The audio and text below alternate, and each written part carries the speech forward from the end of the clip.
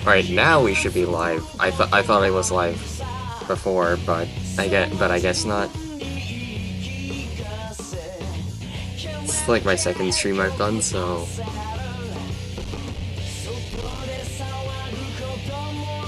3 years ago. It's weeks.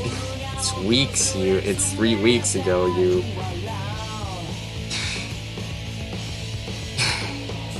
I can't even think of a good insult.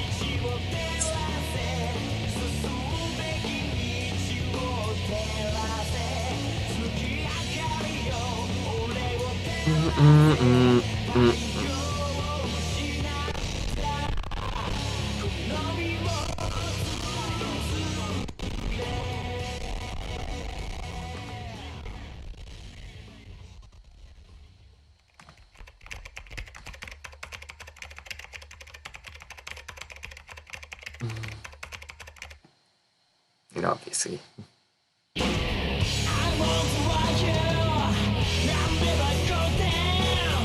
I just know the answer. Yeah, that'll happen a bit. Static and delay.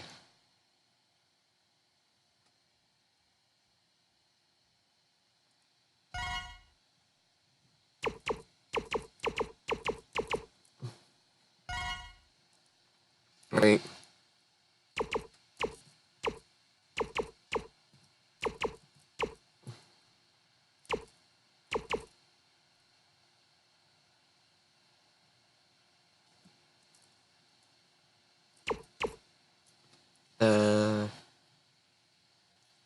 Are we all ready?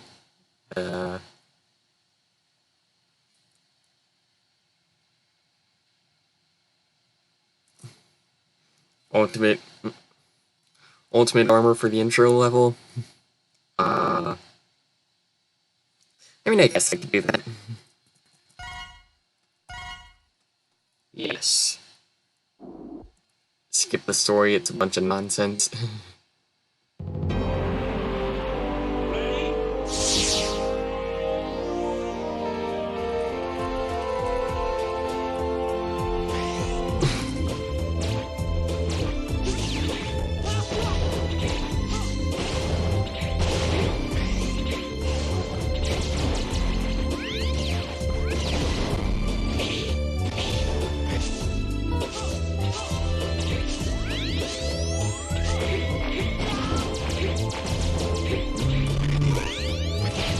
There's no one else that's left to fight.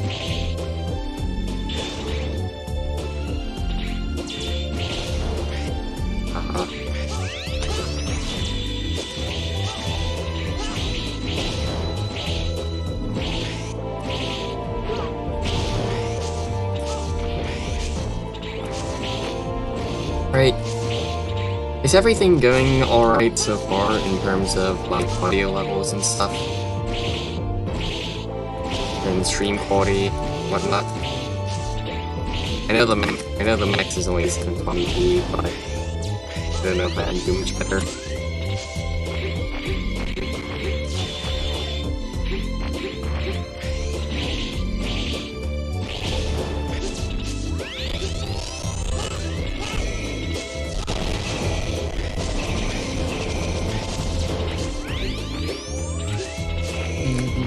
Everything's fine. It's fine. Oh, voice is chopping a little. For some reason it does that. Like, whenever I press keyboard stuff. Shh.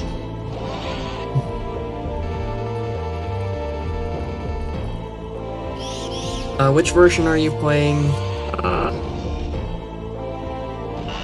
This is our little secret, but I'm playing on the X collection on Dolphin.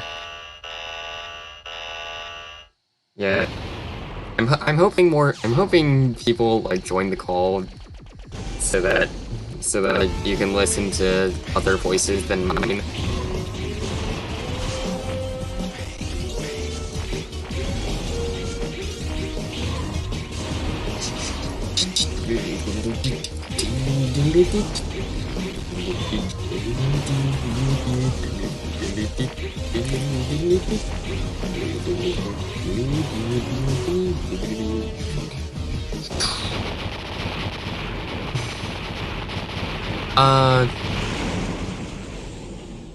I mean, I'm doing this in like my own private server thing, so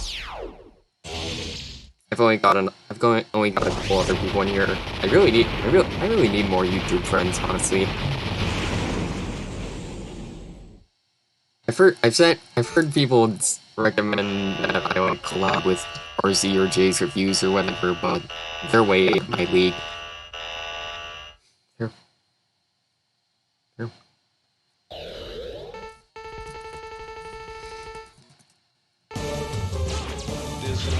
This fool. This fool.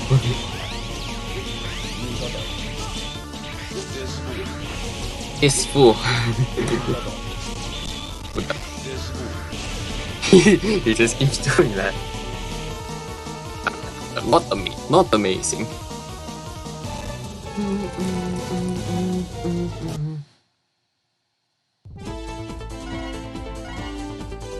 Okay, to save.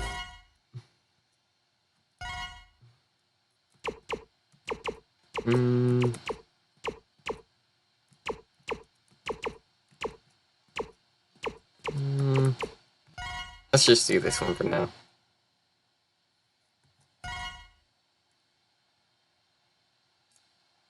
You didn't see that.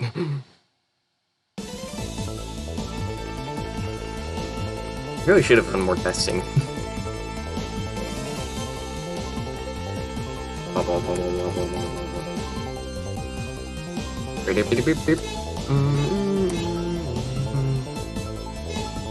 Yeah, it would have been nice to, because like the original X5 and X6 had like 8 save files a feet.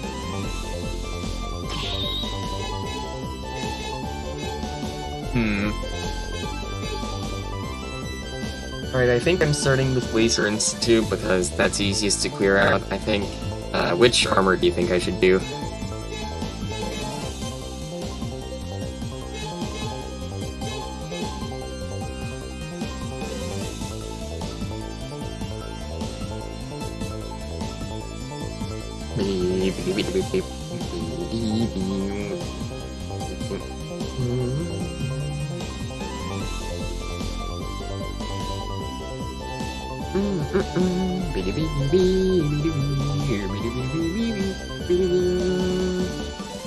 Well, 8 viewers.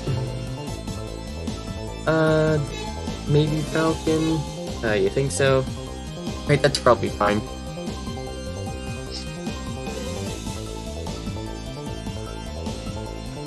Wrong button. Falcon armor.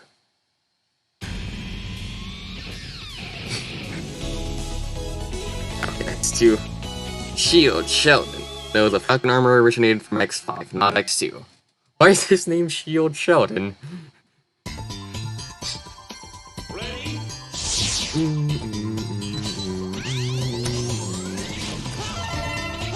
That's one. So,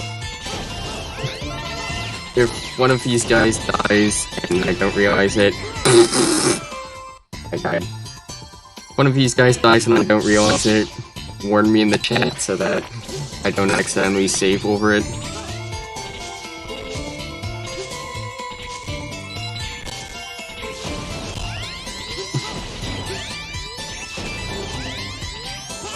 That base is nice. Yeah, the soundtrack for this game is really good.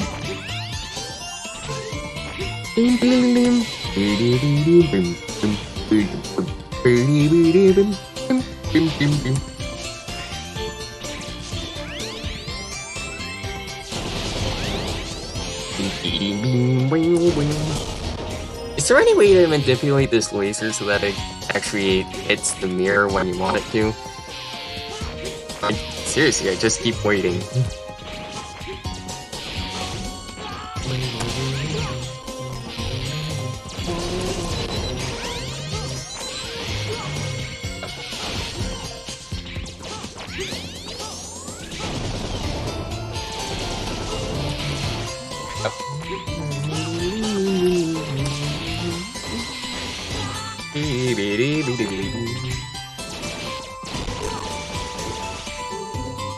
On its left side, do you know if that works?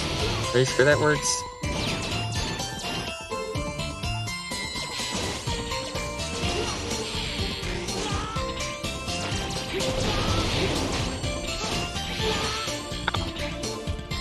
Bing bing boom boom boom boom boom boom.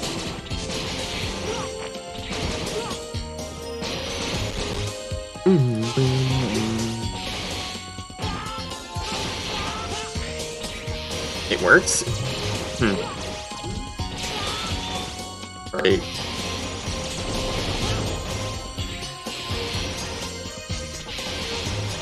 Right, now for this part, where you just pass through the wall, because that's intuitive game design. And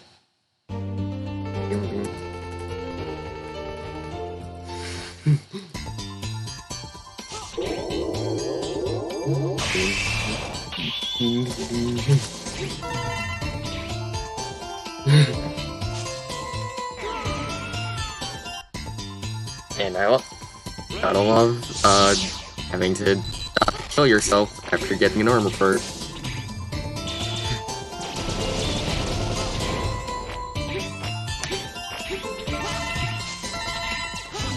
Get away from my bee.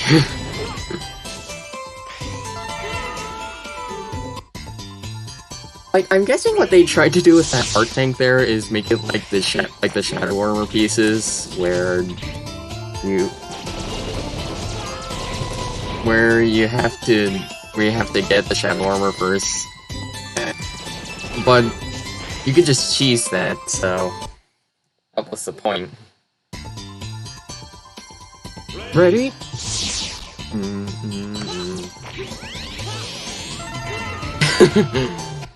My fault. Ready?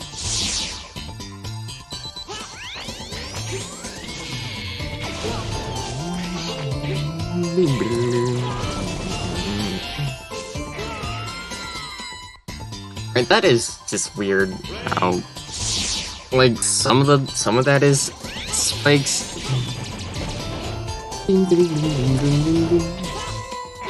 Ow. I'll get it eventually.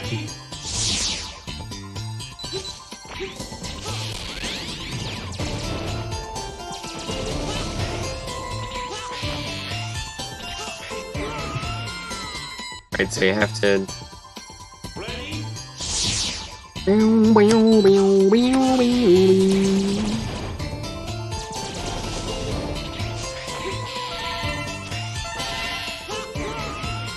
Right. Right, I got those, so I don't have to get those again.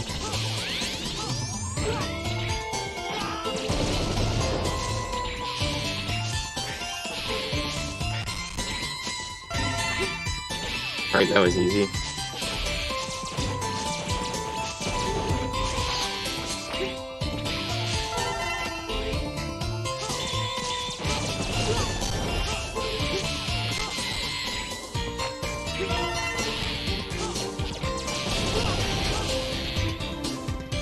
Were the voice clips lowered?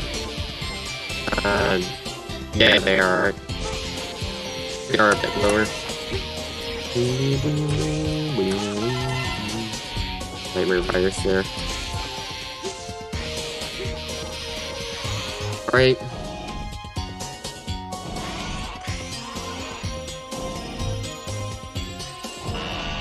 It's time 0.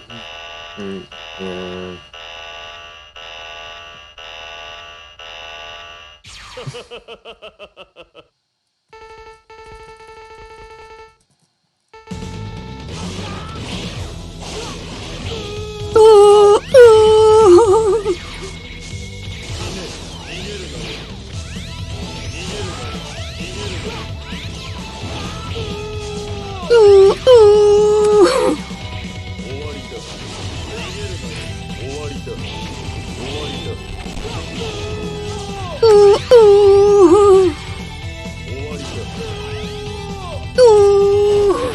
God.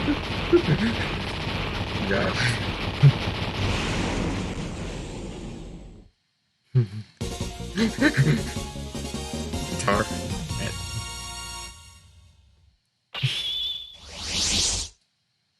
Alright.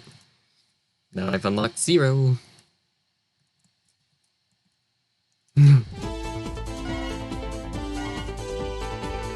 Blah, blah, blah, blah, blah, blah, blah, blah, blah. 8, 12, 16. Nice.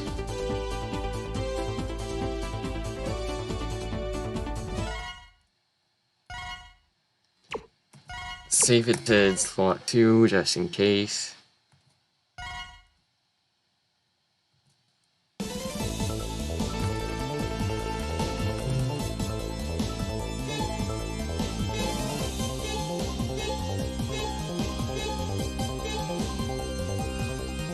Alright, that is one stage with everyone rescued.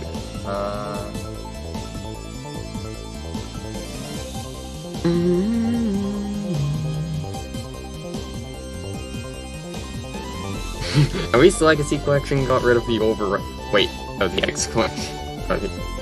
Yeah, I thought the X Collection doesn't get rid of that. Just that you still get overwrite as in Phoenix, right?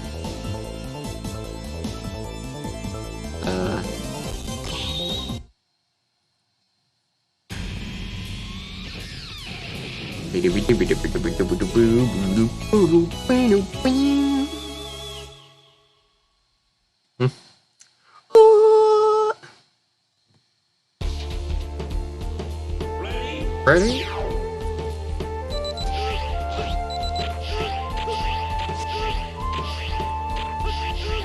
That's one.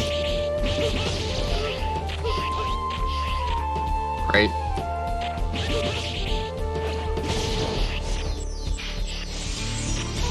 Thanks. I'm glad to see you again.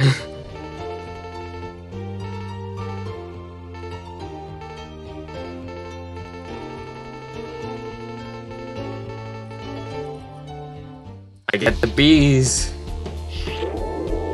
I'll probably cheese the donuts using one of the weapons, so the bees aren't that bad. I'm good.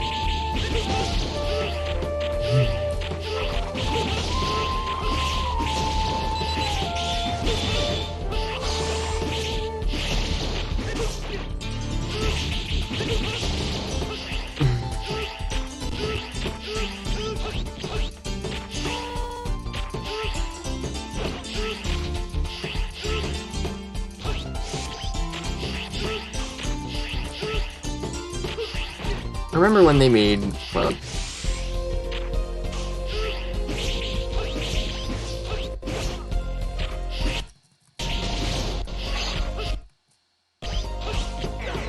Ow.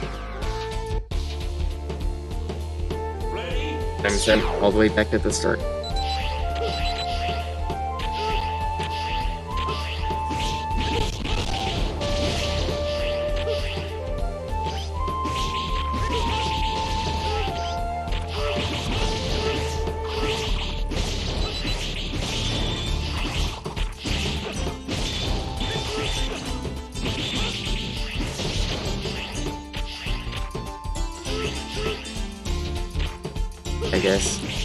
I guess I'll have to wait until I get on jumper perk.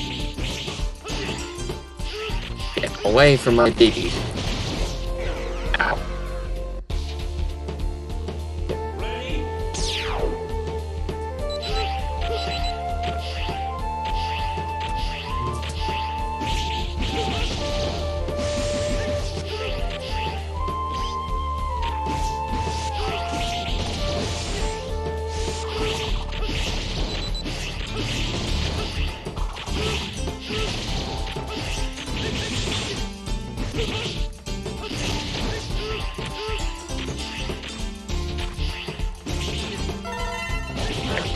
There we go. How's it going, people in the chat? Nobody is talking.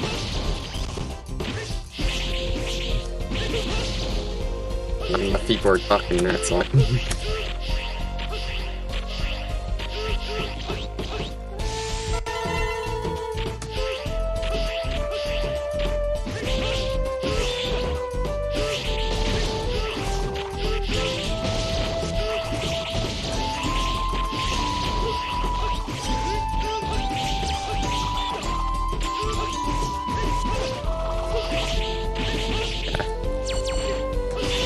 I mean, still, you're the only one.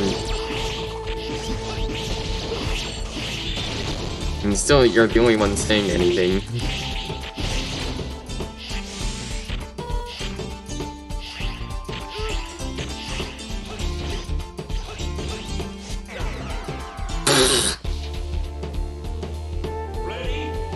Right, hopefully he didn't end up killing that guy.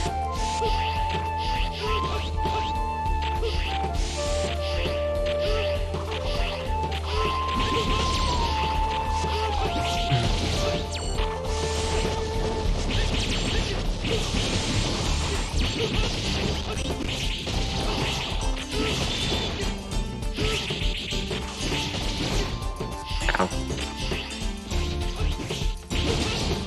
No, he didn't. Okay, it's fine.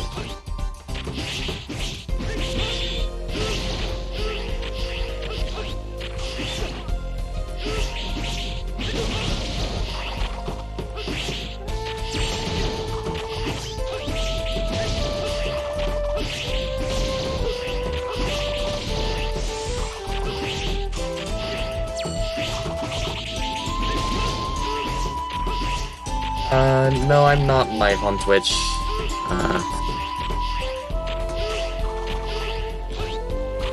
I mean, this is a YouTube subscriber special, so I don't see any reason to be on Twitch. Moreover, I don't have any following on Twitch. More than like 5 viewers.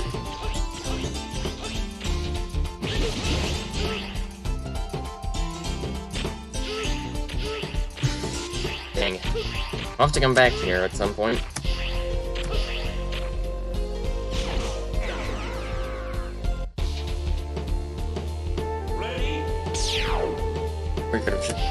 I should have just killed myself, actually.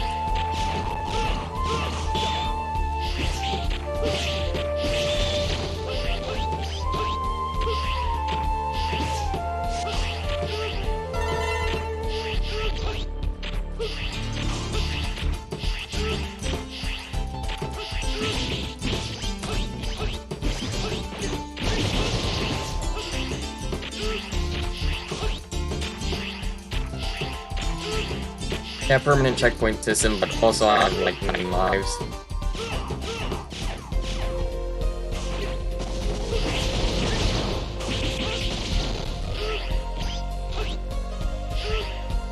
I mean, it's like, well, I mean, Hyperpower is the one talking in chat, so.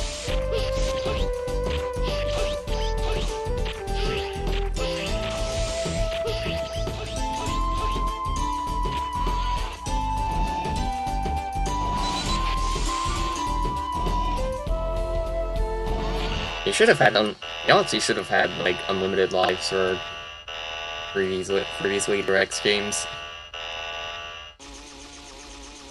Make it like X8 where you can just exit at any time. Right. Time for this intense boss fight.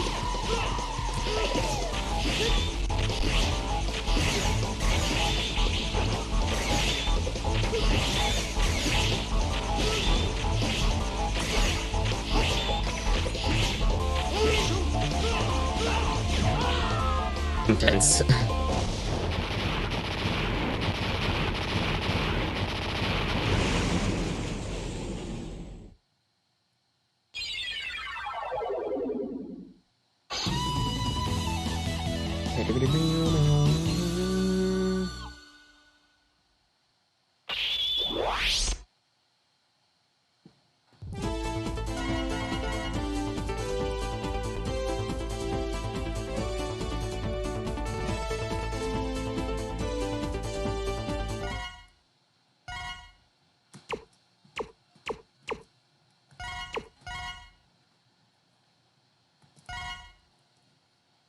Right.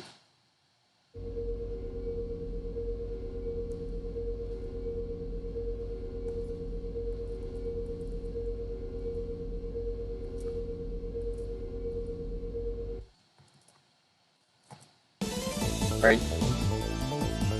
Right, see you later, Happy Flowey.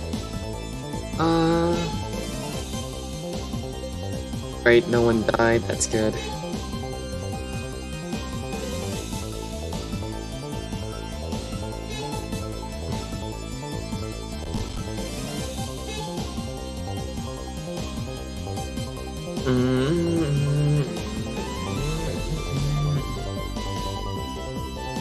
Right? Who would be best for it? Probably Top Armor X, because this stage is just really has like one really obnoxious injured Reploid placement where there's like 3 in a row, but there's a Nightmare Virus right on top of one. Oh, you're watching on mobile?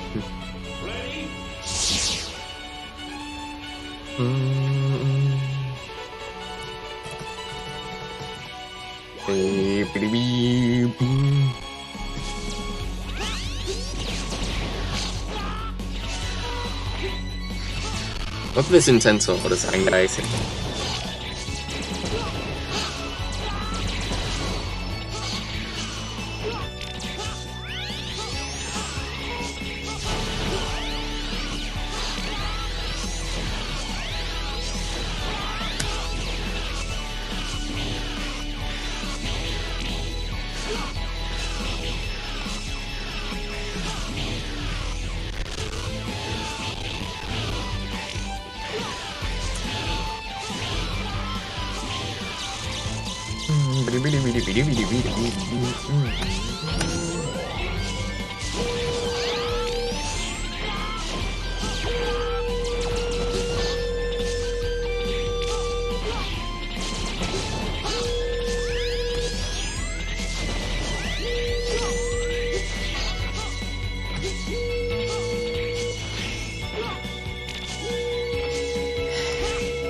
Why do I even care?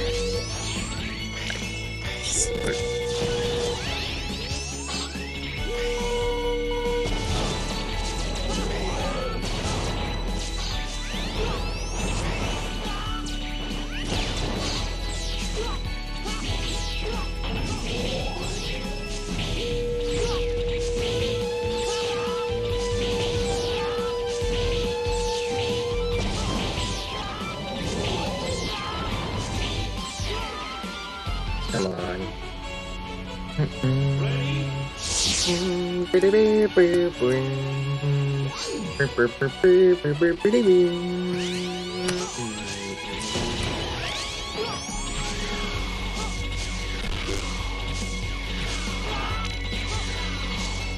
These sound effects remind me of the CGI Zelda games. I don't know if anyone else has ever thought that.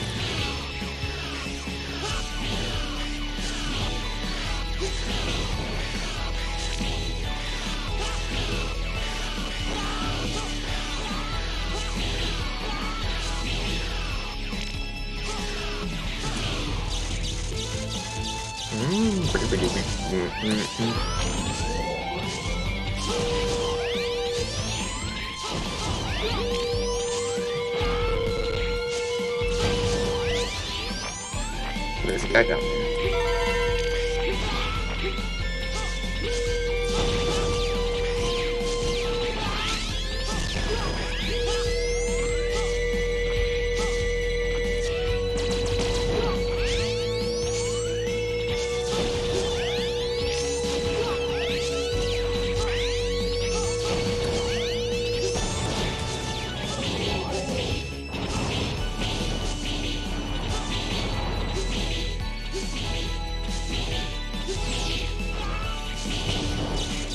Right.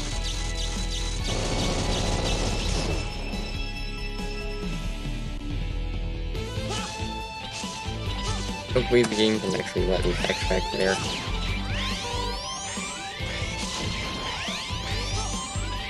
Okay. Why would I expect X6 to be nice to me?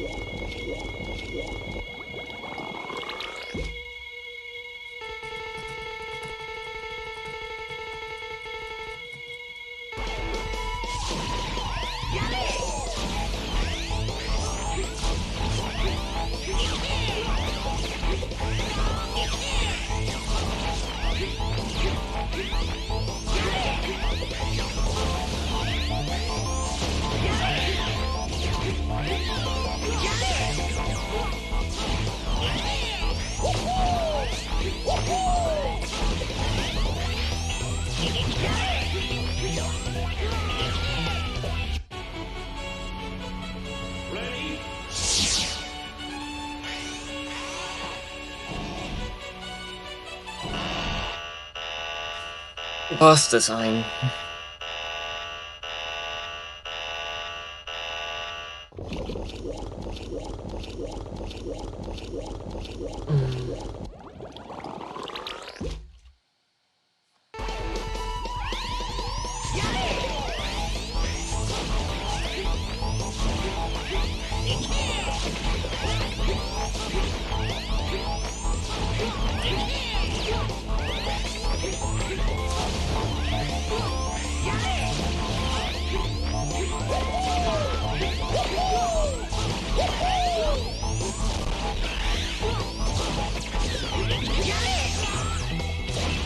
Got it.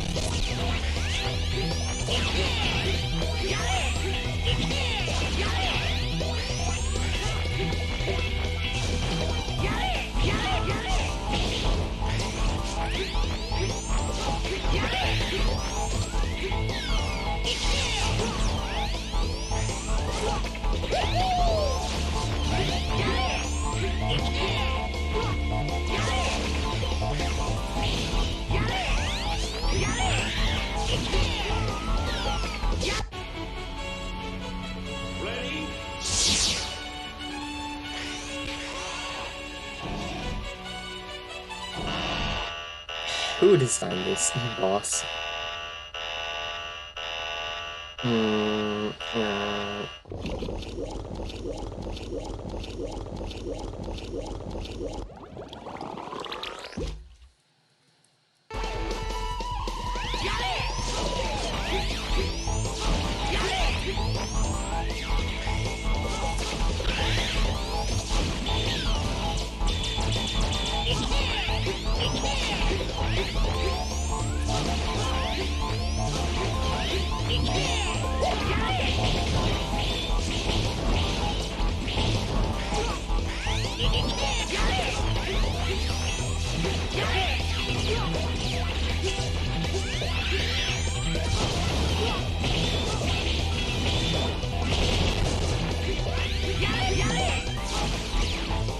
Are.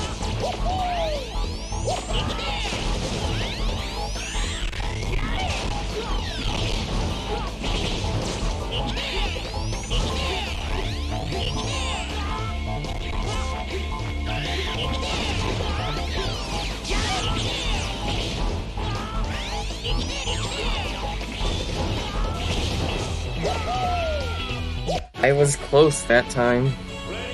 Jeez.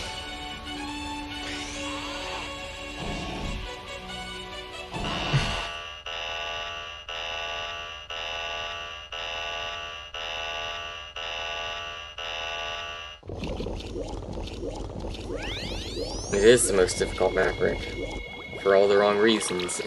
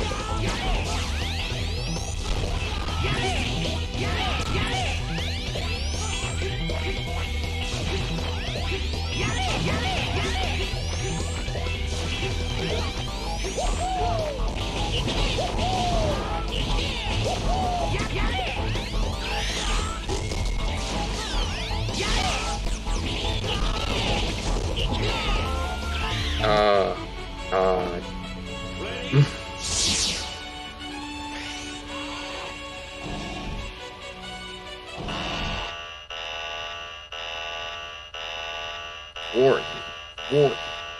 Following videos.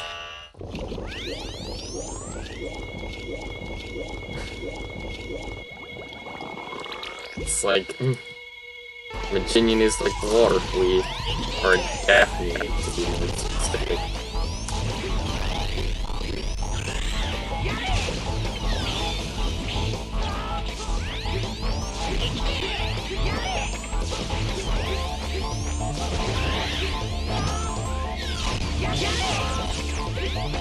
Yada yada. Seriously, guys, you think this is enough?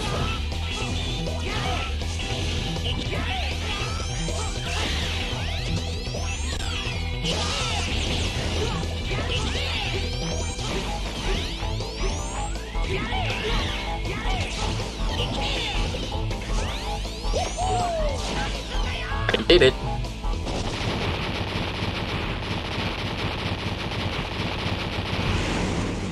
I think this boss is based off. It's apparently I think the art book says it was based off. It was based off water fleet because they were scraping the bottom of the barrel of animal ideas.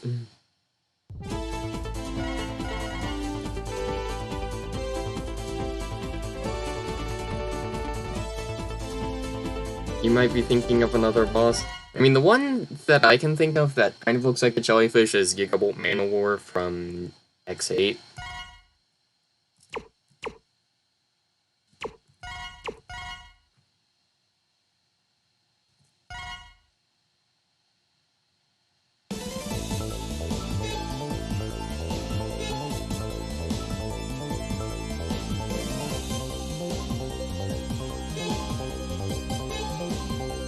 That one.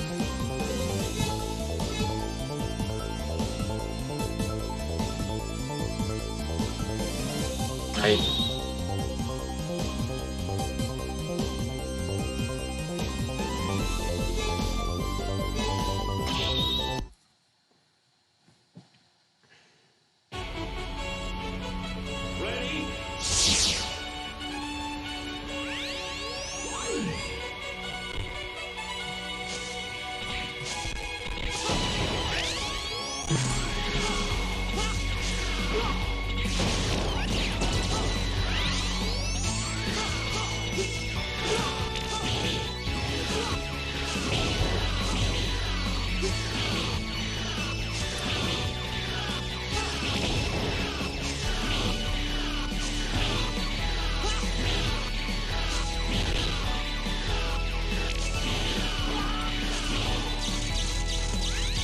Now for the really hidden other.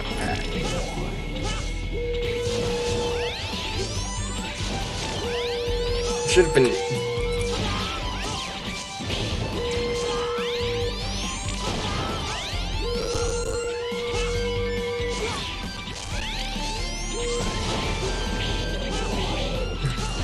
Yeah.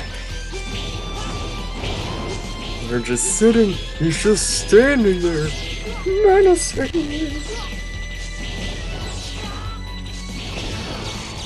I'm sure I'm gonna have to reset this at least once because there's like one spot where the Reploids are just almost impossible to reach.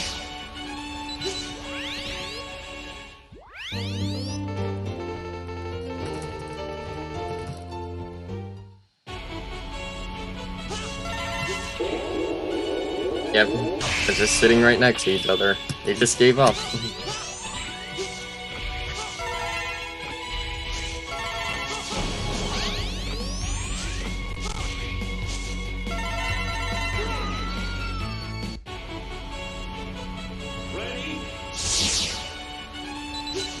They're floating in the air for some reason.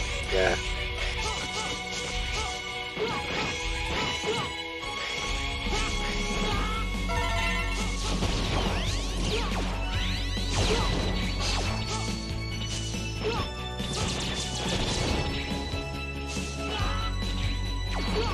First I want to test... Yeah, they just break through your Giga attack. You think someone can fix this game to make it good? I mean, I know that X6 tweaked exists.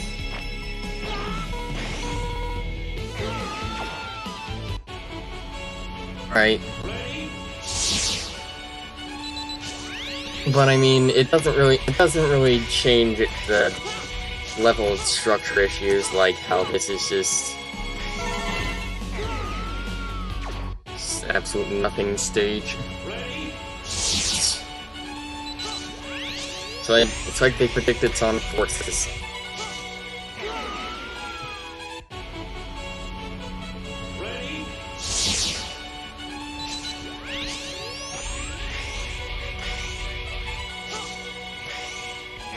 Man.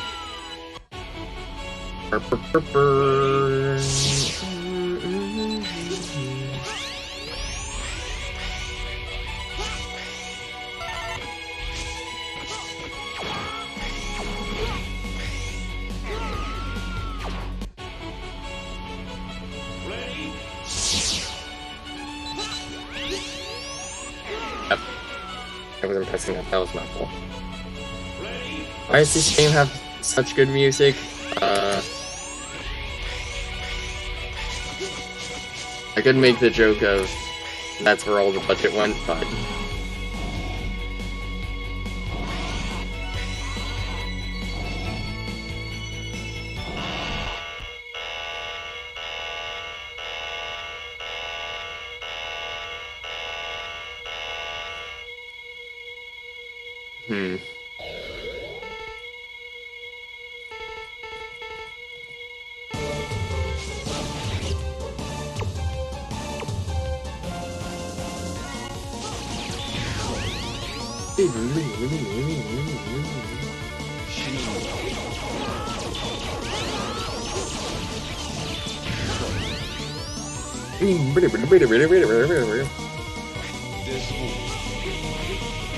This fool. This fool.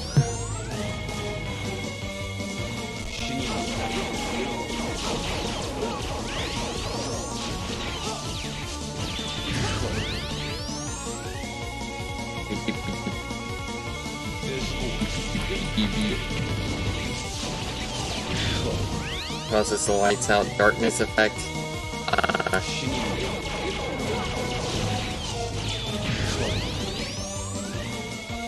I mean, I could just go back to Laser Institute for a bit.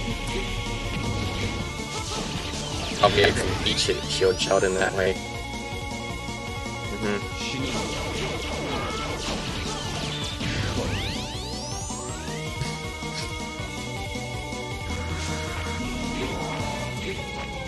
Boom boom boom boom boom boom boom boom boom boom boom boom.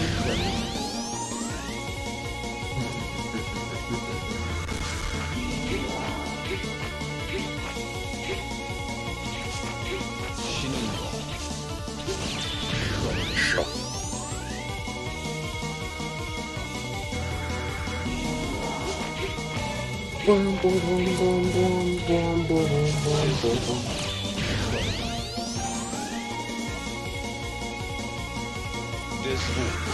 This fool.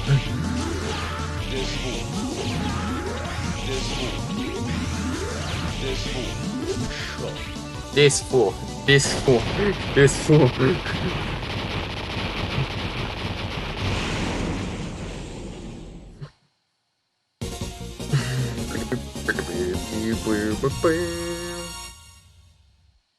Yes.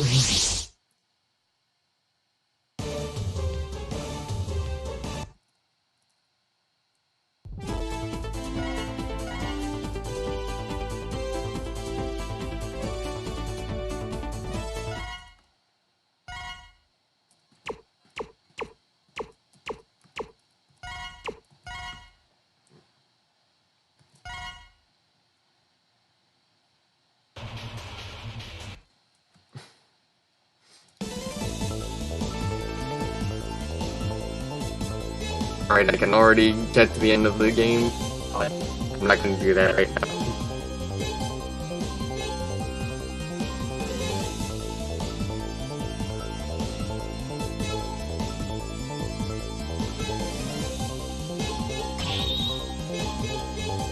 You didn't what?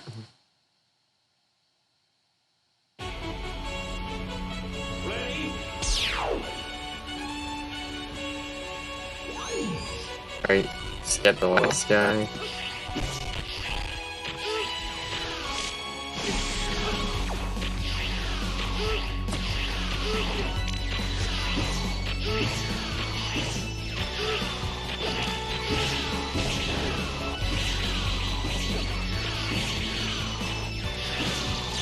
Mega Man X6, a fun and balanced team.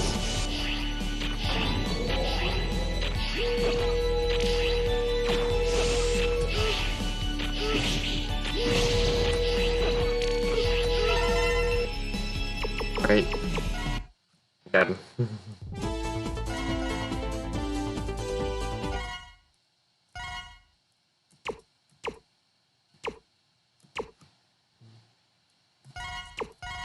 You wish to overwrite this file?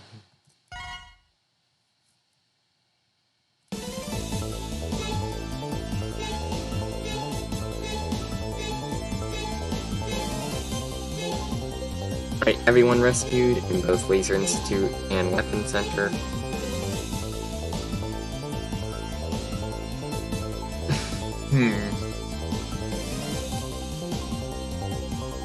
I don't know if I want to go to Metal Shark Player now because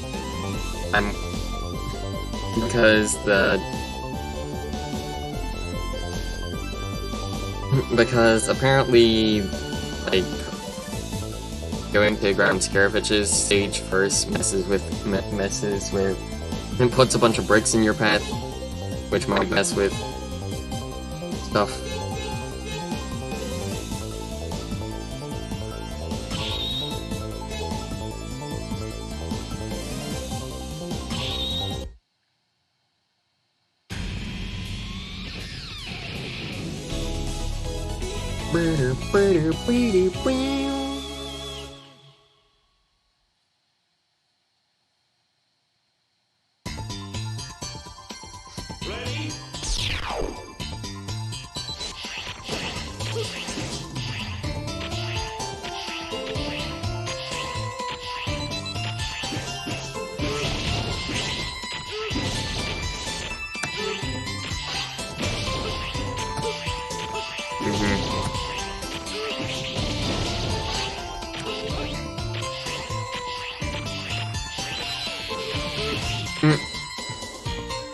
Yeah. What I want to know is, are there rescuable Reploids, like, in the Metal Shark Player alternate path after the crystal?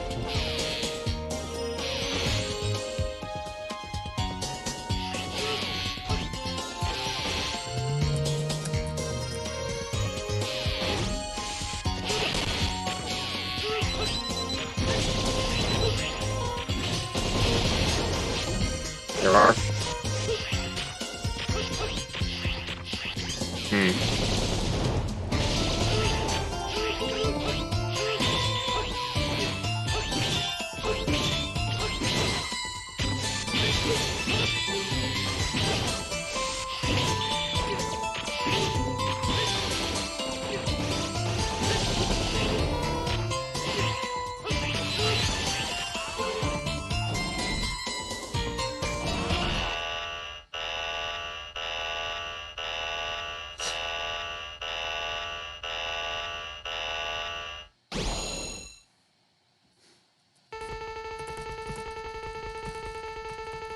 Right.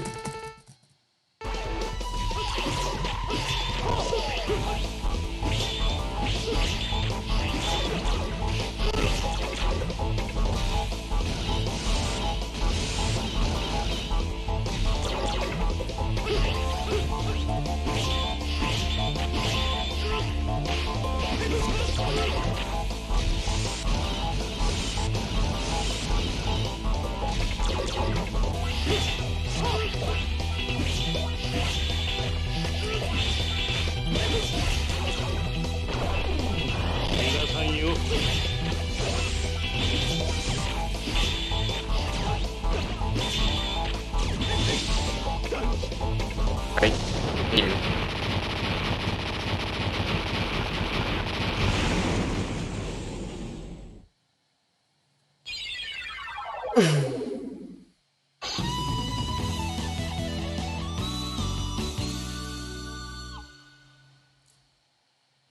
Glitch crown.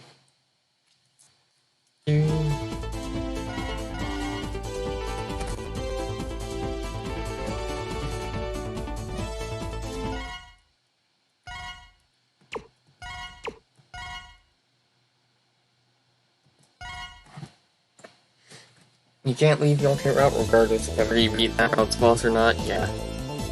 Design, guys.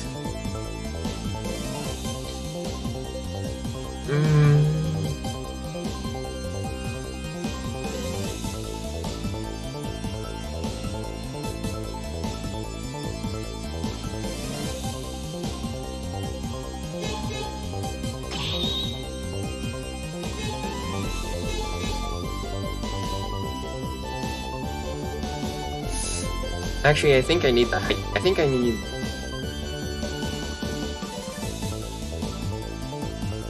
I'm just... just stuck on this. I don't... I could just... go to Blizzard Wolffangs to get... to activate the alternate Nightmare effect, but that makes the stage so much harder.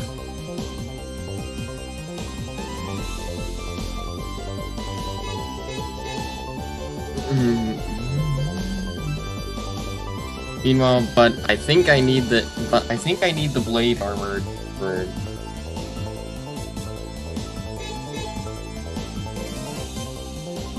Wait, I think I need the blade armor to even get to the alternate path. Of course. You know what, chat? I'll ask you which stage I should go to next.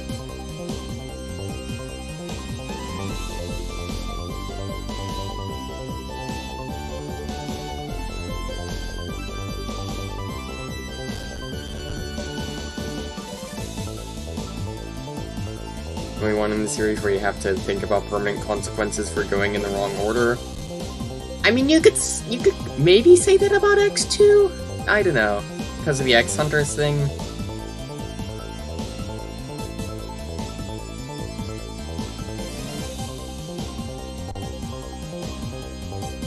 Blaze heat mixed with zero.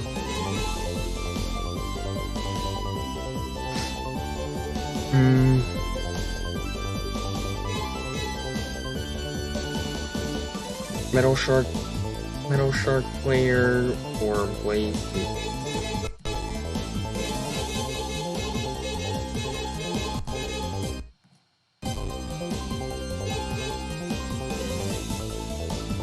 Alternate path. I could maybe do that.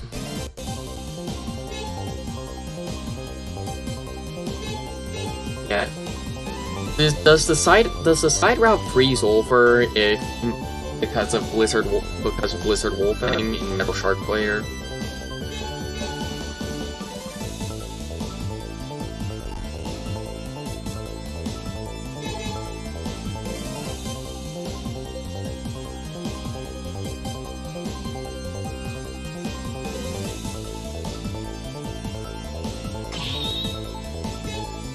Probably.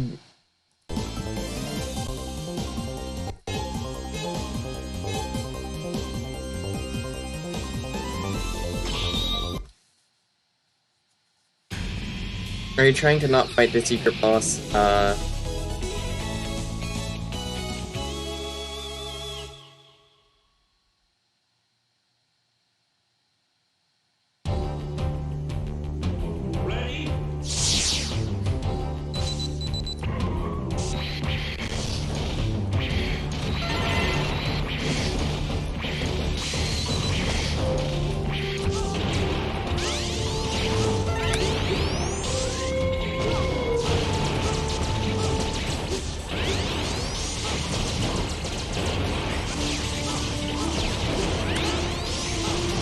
Yeah.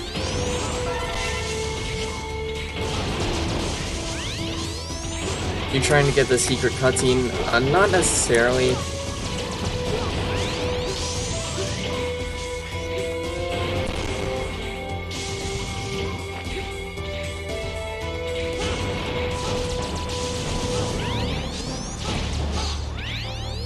But yeah, this is annoying because sometimes the Reploids are just in the walls.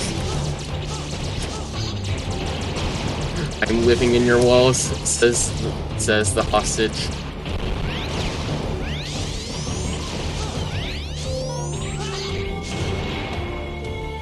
which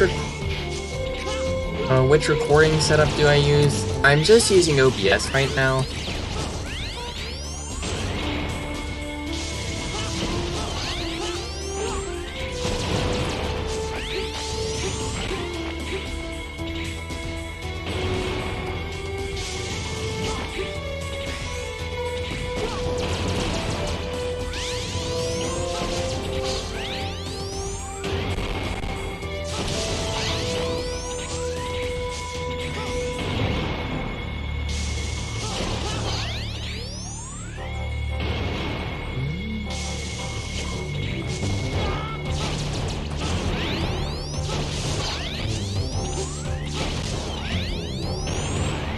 No. Yes. Go after me because I have a gun.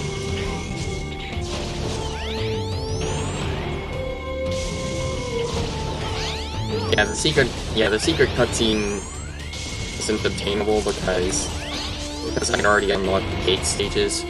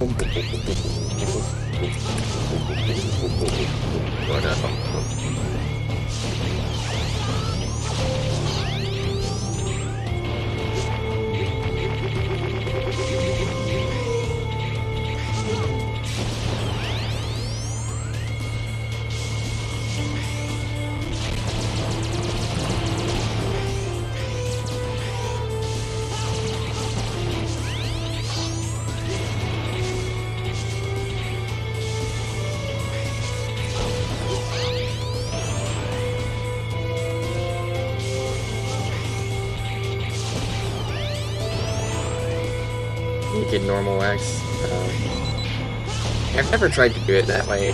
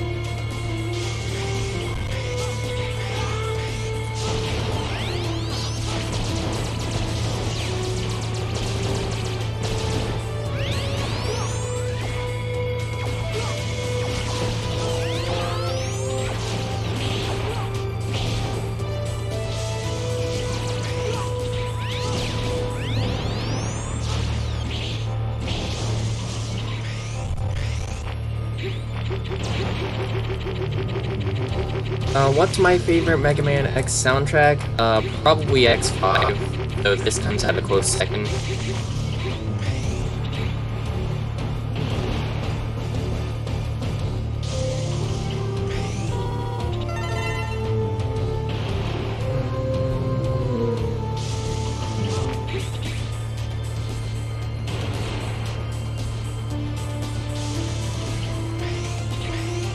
Right. It's time for the Fisher Price mini boss.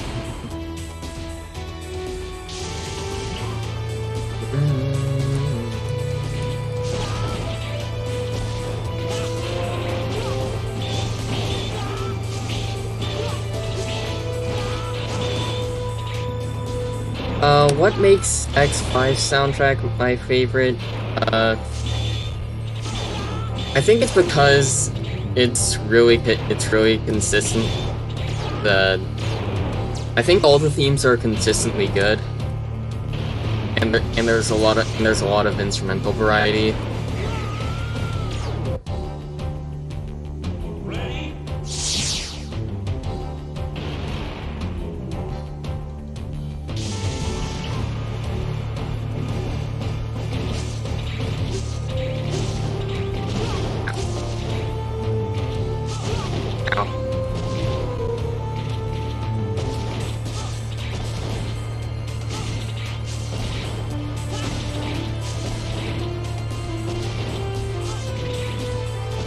Like with it,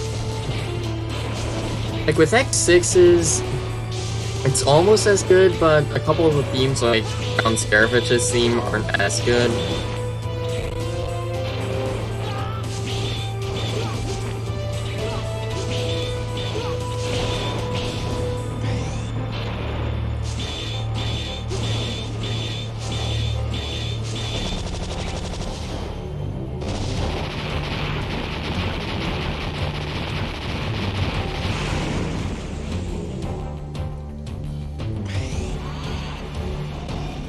But prefer the X2 rendition of Bubble Crab theme. That's the one disappointment I have with X5's music, is that I wish they'd used the beta Duff McWhalen theme and not the Bubble Crab remix. Look at this intense face-off.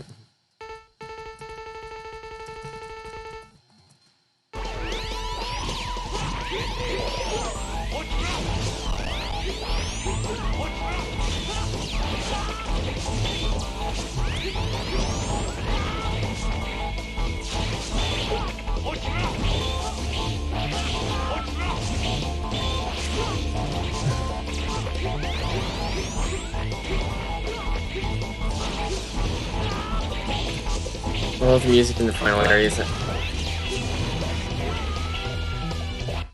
Final areas of X5 do a wonderful job setting up hence the importance of what's going on. Yeah.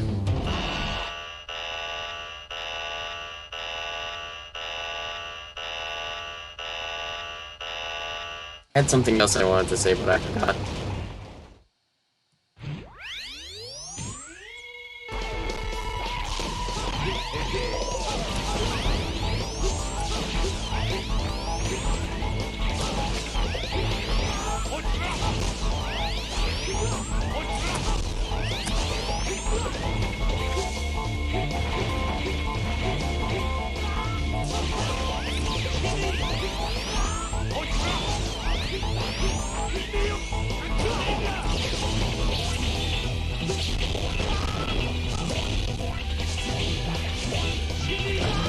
Hello, Electverse. Welcome to the stream.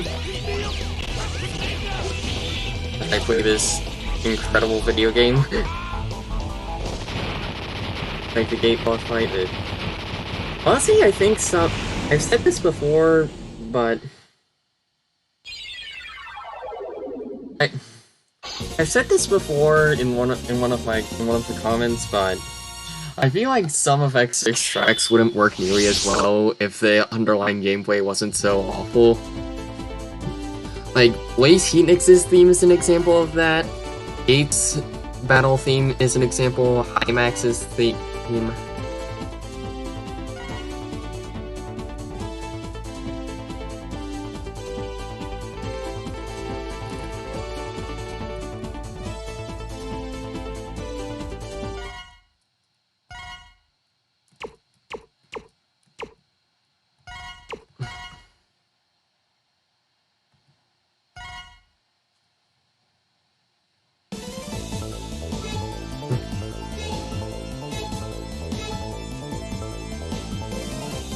So it's only 3 there.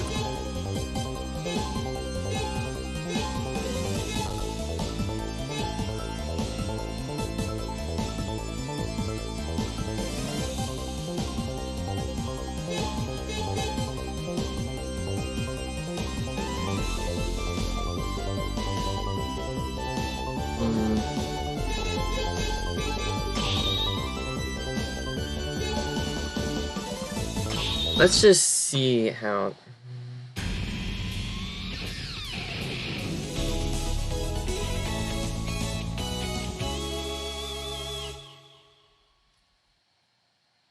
What are my thoughts on X8's OST as a whole? I don't really like it that much. There are a few really great tracks, but... like Jacob or Primrose or whatever, but... A lot of it just feels like a worse version of Sonic Adventure 2's music.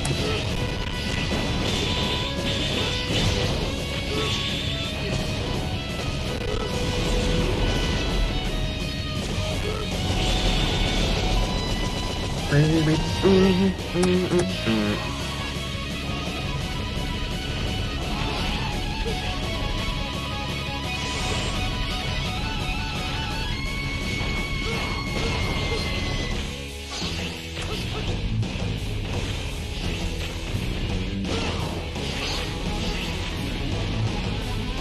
made me want to play this abomination? Look at the title. About 250 subscribers, and like 50 of those came from my Mega Man and Basin X6 video.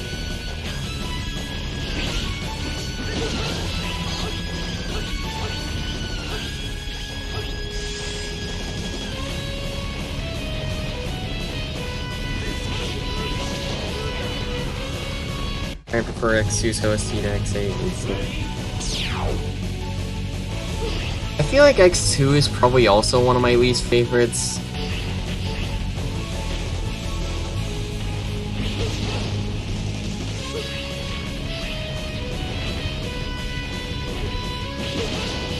I know, it's just something about it.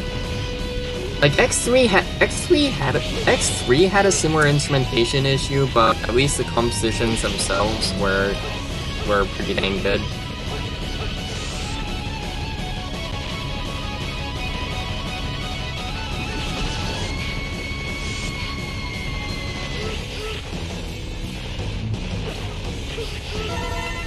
Get away.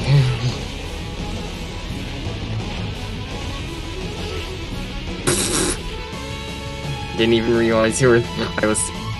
Well, I am.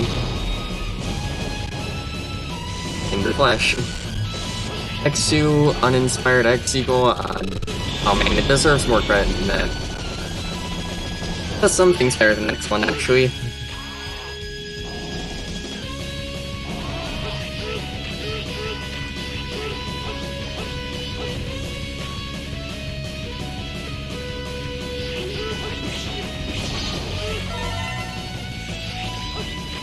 I like how the heart containers is right behind the Reploid.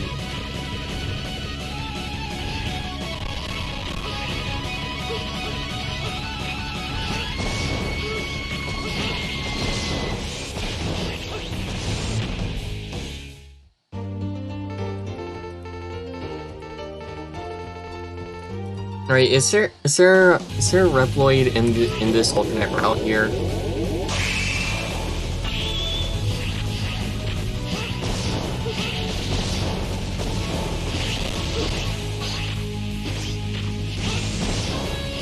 I should probably take it anyways, though, just because there's like a sub-tank there.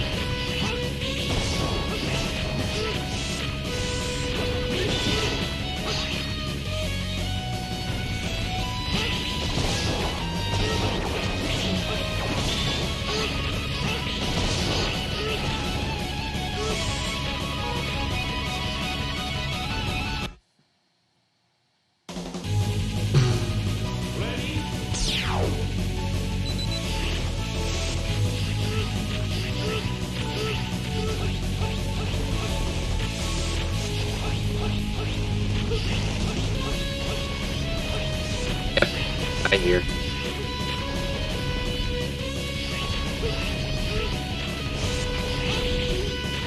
I can level up in more of this.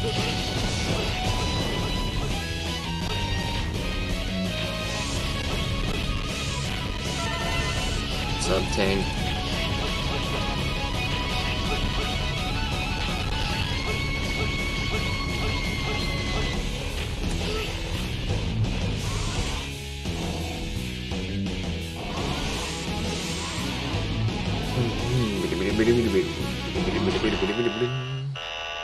X takes too much damage on X3.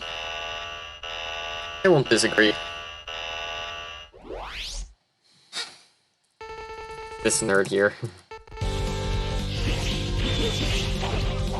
Unfortunately, I have not gone to Rainy Reploid stage, so I don't have the weakness.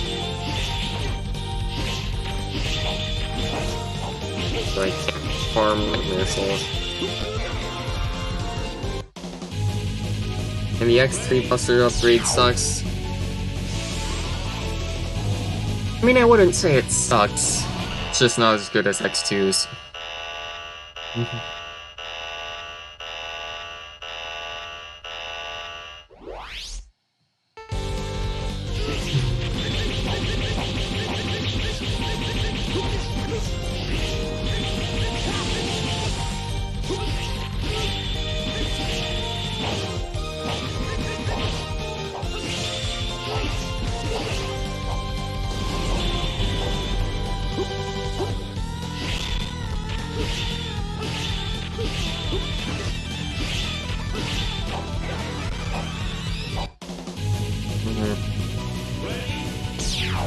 Me who's only played classic Mega Man and never Mega Man X game popping in to say hi because I saw your Mega Man Base versus X2 yesterday and really enjoyed it.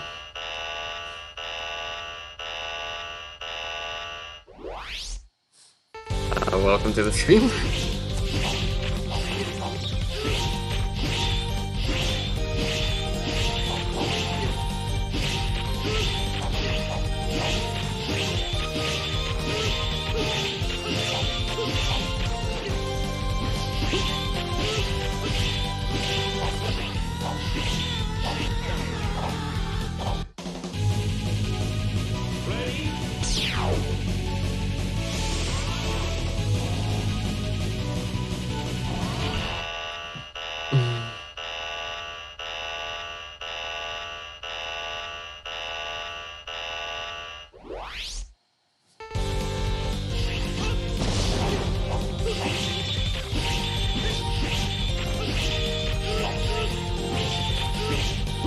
Wow, lost in X6 that actually required me to focus.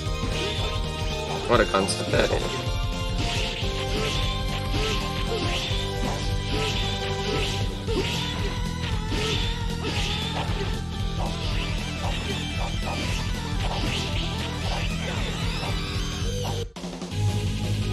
For me, X4 is the perfect sequel.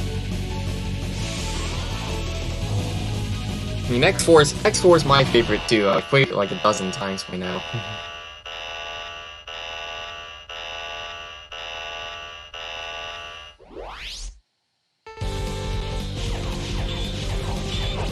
Why didn't I do this from the start?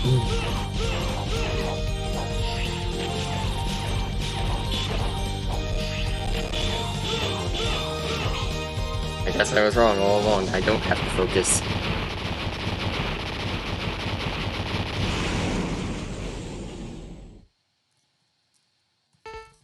See ya. I'll have to play X2 again at some point.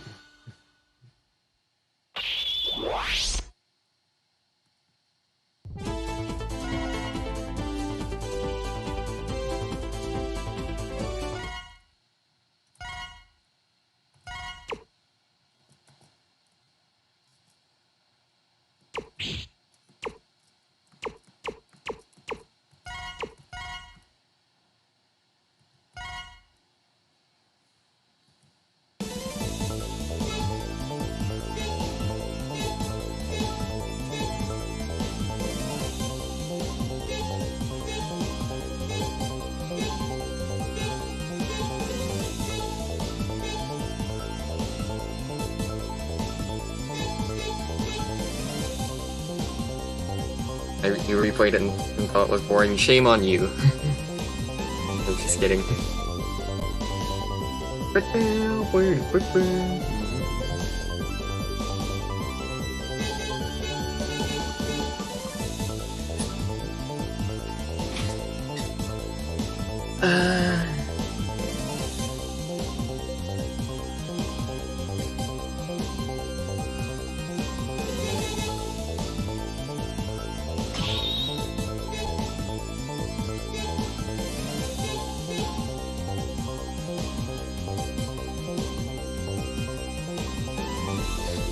No, I thought X4 was about as open it. Well, I mean, I don't know about the actual level design, but you've never played a Mega Man X game. Where would be the best place to start? I guess I might say X1 since I started there, though you might need a guide. at some points.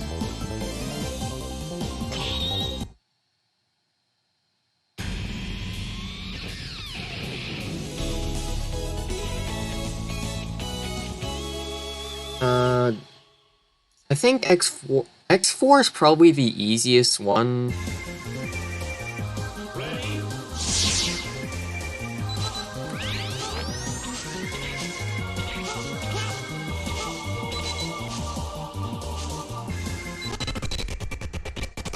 But yeah, this part slows down for some reason.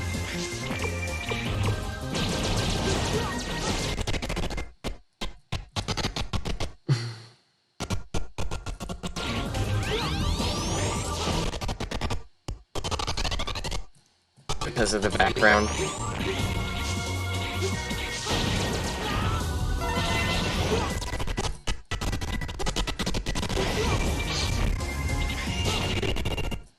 This is gonna be the biggest oof stage for the run, because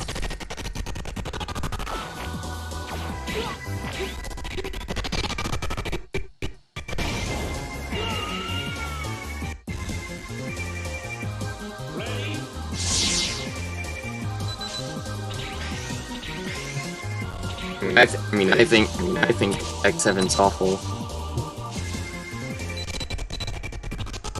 Why is the background slow down the game? I mean, I guess it's probably just because it's intensive. You know how it slows down on the PS5, on the PS1 version of X5 in Dark Disease stage? I'm guessing it's something similar to that. X7 is just meh. I hate it. I hate it a lot.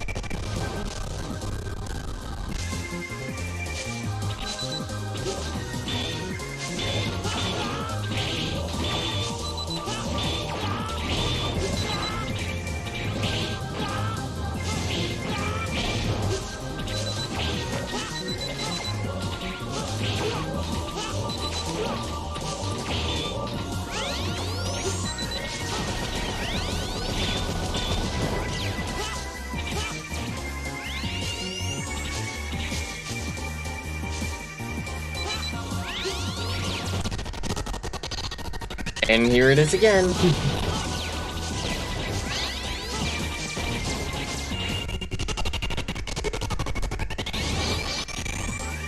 I mean, it doesn't help that I'm trying to stream, so of course it's gonna slow down here.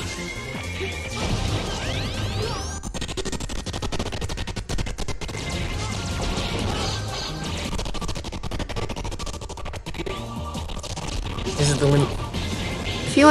I feel like the Mega Man X games don't really benefit that much from alternate paths or whatever. Not all of them really have that to begin with.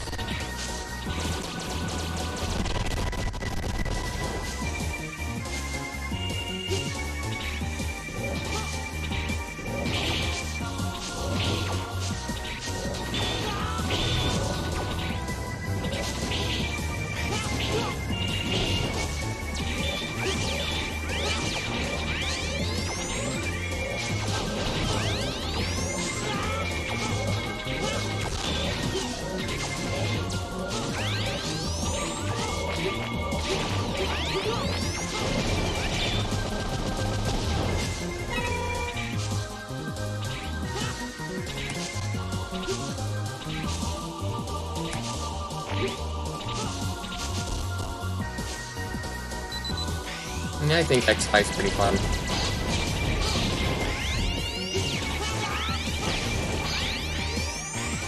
It's not as good as 1, 2, or 4 though.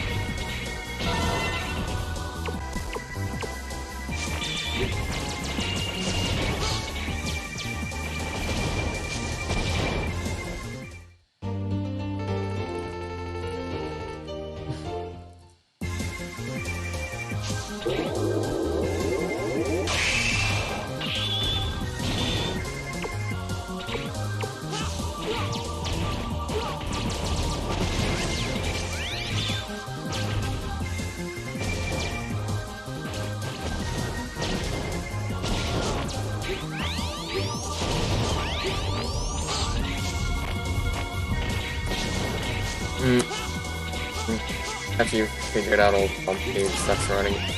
I mean, even on my first playthrough, I was surprised by how much I actually liked it.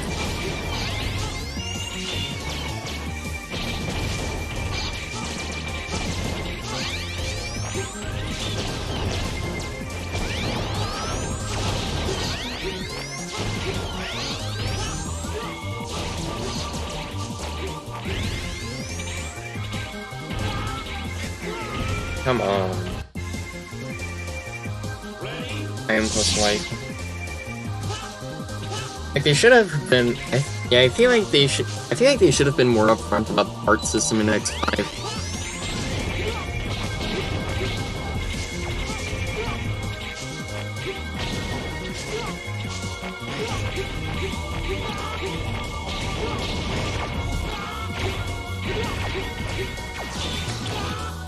I told you, hey, do you want this one part or do you want this other part?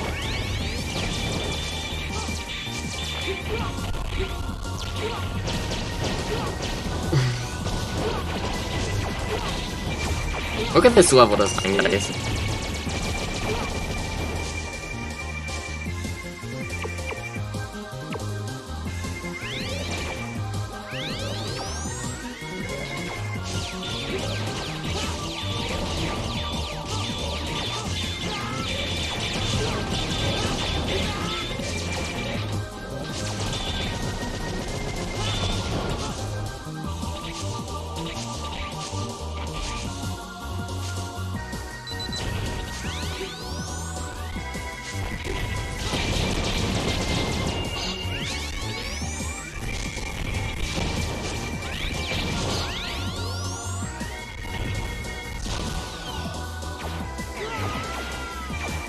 All the enemies. Takes me right back to Mario Maker. Indeed it does.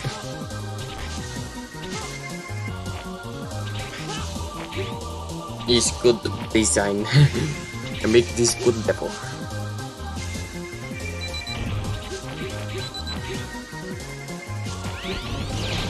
I still haven't played the extreme games, weirdly.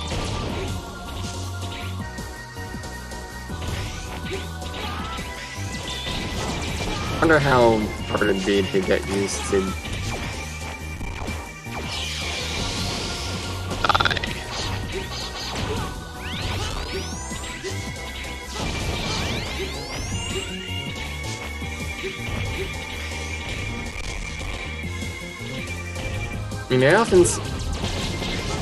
I see people say X2 is really good as well, right up there with 1 and 4.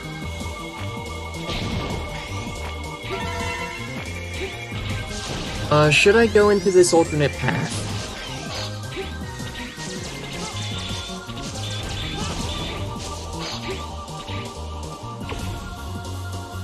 Think I should go into this alternate path?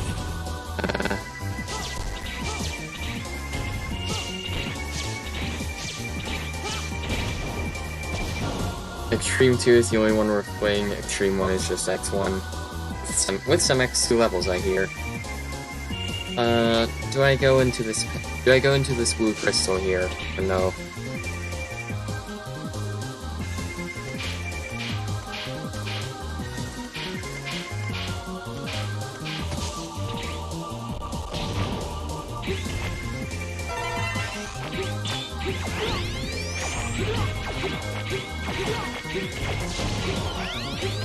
You do?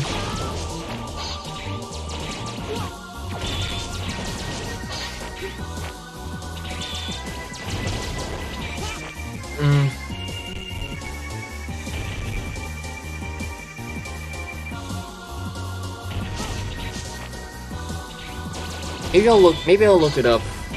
Maybe I'll look it up after beating this stage.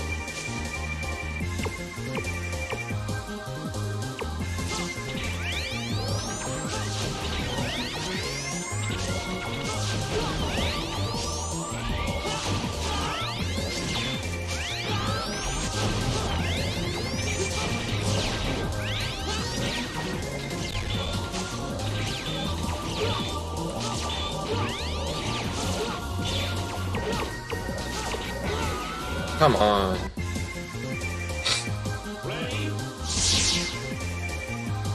I do have to go there. I do have to go into the crystal.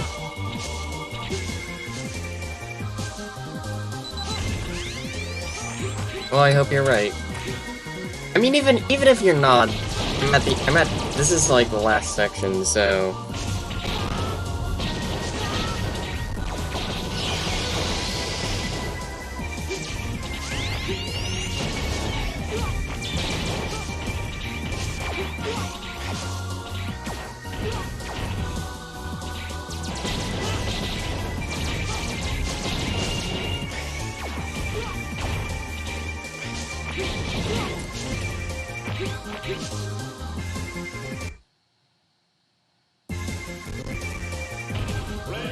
Well, well, why do you think I did this stream? Just to suffer.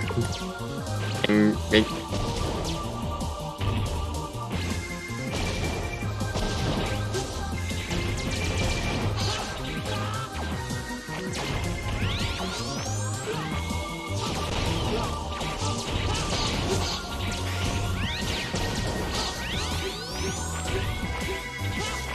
No, I don't know if I've ever gone this path.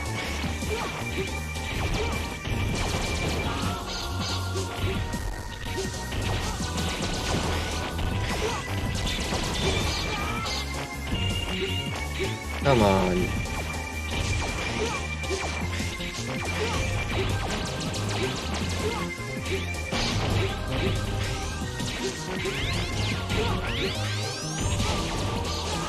There's like one guy there. Seriously?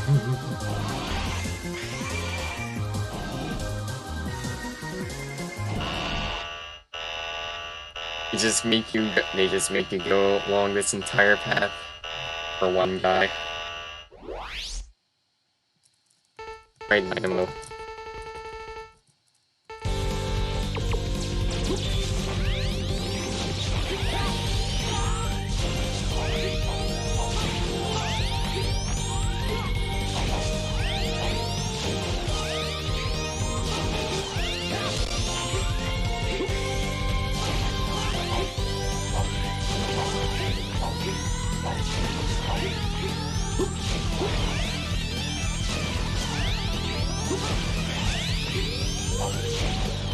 Right, easy. My most mirrored distance is an annoyance because he's the reason we can't exit these areas.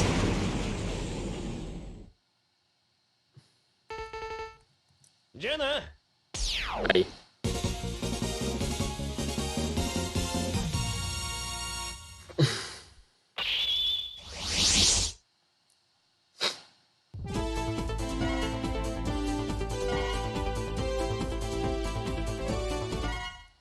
Blade armor completed.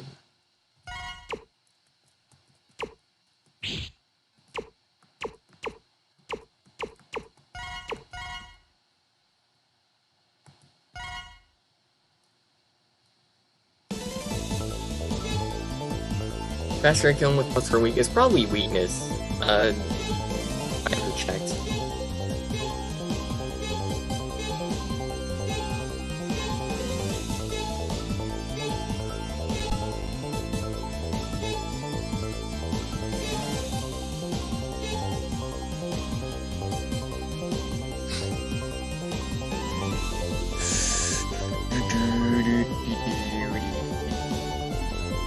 What? I just keep playing Ground Scarabage's stage until I eventually get every Reploid.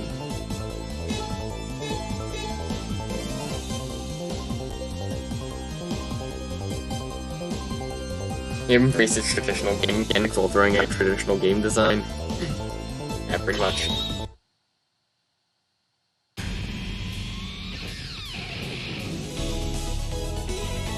X6 is a real enigma. Even though X5 already had that.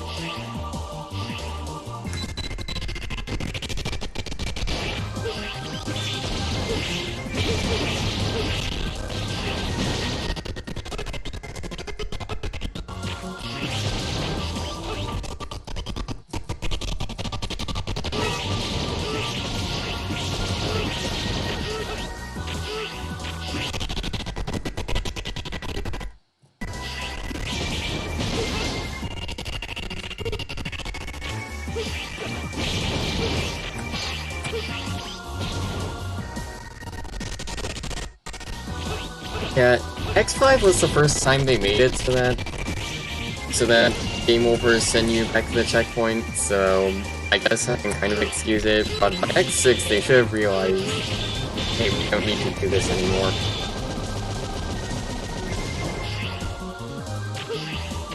Especially X7. My god.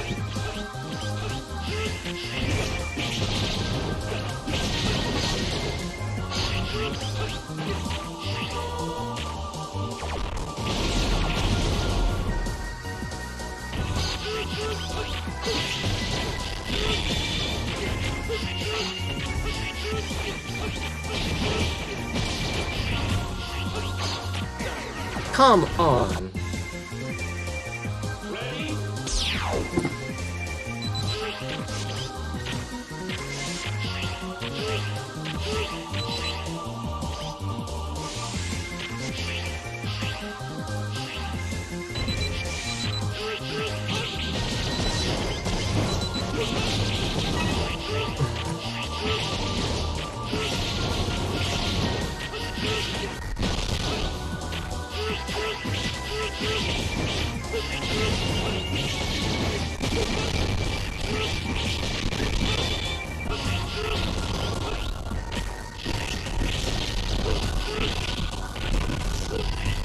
No, no, no!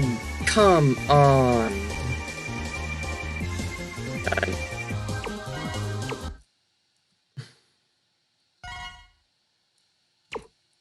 Hey, just woke up. Hey, you want to join the chat?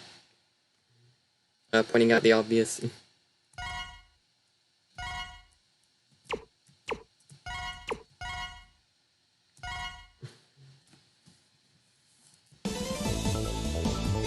Stupid.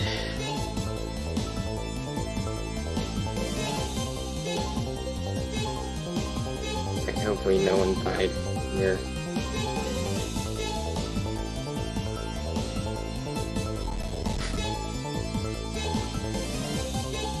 Let your voice get wet.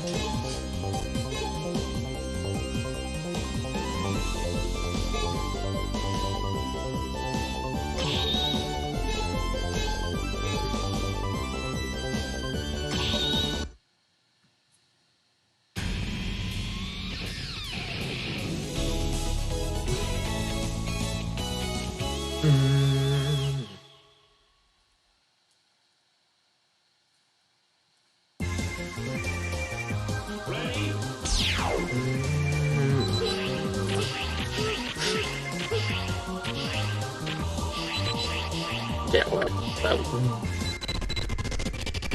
Alright, cool.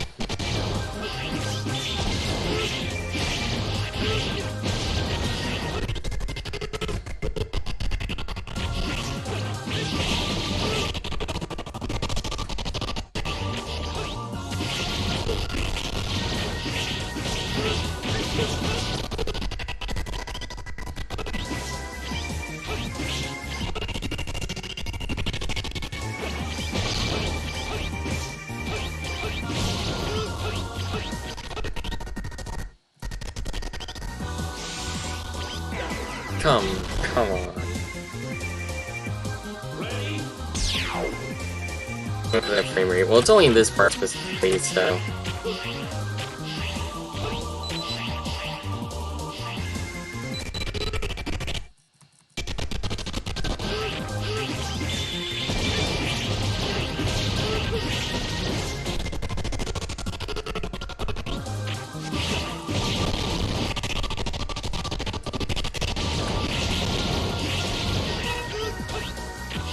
Do you get weapon energy? I wonder if you get weapon energy in, like, extreme mode in X5.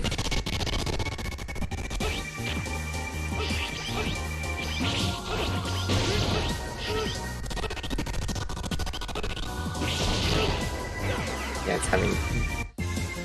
I mean, you're just having a fit. Shh. Don't tell anyone.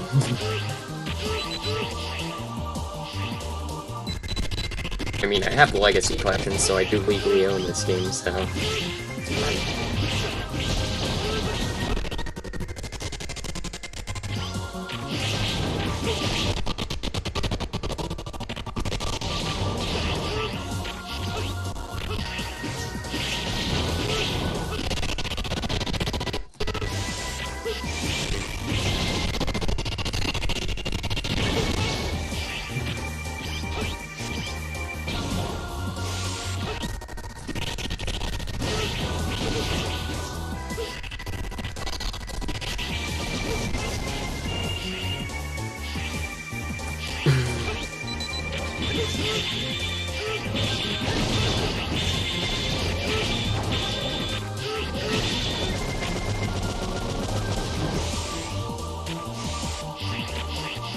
Wait. This one again, seriously.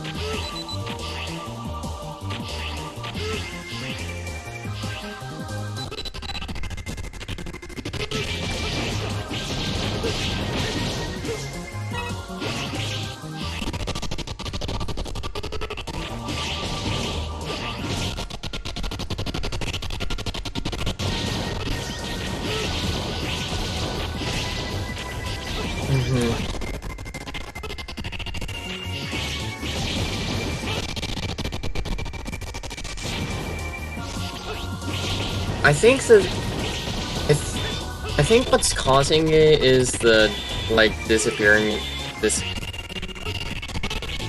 disappearing and reappearing backgrounds.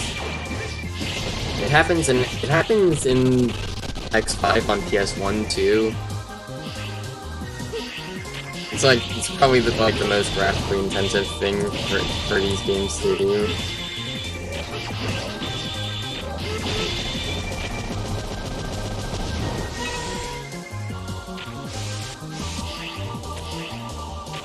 Like having an entire background change up.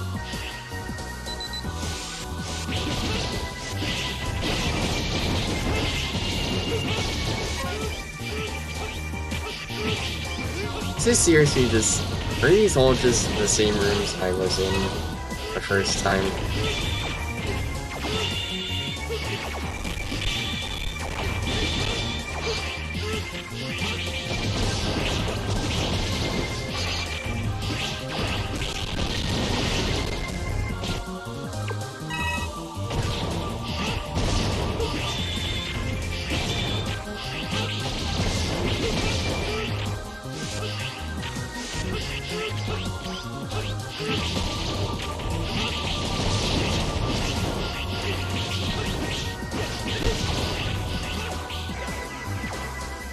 This level was a very good idea, obviously.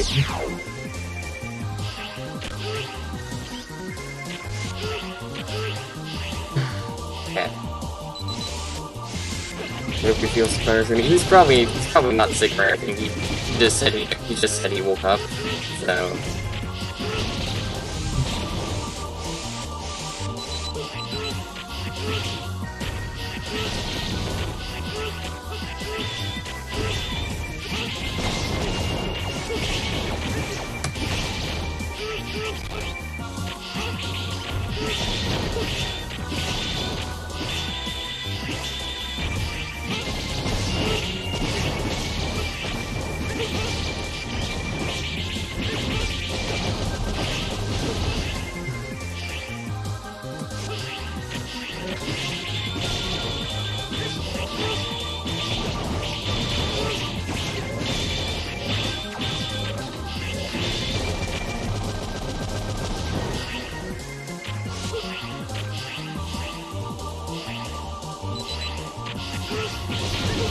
Finally a new room.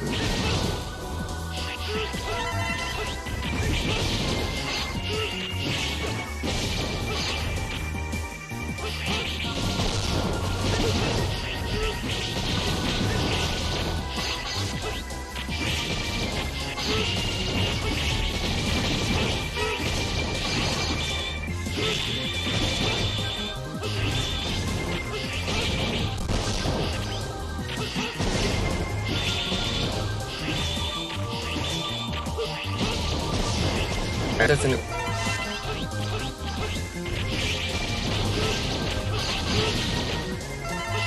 Perfect.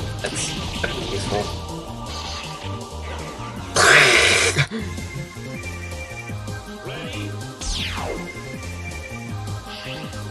Can't believe it.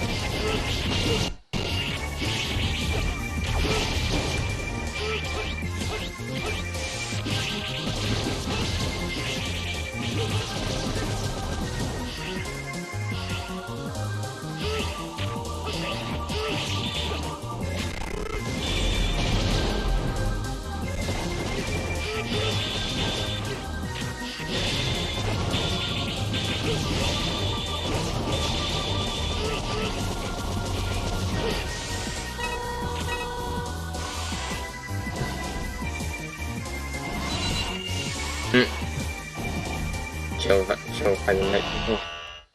Yeah.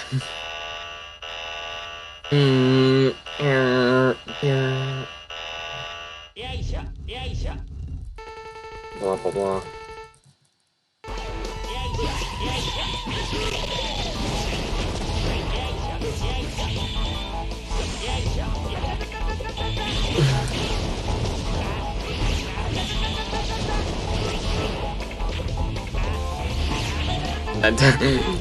Imagine if it was.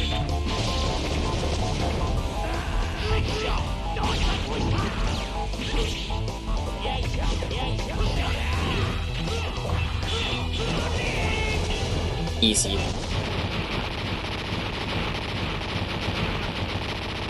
Yes.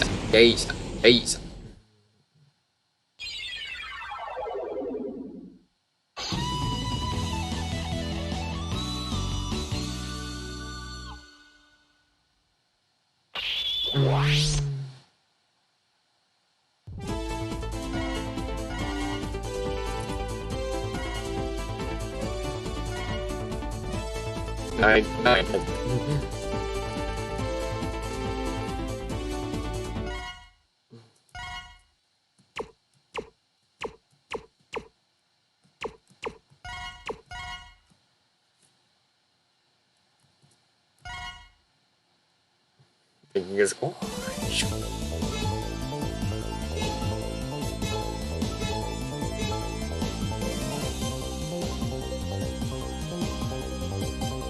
Right, I just gotta keep playing that stage until I get everyone.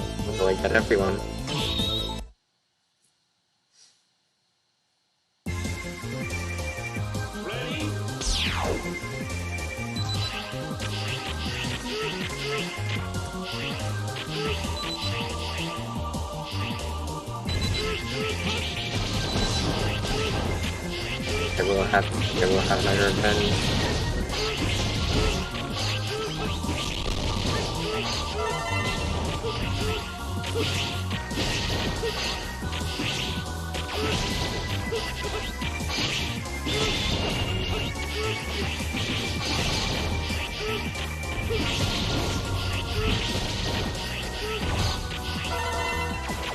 Alright, I did it.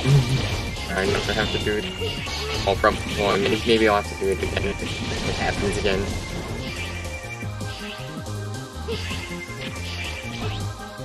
Oh, wrong way.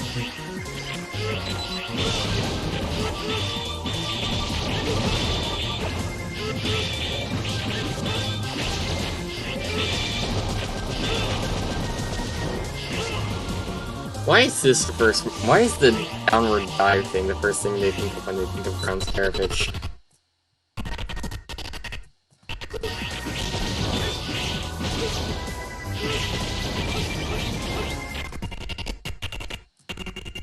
Ever.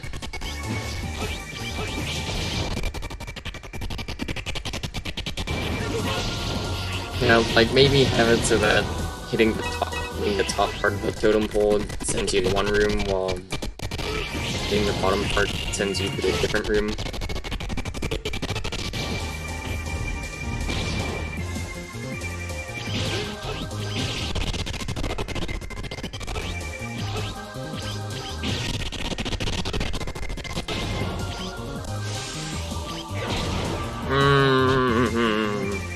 That jump is just devilish.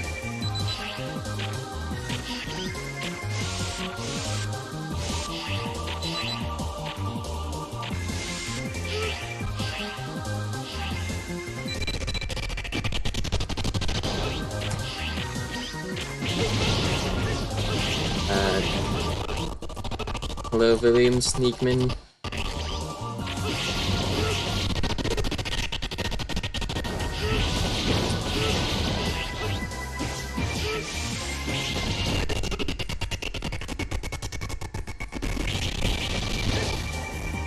I also think that it could be slowing down this much because I'm streaming, so of course it's gonna.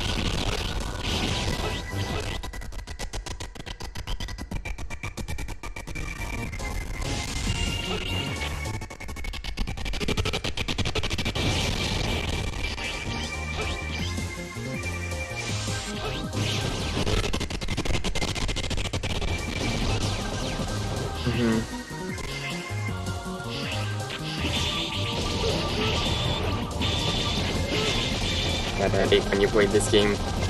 That's understandable.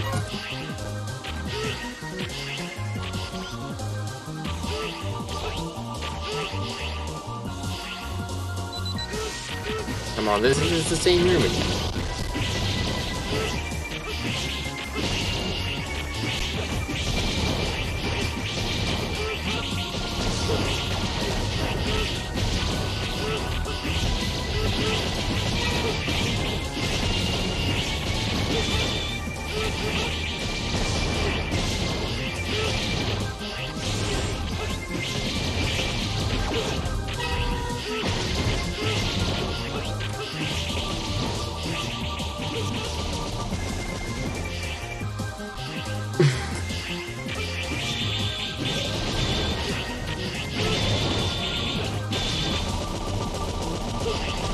This music is giving me a headache.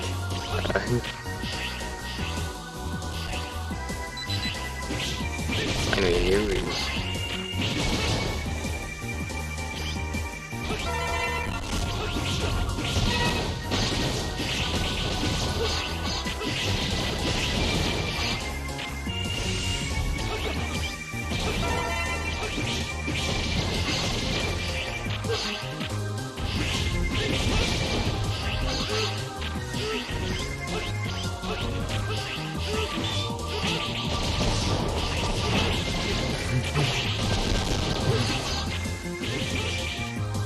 The game has to be worse. Yeah, so much worse.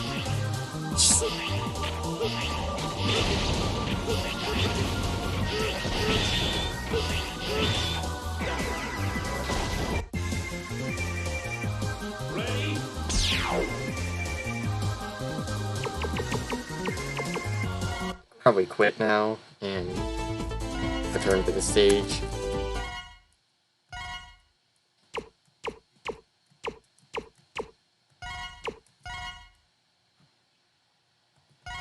Both the expression and the sketch.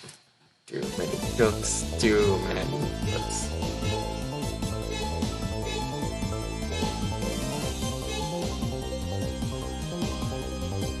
Alright, only 2 more.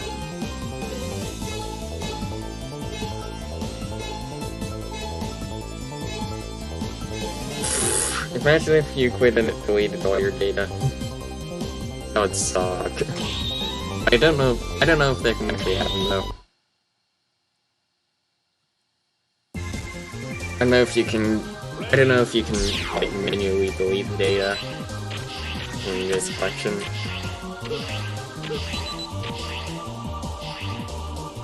This might be it.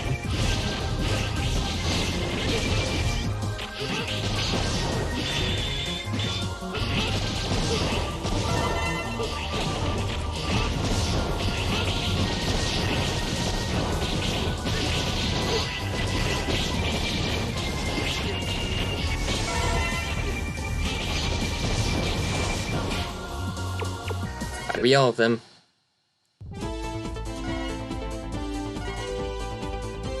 What kind of names are these? Shop, home?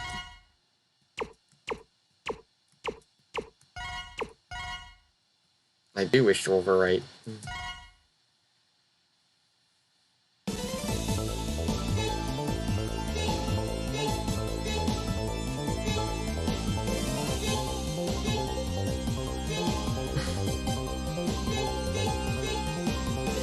Alright.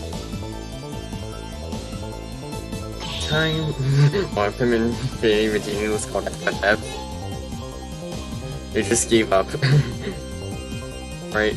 Time for Inami Temple. Hopefully this shouldn't be too hard.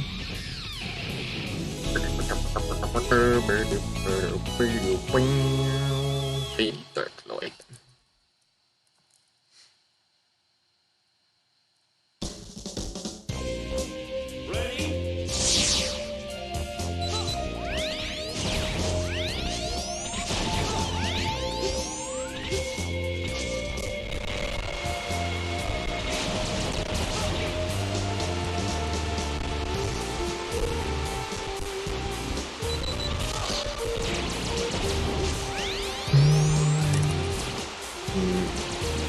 This is probably like the best stage in the game. It's probably the popular opinion though.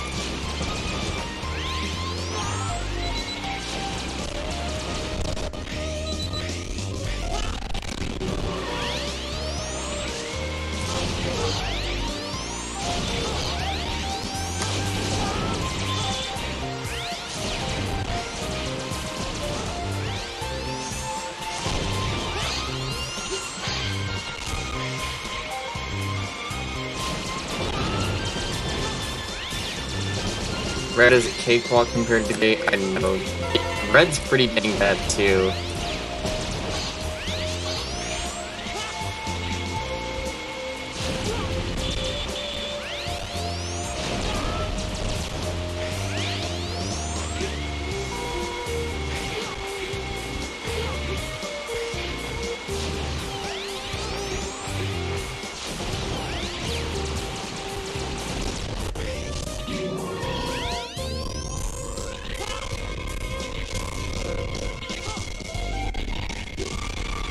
Man.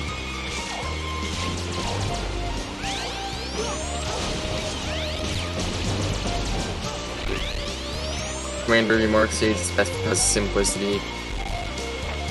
I mean, I can respect that. It's a rather inoffensive stage. Aside from like the one camera bit. Sucks.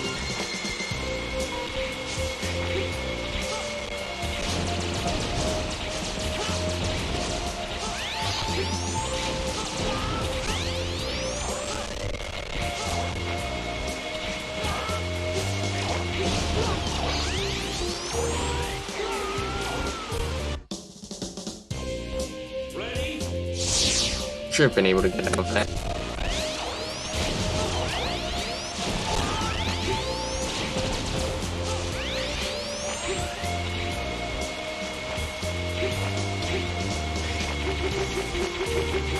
Blizzard Wolfing is a bit rough, in my opinion. I mean, it's one thing. Well, intro stage all included. That's one thing I always think about when comparing X6 to X7. Like, X6's intro stage gives you the impression of, you know, maybe this won't be so bad, but with X7's intro stage, you already know you've made a horrible mistake.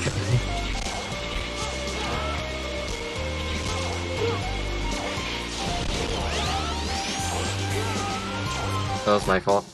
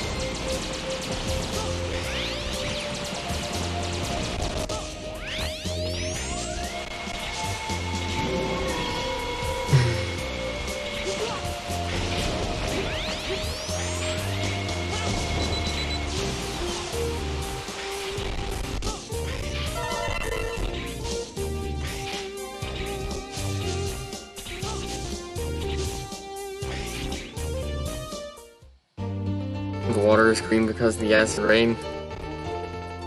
I mean, that'd make for pretty cool world building.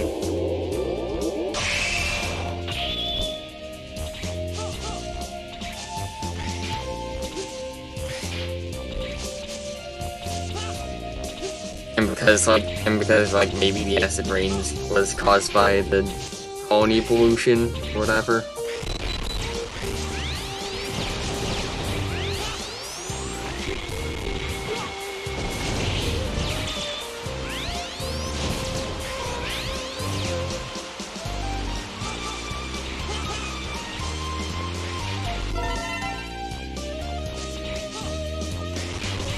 Now that I mention it.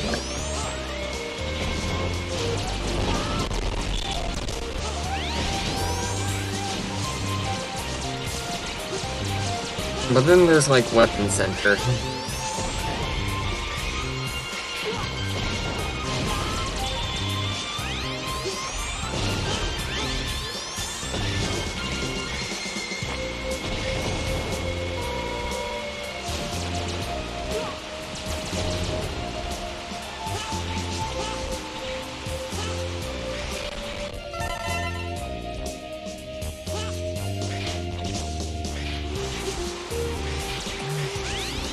Background of Invading Virginian stage supposed to be a bunch of capsules. Idiot. Just kidding.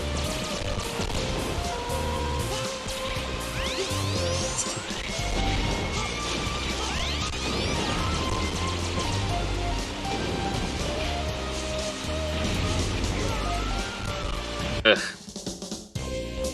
Maybe a spiral like Split Mushrooms level. I've always theorized that Infinity Virginian's stage was originally gonna be or at least have a spiral staircase thing like Izzy Close stage or Split Mushroom.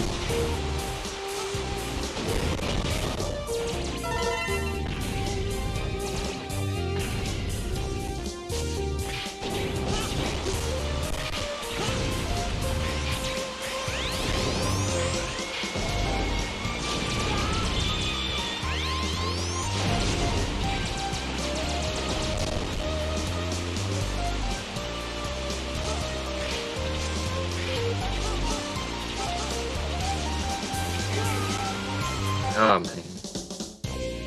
Could just be the nightmare affecting it, like how it changed the lava and wait, DC Pigs changed the lava from lava to jelly for the donuts.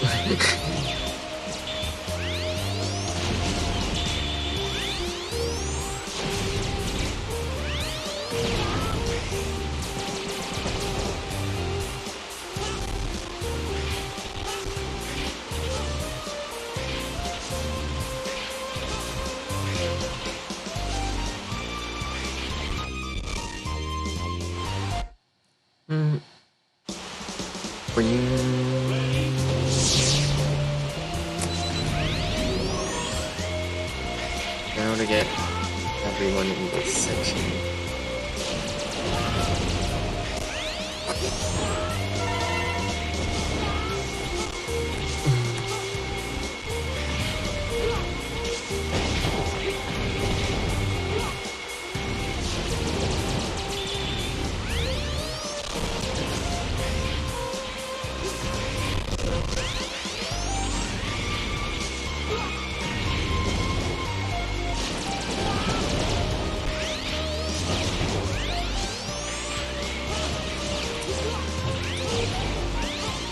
Golden Armor is better than Ultimate Armor. I haven't played X3 all that much, so. But I do really like the Golden Armor.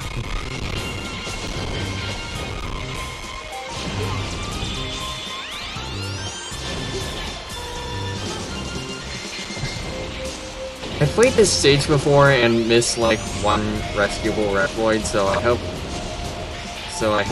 I don't make that same mistake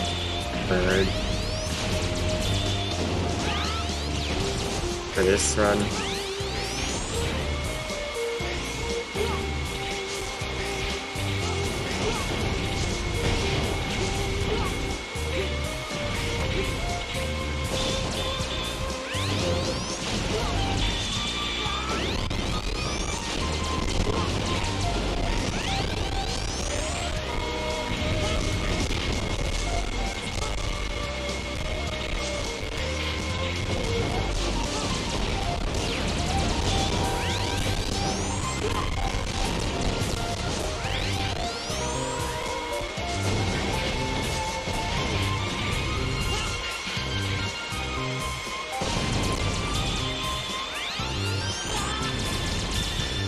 Blade Armor's ripoff from Golden Armor because... What? Because it has an upwards dash?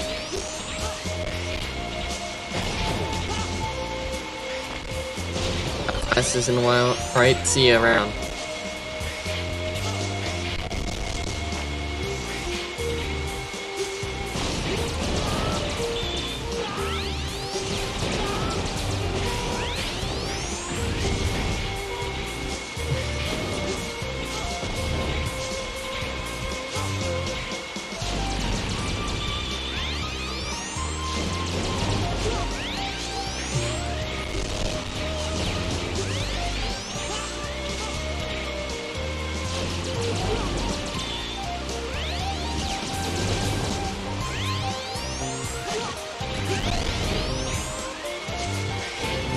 Anything coated in black to be cool and more appealing to me.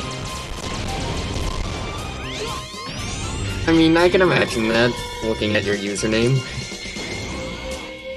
Right, hopefully I didn't miss something.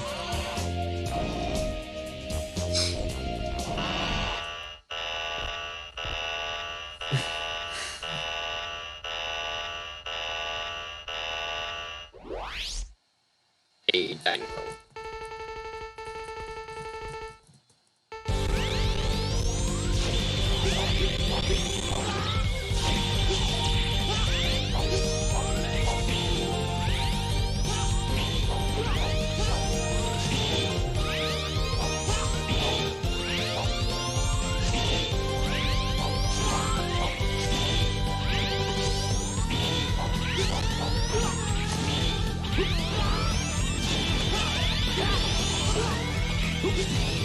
Yeah, everyone's saying their goodbyes.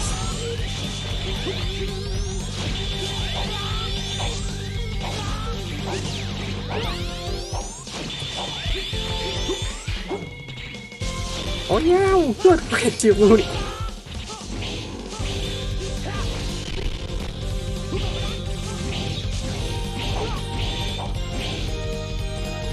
Oh, see.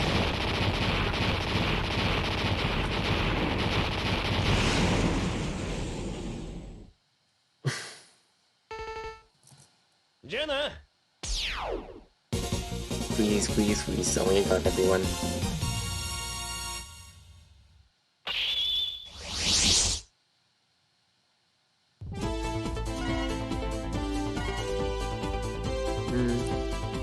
Yes.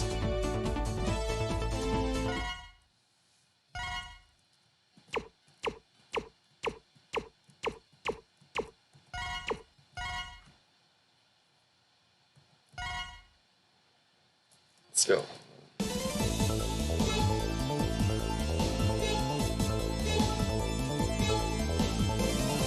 Everyone. The greatest punching bag in the series. Pretty much.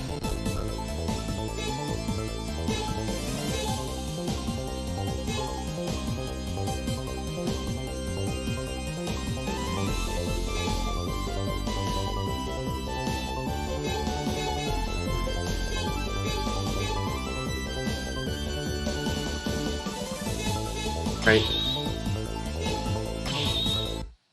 Let's actually finish the job this time.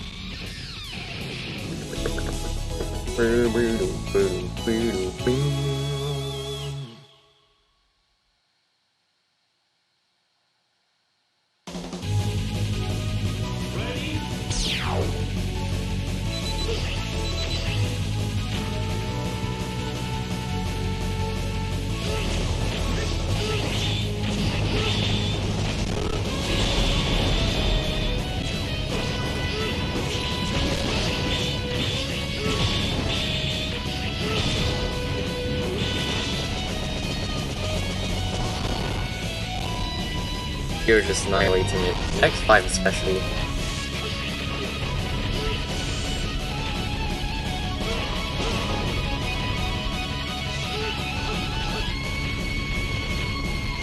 Zero just annihilates every boss in X5 for some reason.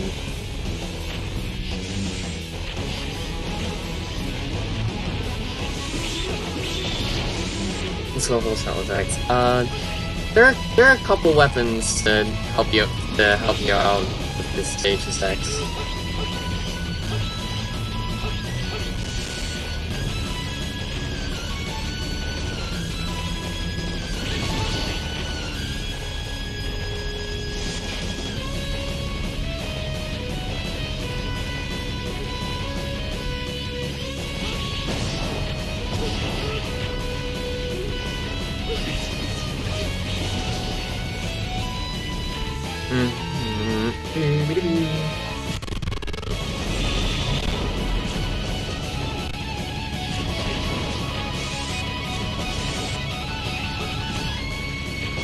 A Matrix ripoff?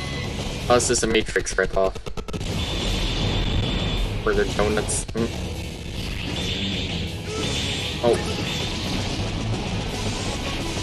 I watched the first Matrix movie a while ago. I don't remember a lot of specific details, but was there like an Ouroboros in the Matrix?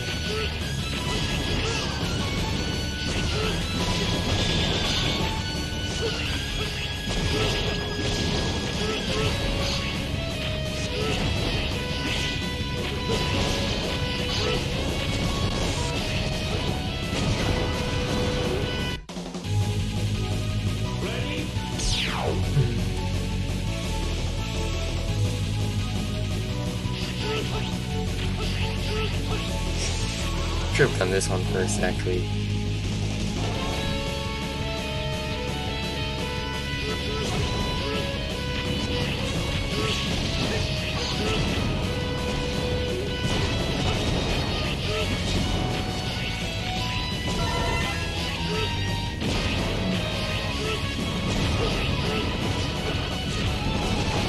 Just commit suicide.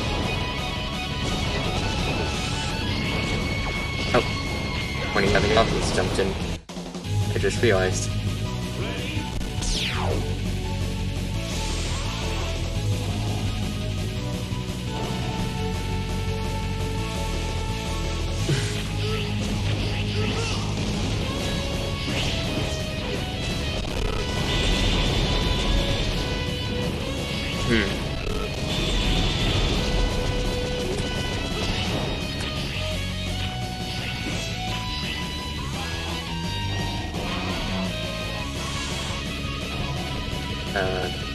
I'm not seeing Discord. I'm only reading the YouTube chat, so I don't know if there are any problems.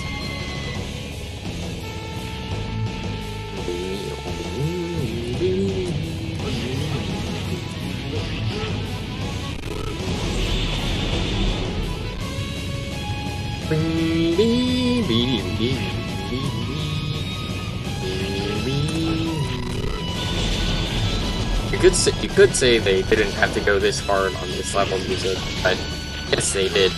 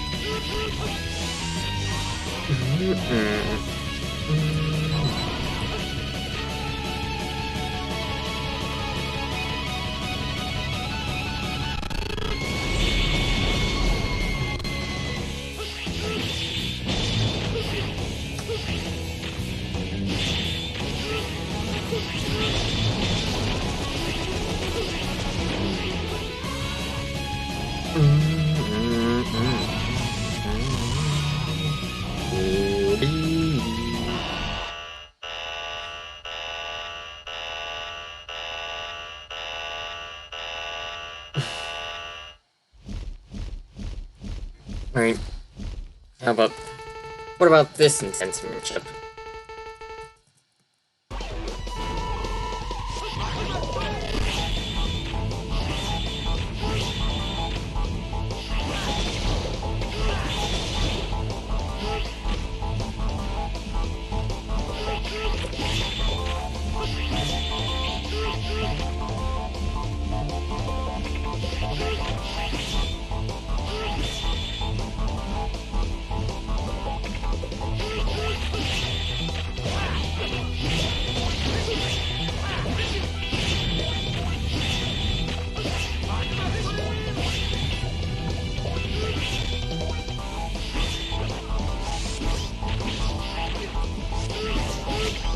also simultaneously too easy and too long. That's...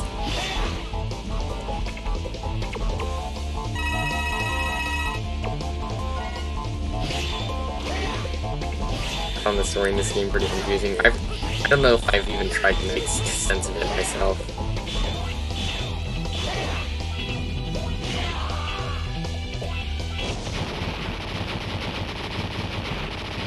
I don't really think about the story in this game much, honestly.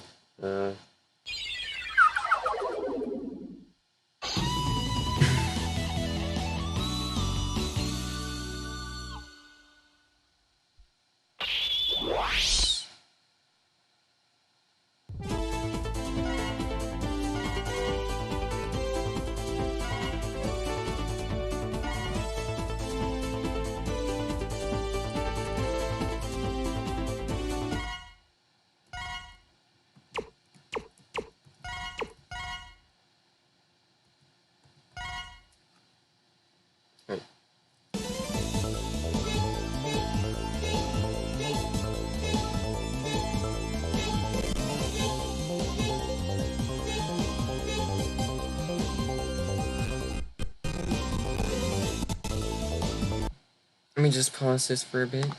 I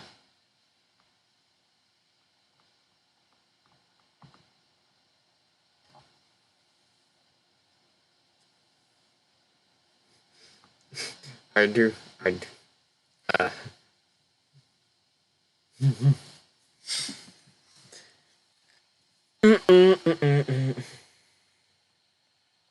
He's apparently deafened. That's fine. Fine for him.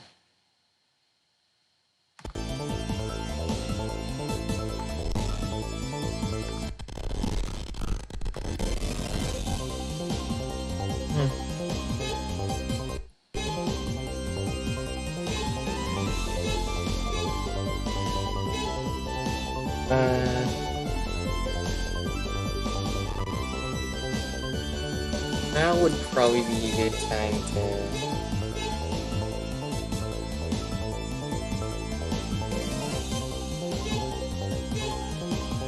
go back to the recycle lab.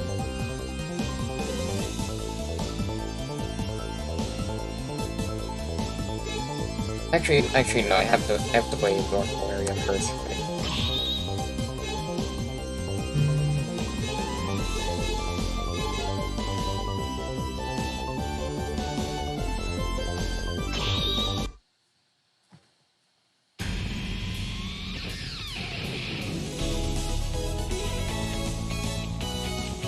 Blizzard Wolfgang.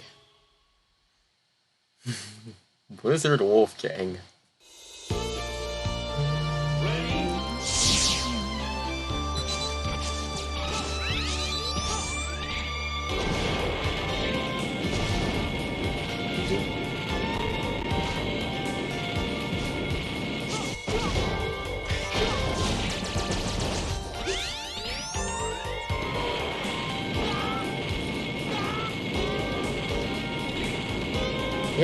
Yeah, these halfling situations have done more damage so that you'd actually be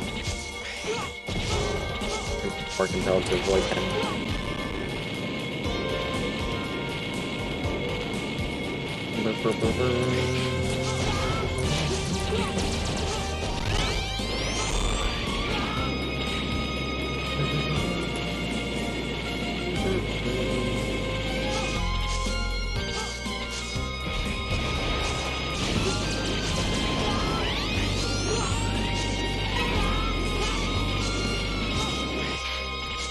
Look at that block. Look at that black rectangle at the top.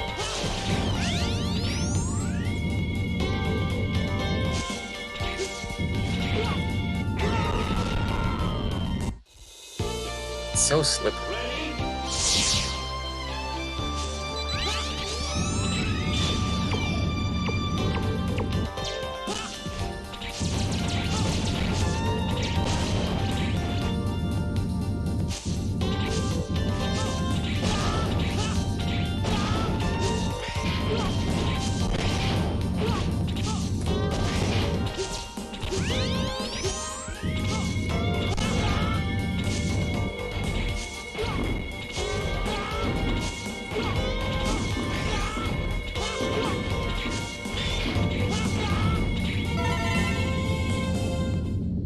X6 map games are kind of weird. Should have just named them traditionally like the first 4X games.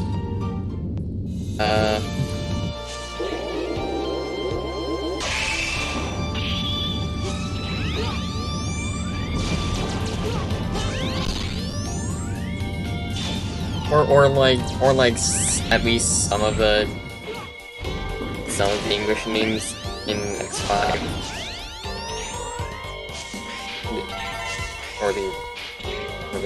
Or I mean the Japanese. Jerk.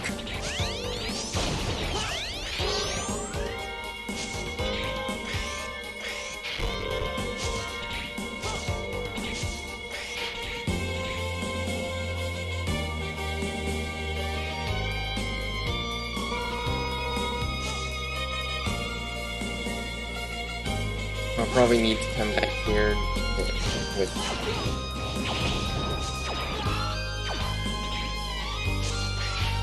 like the ice burst.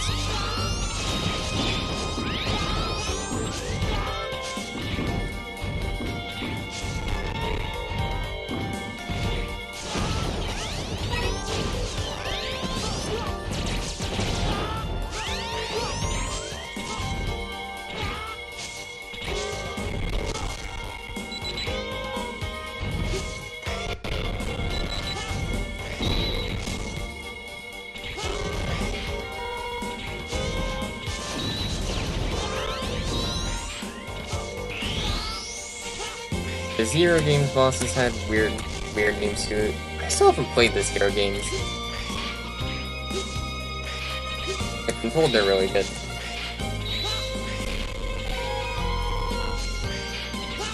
I do have like the collection on Steam.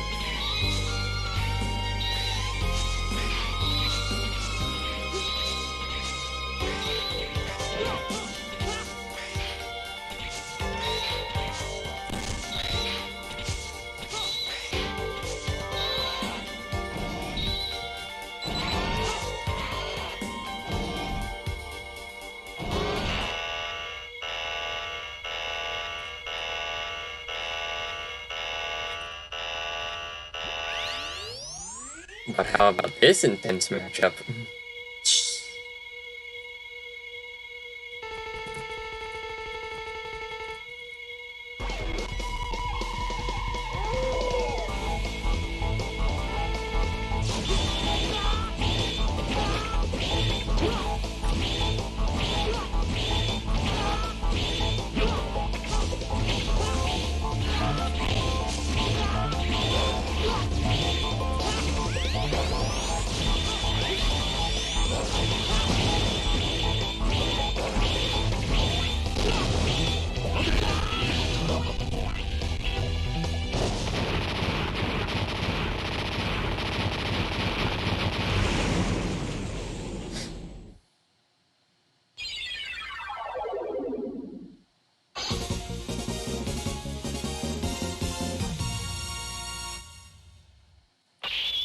Alright.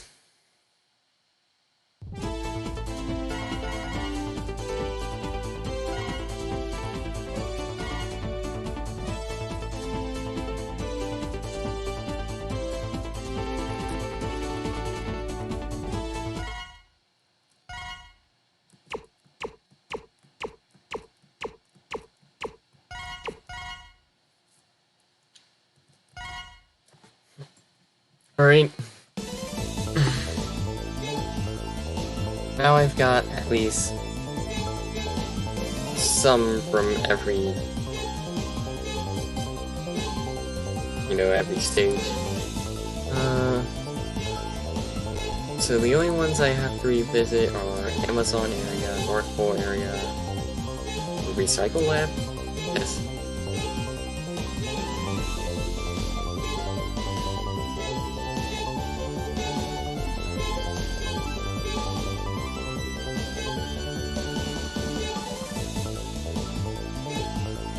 First we gotta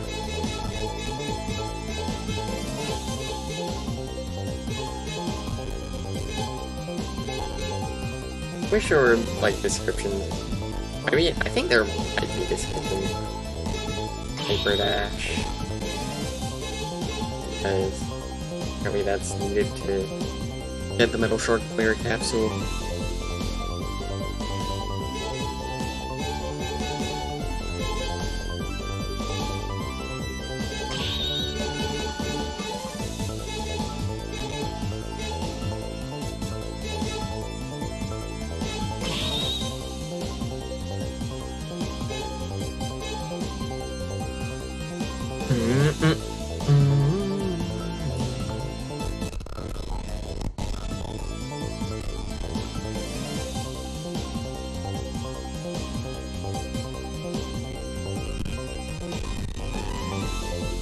Your mic isn't working? Interesting.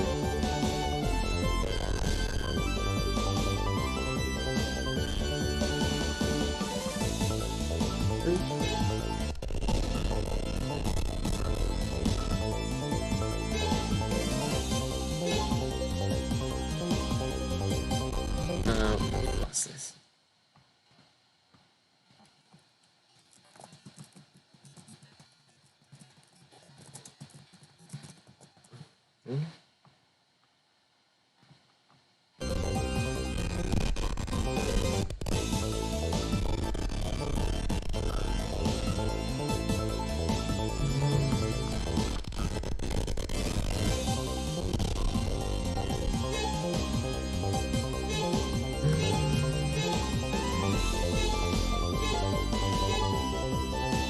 So only 3 from the cycle lab.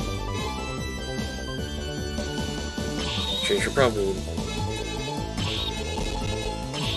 just be safe.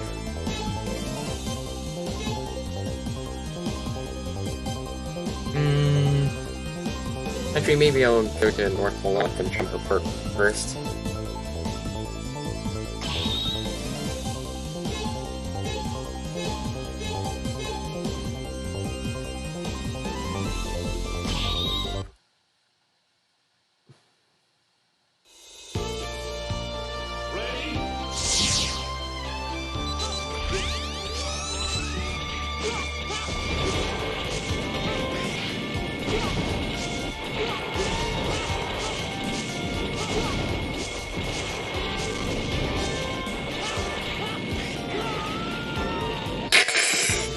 Well, that didn't go as I hoped.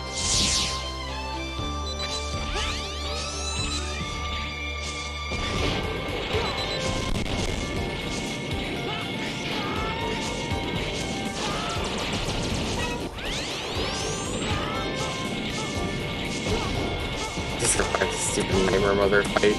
And that fight is real bad.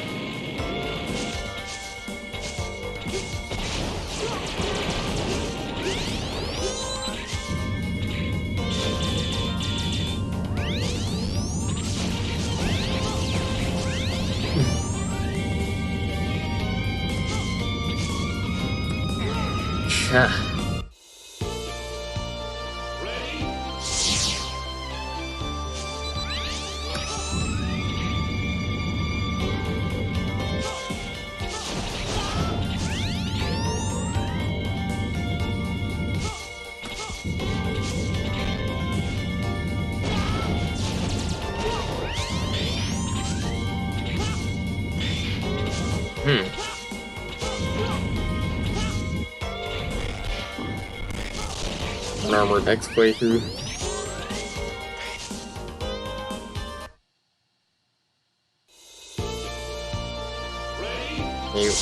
His avalanche rocks is kind of weird.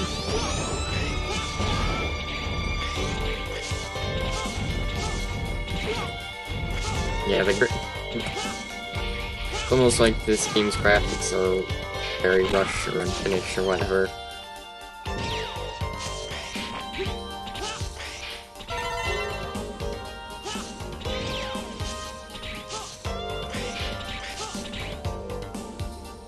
Can you hear me? Oh, thank God. I can hear you now. Okay, dude, it was crazy. All my drivers weren't working. Like, everything plugged into my USBs just didn't work. Jeez. I had to reset my whole computer. Might have scary, man. Mm-hmm. Probably. That was the most terrifying scene I've had. How's the stream going? I know if people here think your audio is too quiet. I might have to turn it up myself, but. Oh, am I too quiet? I mean, I am notoriously quiet. Besides when I'm yelling. Don't worry about it yourself.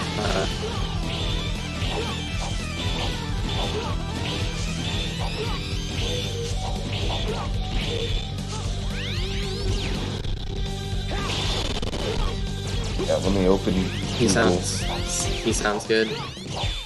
All right, let's go. I'm not super loud or super quiet. My voice probably still sounds like garbage though, because I sound horrible in the morning. I never record in the morning. That's this fact. So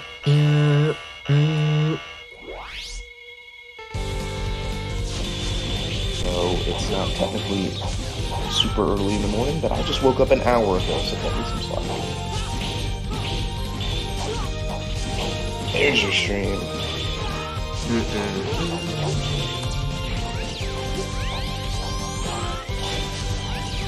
Put on some headphones.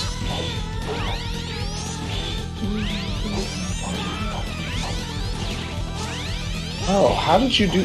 Man, you're gonna have to teach me how to stream better, I swear, man. What do you mean? It's like, you got like a setup where like the Discord stuff appears on screen for your stream, and I don't know how to do that. It's basically like, there's like a Discord stream kit overlay window you can open. It's basically browser capture. Interesting.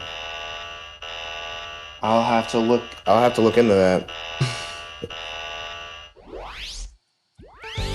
So, what part of the game is this? Like, how far in are you?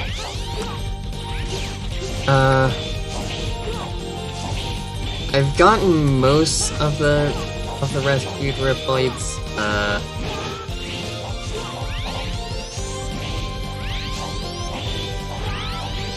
Oh, me as a resident, really bad at Mega Man X1.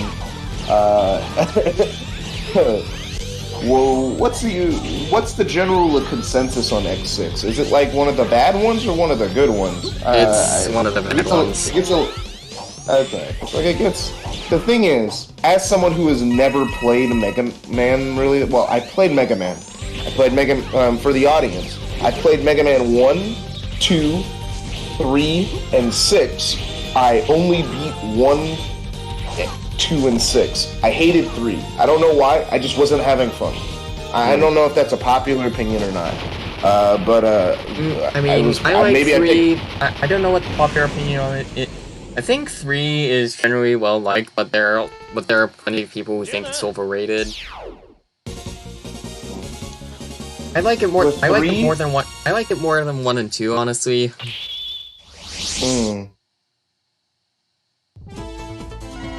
Yeah, when I tried, it's like when I tried to play 3, I just couldn't.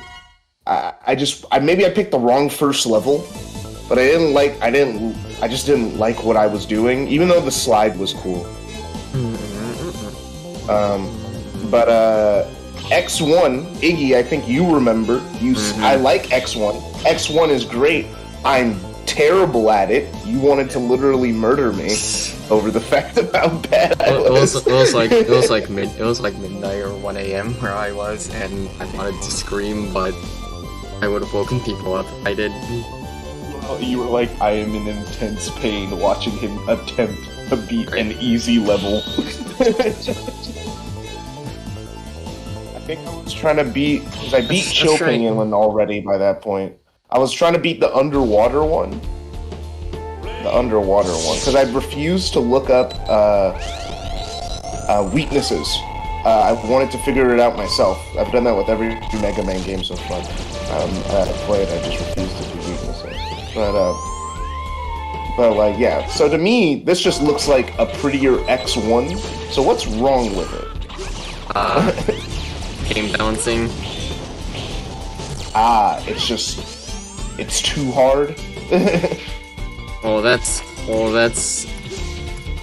what the nerds who like that's what the nerds who think X6 is a good game will tell you. You just don't like it because you think it's hard. It's supposed to be hard.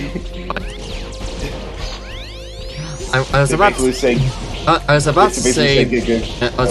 the people who like X6, but I mean I also like X6, and even I think that criticism is just a bunch of nonsense. It's just a bunch of nonsense. Yeah, Launch Octopus. Yeah, I just looked at it. Yeah, Launch Octopus. I was really bad at it. I enjoyed myself, but I was terrible. I kept dying over and over again. Iggy was not having it. And a few other people who were in that Discord call were also getting really frustrated with me for playing Mega Man. Oh look, an extra life in a game where they mean nothing. X6 is built on inconsistency. Wait, you're not dying when you touch spikes? This is the best Mega Man game ever made. What? No. It was because I had high frames at that point. So there is an armor that lets you do that. Oh. It's crazy, because, Spikes and Mega Man, I don't like insta-kills, man. Insta-kills are pain. That's everyone in the Amazon area. Finally, we got Recycle up. Yeah, Iggy, your mic is getting really roboty. I had a feeling it was doing that for the whole thing, but people pointed it out at like the beginning of the stream, but yeah, because the Shadow just was just mentioning it, so just thought you should know that they hear it. She was my first one. I died a lot in that on that game. Yeah. Mega Man X3 is the SNES game people say is really hard. It's got like the more worst one in the SNES trilogy. In the SNES trilogy isn't it the worst one? Yeah, X3 is probably the least loved in the SNES trilogy, but a lot of people still like it. Is there an X game better than X1? Because I always X4. hear everyone sing the praises of X1. X4 is my favorite. Okay, so X1 and X4 are the ones where everyone's like, well, these are the best of the best. And then everything else is like, well, I mean, they're iterative. I mean, X2 is often ranked alongside X1 and X4, actually. Maybe not ranked as highly, but still.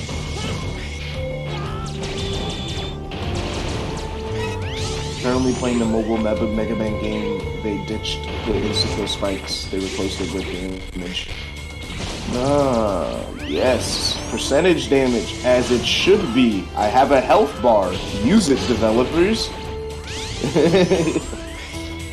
Oh, but we don't want the character damage boosting. I'm sorry, I'm a Sonic fan. I like damage boosting.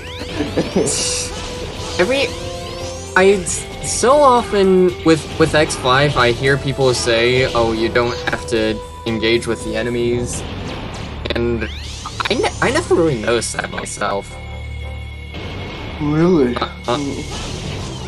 It didn't really feel that the level design didn't really feel that much different, aside from some weird pacing quirks.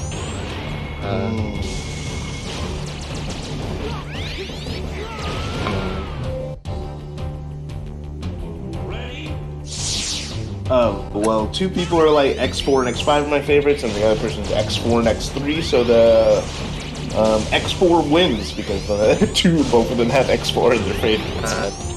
Hey, Razor Chance. Welcome to the stream. Yeah, how's it going? I'm here. Resident, only knowledge of Mega Man I have is through watching Clement and some Call Me Johnny videos. That's it. I know Mega Man 11 looks cool.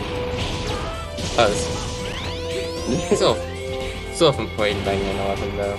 It runs really badly on my laptop though. Also, Mega Man ZX, the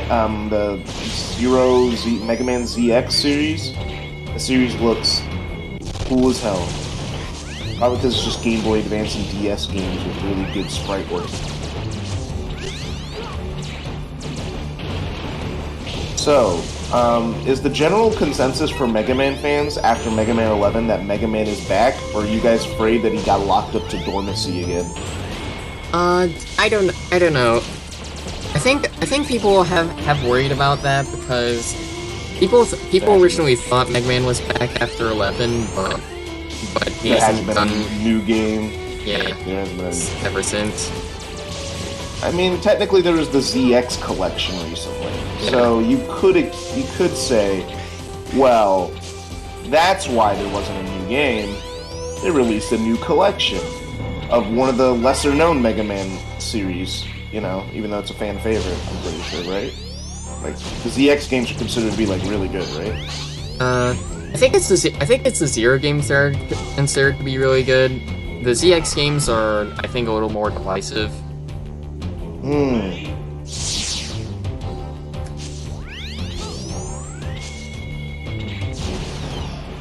X2 and X4. Yeah, man, X4 seems to keep winning, man.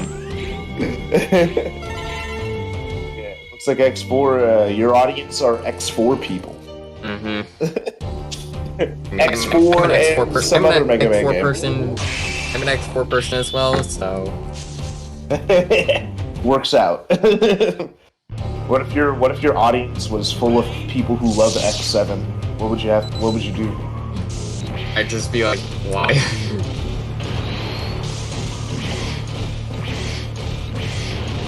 Oh, why? And you'd have to make a bunch of Mega Man X7 content. 100%. I never want to touch that game again. But I might have to get X Legacy Collection 2 achievements.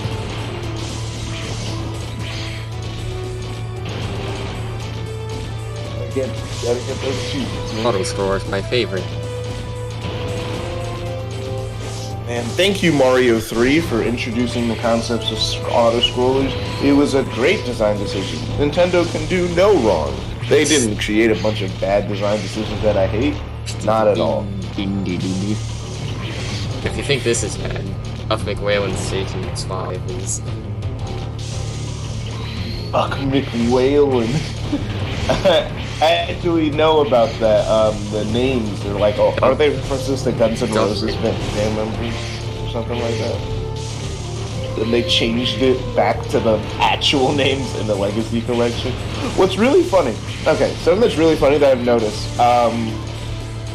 Capcom seems to be Capcom will do crazy localizations. You know, like, the localization team, like, for Phoenix Wright, or for Mega Man, or sometimes another series like Bionic Commando, like they'll like hardcore change a whole name, premise, everything about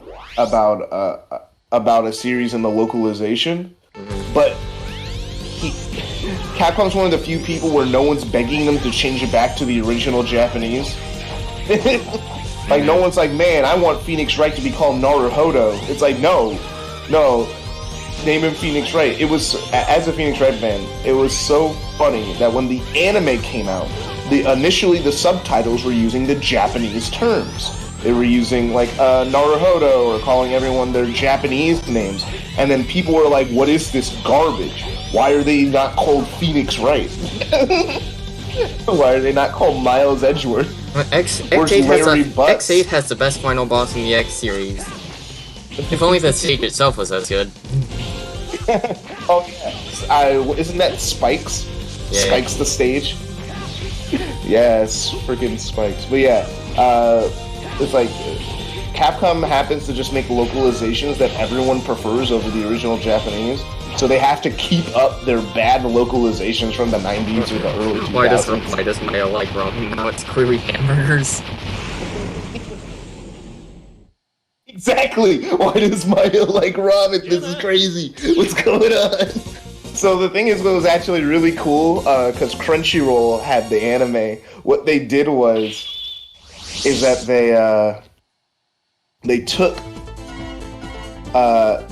the game versions of stuff and then just created a separate subtitle track where they have the localized version of Phoenix Wright. So there's two subtitles. There's the one that's actually just a translation of the Japanese and one where Maya likes burgers still.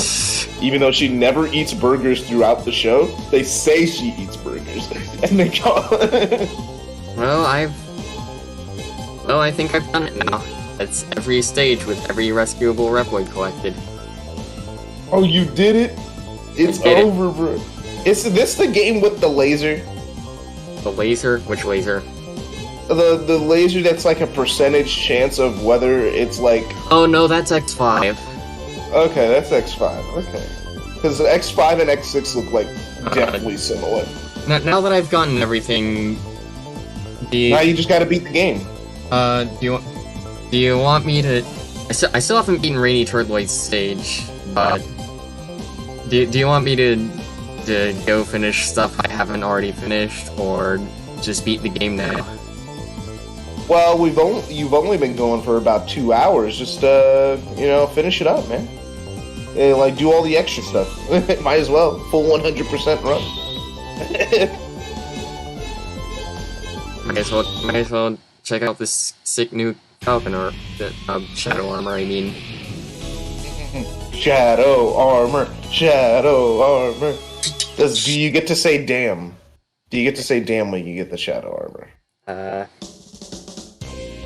don't think so, actually. That's something interesting I realized about these X games. I think they actually say damn in X1 and X4, but in X5 and X6 they have it, and onward they have it as darn. Mega Man X1 and X4 were hardcore. For hardcore gamers. E10 plus gamers, if I do say so myself. Yeah. If X6 was truly meant to be hardcore, why didn't they have X say damn? You got only hardcore games that are rated E10 plus. With the hardest of hardcore 10-year-olds. But, oh wait, Saucy Pizza, speaking of games where I need to finish Ace Attorney Chronicles. Like, are you talking about the new one that came out, the Great Ace Attorney stuff? I need to buy the game. But I also, I finally broke out of the shell of just playing the original trilogy over and over and over again. Beat Apollo Justice recently. And I'm playing Dual Destinies, right now. I play it with my little sister and my girlfriend, and we all do voices the entire time. We speak every line. Sometimes it gets a little crazy because I tend to be every single guy. The only guy I'm not is the judge. My girlfriend's the judge. That sounds funny. Yeah. So sometimes I'm like every voice on stream. It's like Ace Attorney. I'm betting someone has made an Ace Attorney Friday Night Funkin' where the girlfriend is the judge. Hello? Are you there? Did I die? Well, your stream is Oh wait, is the stream frozen just for me, or is it like your internet? I had no idea. Wait. I Okay. don't know what happened. Yeah. I'm here. Okay. Everything cool? Stream stream seems good? Yeah, the I'm stream was hoping- dying for a second there. Is it back now? Yeah, it's back now. I see it. Yeah, here on the the game itself lagged for a bit as well. Crazy, man. Your It's laptop's lagging now for screaming some right reason. now. Maybe you should end the stream because your computer seems to be dying. I mean, it's probably just...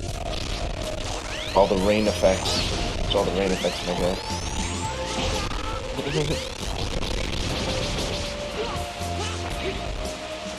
I could probably just keep going, but... I don't see why it would be dying now, but not in the last 3 hours. What was that? Oh, no. Come on. Oh, I'm a little bit behind you, so wait, what happened? Alright. They expect you to do that? Is that what you're expected to do, the clinging onto the wall thing? Oh, what's that? That was some... Whoa, wait a minute. That was some hardcore bullshit right there. I just saw that.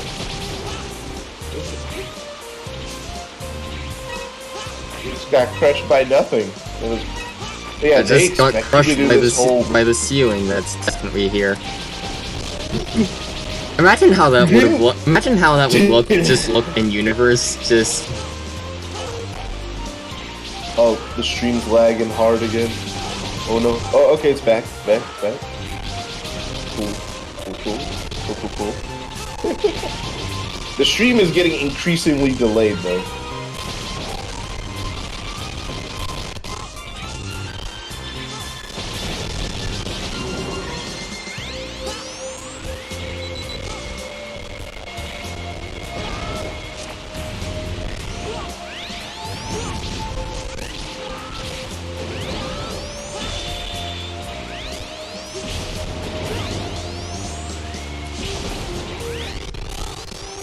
I don't sound like I'm echoing. Have I been sounding like that the whole time? That's crazy. I need to fix I that. don't hear that. I'm not Oh, hearing it's that. just on the stream because I watched the stream for a second. And I was like, I sound like I'm in a cave. I don't know how I feel about that. Test out. Let me test out my mic on Discord so I can hear myself.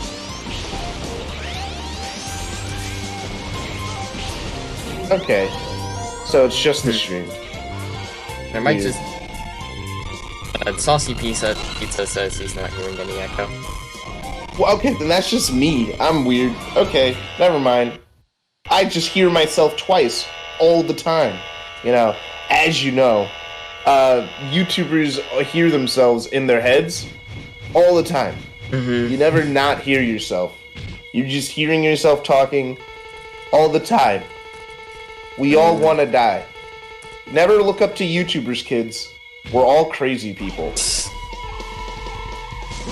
Only a crazy person can sit down and listen to themselves talk for hours on end while they're editing.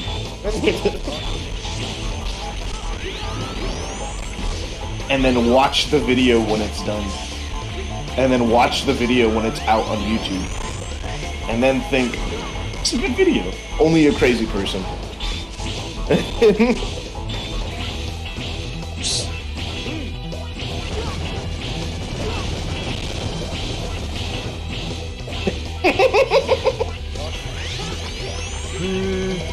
When YouTubers spit facts about other YouTubers.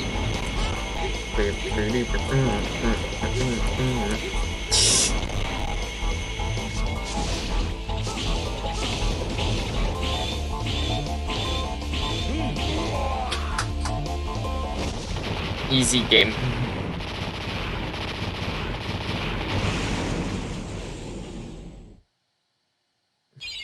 He moves super fast when spinning around.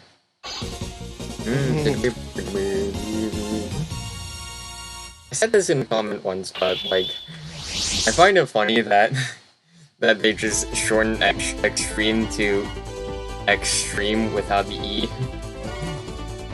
It's like It's kind of crazy that something can spin so fast with and look that it looks slow. Like I don't even know how that happens, like physically, but it's weird that it could happen. Makes me question reality every day. What about the EX tank? Is that necessary, or? I mean, of course it's not necessary. This game has unlimited lives, but I don't know. Oh wow, a Mega Man game with unlimited lives? Crazy. Yeah, X5, X6, and X7 all do that, where Interesting. where it has lives in game overs, but getting a game over and deciding to continue puts you at the same spot where you'd go if you just lost a single life. So then what was the point of the game over? Because I guess it's your way of saying, hey, you died a bunch, you want to exit the level and try again later? I guess that's their way of saying that, but like, it's not like there's a ranking system in Mega Man, so... I mean, there is, actually, but... There is? I did not know this. I'm intrigued now. But...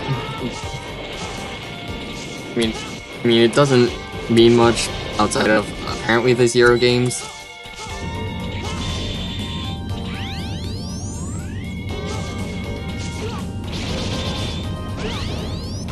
Come on.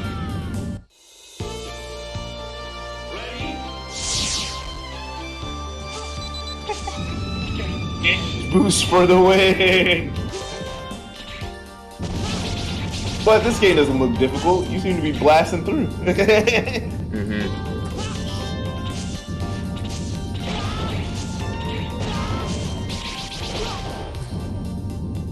Without a game over, you couldn't leave an... Oh, okay. So the game over is to let you leave the level if you suck. Makes sense. I mean, I feel like they should have done what X8 does, where you can leave the level from any point. You know, but they were ahead of their time for even having unlimited lives in the 90s. Unlimited lives didn't become a standard until, like, the 2000s. And that's not even completely true. They're only a standard now. People only just now started going, like, about, like, a few years ago. I think Sonic Mania was the first I've ever heard of it. Where people were like, "Oh man, Sonic Mania is too hard. Sonic Mania is such a hard game. Oh my gosh, bro, why are there lives? How come if I die, I get a game over? How come if I get a game over, I have to start the stage over?" Time for these final stages where...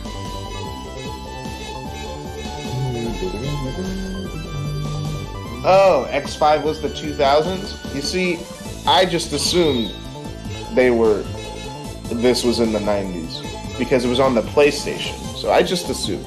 Well, shows what I know about Mega Man, which is literally the basics. I know he has a Mega Buster. Right. I use the Mega Buster weapon in DMC5. Right. Which armor to Nightmare Mother again to go against the Nightmare? Yes, Dark Shadow. Lives are good motivation to make you play better.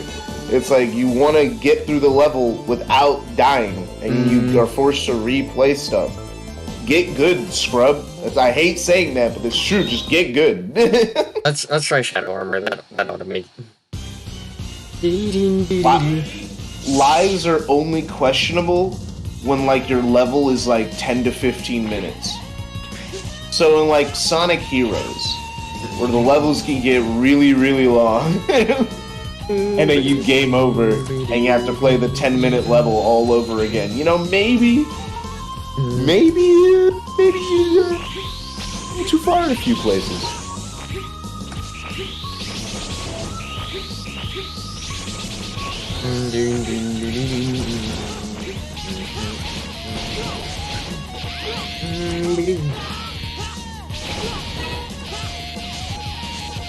Level design.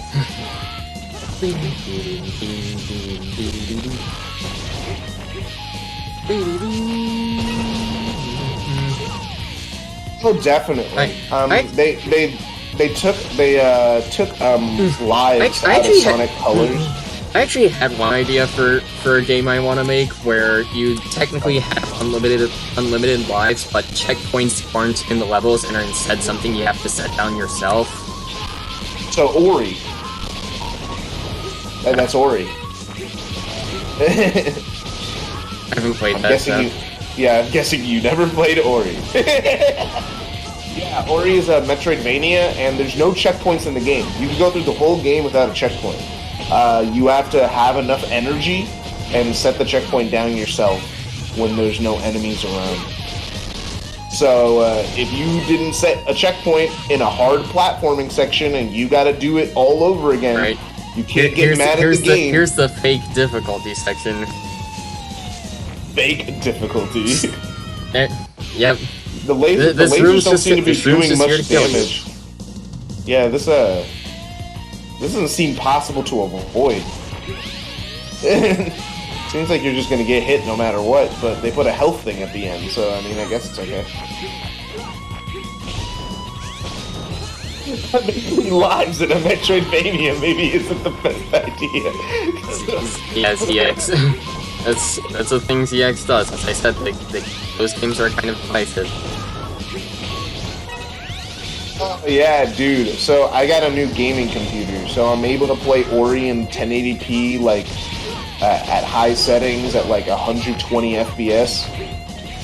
It's amazing looking and running game. I don't even know if I can run it at all on my laptop. You would think you would be able to, but I'm gonna tell you right now, on my old laptop, which was still more powerful than yours, I had to run the game at like 720p, and I was barely getting 60. I was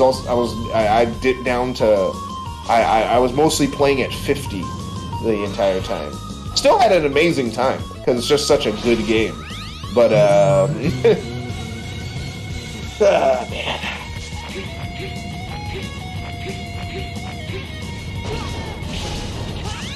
Metroid Super. There's no lives. Those games will be bashed. Oh yeah, no, those games would be. Come on. The thing is, to be fair, how often do you really die in Metroid to begin with? Because I'm gonna be honest, I don't die that often. Not at all, because I haven't played those games.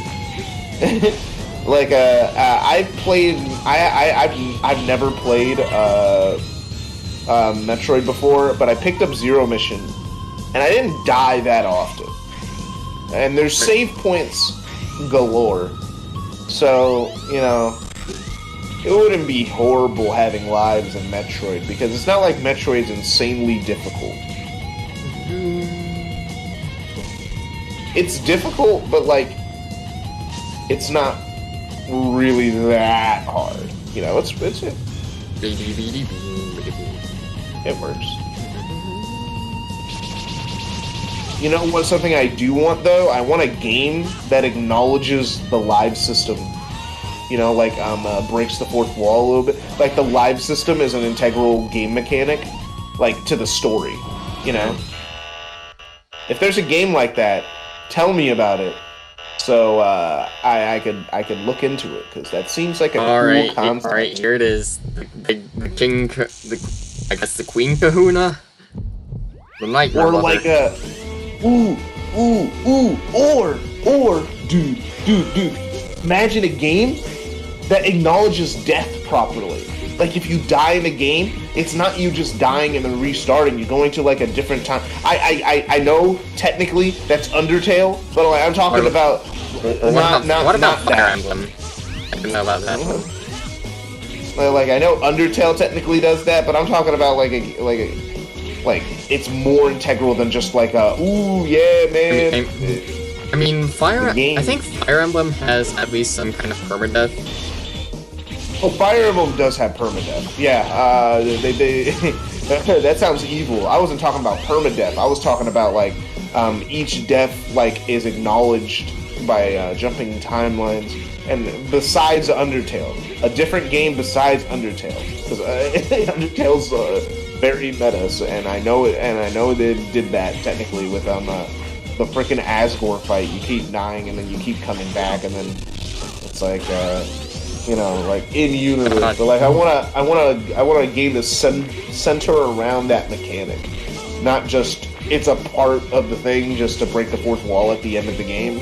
Like I want it to be like a real mechanic. That would have been really cool. And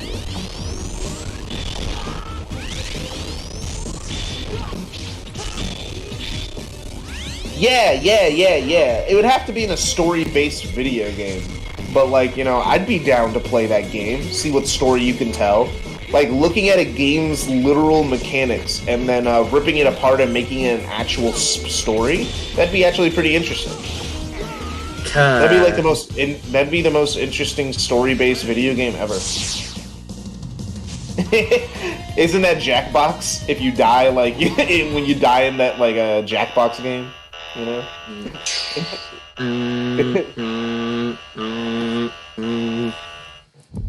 Shadow of Destiny, maybe. Whenever you die, the person tormenting the main character sends him back in time while dropping a hint of how not to die this time. Actually, sounds pretty cool. I know. I guess technically Dark Souls kinda does a similar thing with that. But yeah, no, I'll definitely look into Shadow of Destiny. That sounds like a pretty cool concept. I'm totally down with that. Shadow of Destiny. Doing my Google search. Oh, it's a PS2 game. Of course, a classic PS2 game. Because as we all know, PS2, go console. How does it run in PSX? PCX? I don't know. The name it's too many letters. There's too many letters in the name, man. I'm just gonna be honest. PCSX2, I'm horrible at remembering letters. Yeah. and numbers. So it's like I will always forget the PC part and just call it PSX2, which I prefer that. But yeah, okay, I'll check out Shadow of Destiny. Looks like a classic PS2 game.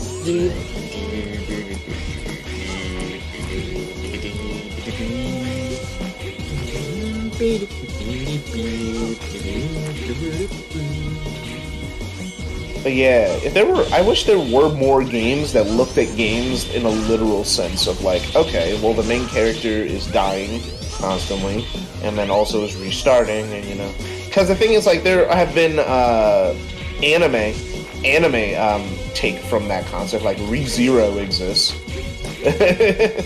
And that's literally the show's whole concept of like, oh yeah, he dies and then he gets sent back to a checkpoint because you gotta explain everything in game terms. Stop going into this formation where I can only like attack it from the top. Please, maybe I don't know if I can spring to the top and attack him that way. But...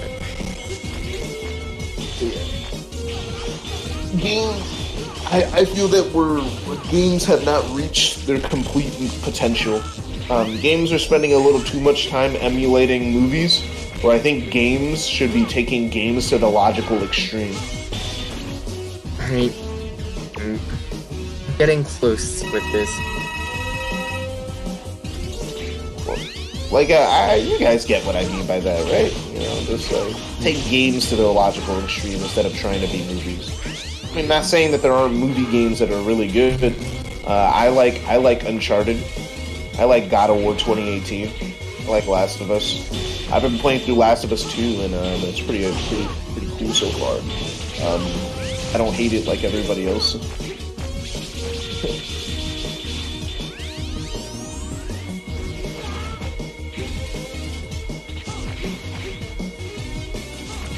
What's other movie games that I play? Because I don't play a lot of movie games.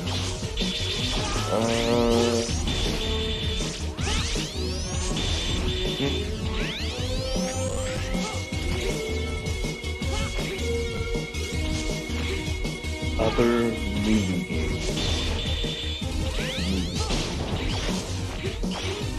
can't think of any right now, but I swear I've played more movie games than just the ones Naughty Dog makes. And God of War.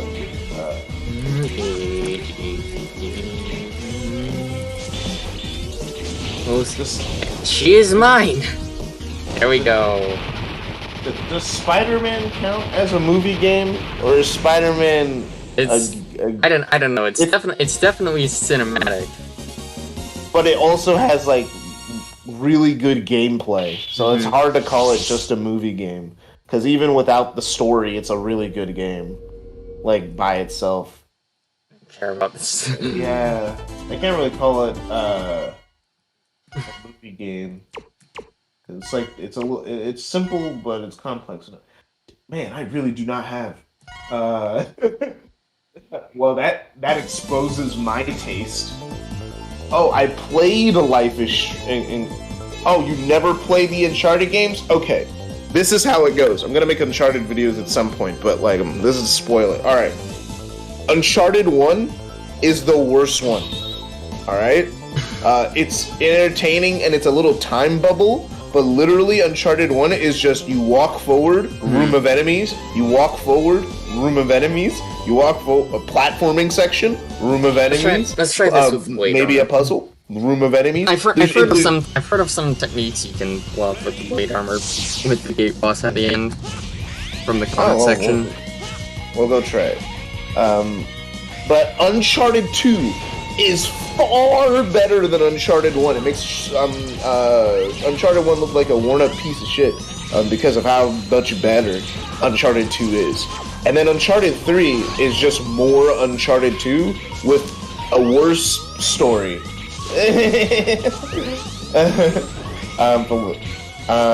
And then Uncharted 4 is probably the best game mechanically and the best story.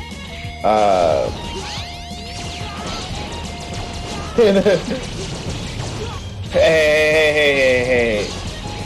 They were never gonna make Jak 4. Did you forget about the Naughty Dog curse?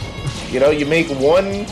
Up until recently, they only made like one series per console generation, and that was it.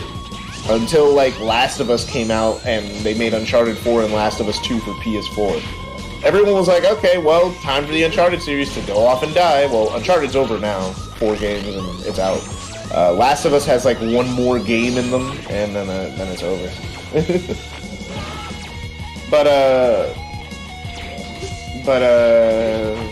I like the Uncharted games a lot because the gameplay is good. Because I'm a gameplay guy. Like, the story's cool and all, but the gameplay is what matters most. And I think the gameplay is pretty good with set pieces, and the third-person shooter elements are really strong. Especially once you get to Uncharted 4, which I think is the gameplay is just refined to a T there. The problem with Uncharted 4 is that I wish there was more of it. I wish there was more gameplay. Because the gameplay's so fun in Uncharted 4 that I just want to do that the whole time. The puzzles are better in Uncharted 4, though, at least for someone like me who hates puzzles, so that's probably not a good thing.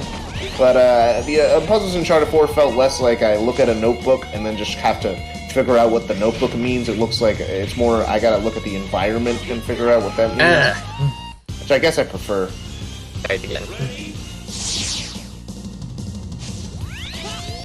You know, I'm watching you play X6 and I'm realizing that a lot of it seems like, hey, here's a bunch of stuff on screen, and we're gonna try and murder you. You just gotta figure it out.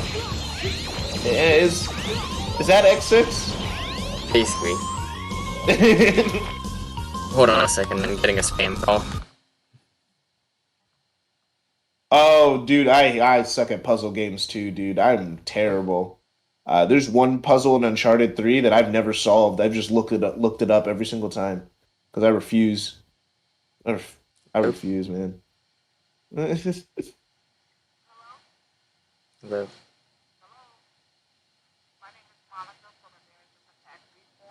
Yeah. Well, they also made Jak X, I'm pretty sure, right? They made Jak X before they made They had their didn't Naughty Dog make Jack X? I'm pretty sure Naughty Dog made Jack X. Let me look. Jack X Combat Racing. That came out in 2005. When didn't Jak 3 come out? Jak 3 came out in 2004. Jak X came out in 2005, and then Uncharted came out in 2007. So I think they were planning on dropping Jak no matter what. I think they made Daxter for the PSP, and that's about it. And and then they sold Jak and Daxter to another studio, wasn't? Yeah, like Jak and Daxter: The Lost Frontier. Oh another yeah. PSP game. Yeah, in like 2009. Apparently that game's not that great. Yeah, it was by High Impact Games. Responsible for Ratchet & Clank Size Matters and Secret Agent Clank.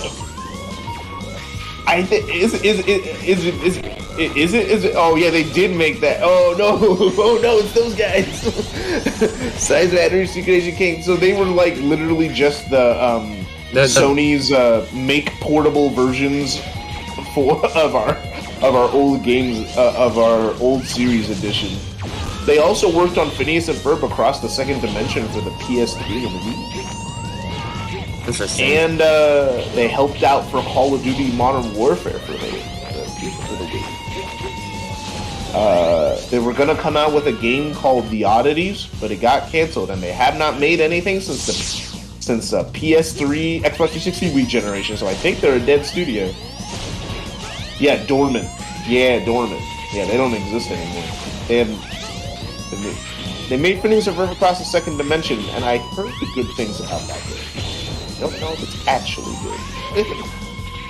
I mean, people have said good things about Ratchet & Clank Size Matters, like... Well, I know Size Matters and Secret Agent Clank are, like, absolutely terrible. I know those are terrible. Even though Size Matters on Metacritic actually got an 85... Ratchet & Clank fans hate Size Matters. Normal people apparently liked it a lot.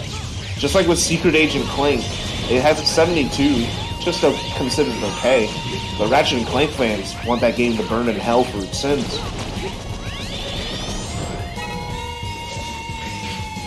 Now, what about this fight section? That was easy.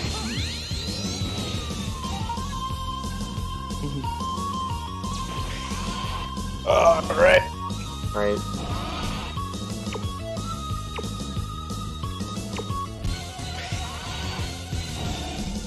Probably be fine for high max.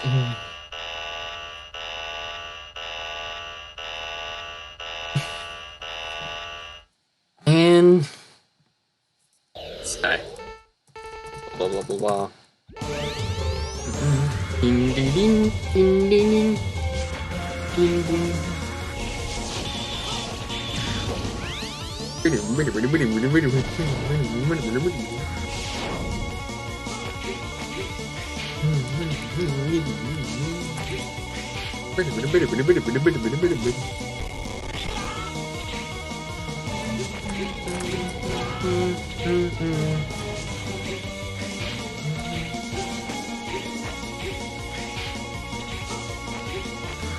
Great boss song, guys.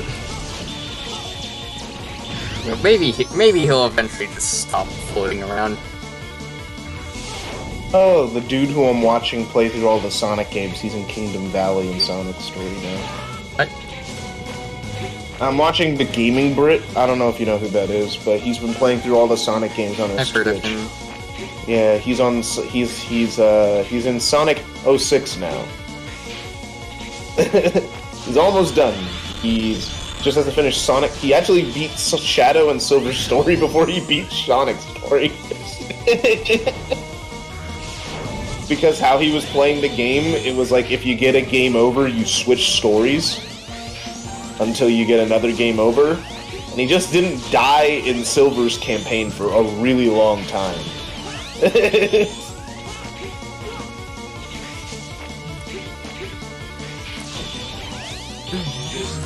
It's cool. Oh, you never played the PS2 Ratchets? Me neither. Ratchet and Clank is a series that I call myself a fan of, but I know that if I ever told a Ratchet and Clank fan my experience with Ratchet and Clank, they would be very sad.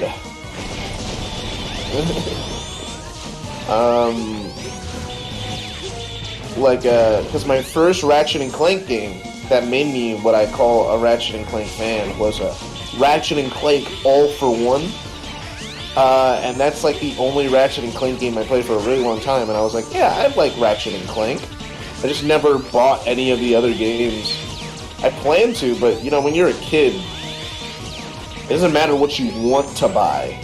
There's a lot of things you want to actually get them. So I just never bought any of the Ratchet. I never bought the HD collection, the PS3. I never bought never bought the PS2 versions for my PS2. I did when Rift Apart was coming out. They gave away Ratchet and Clank 2016 for free on PlayStation Plus. So I got it with the 60 FPS mode because I have a PS5. You know, I'm one of the few people who have the mythical console that doesn't exist. So I got to play it in 60 FPS, so I had a good time with that. And I'm playing through Rift Apart.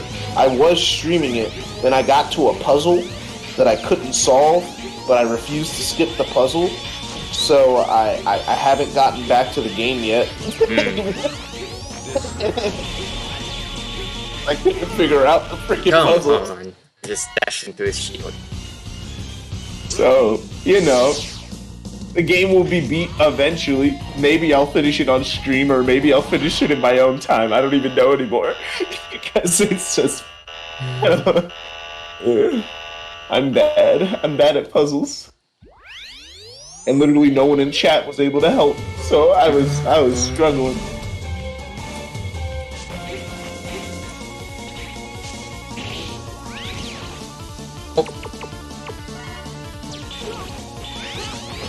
He just...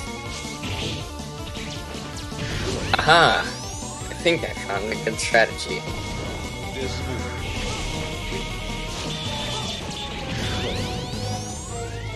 Ding, ding, ding, ding, ding, ding, ding, ding, ding.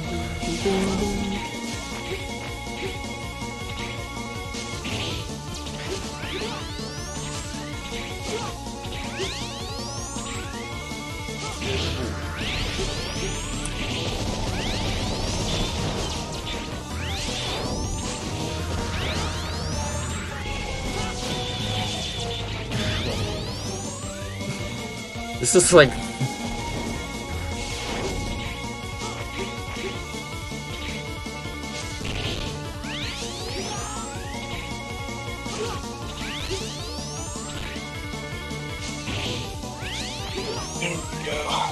I forgot to unlist all my live streams. I'll make a playlist for them later.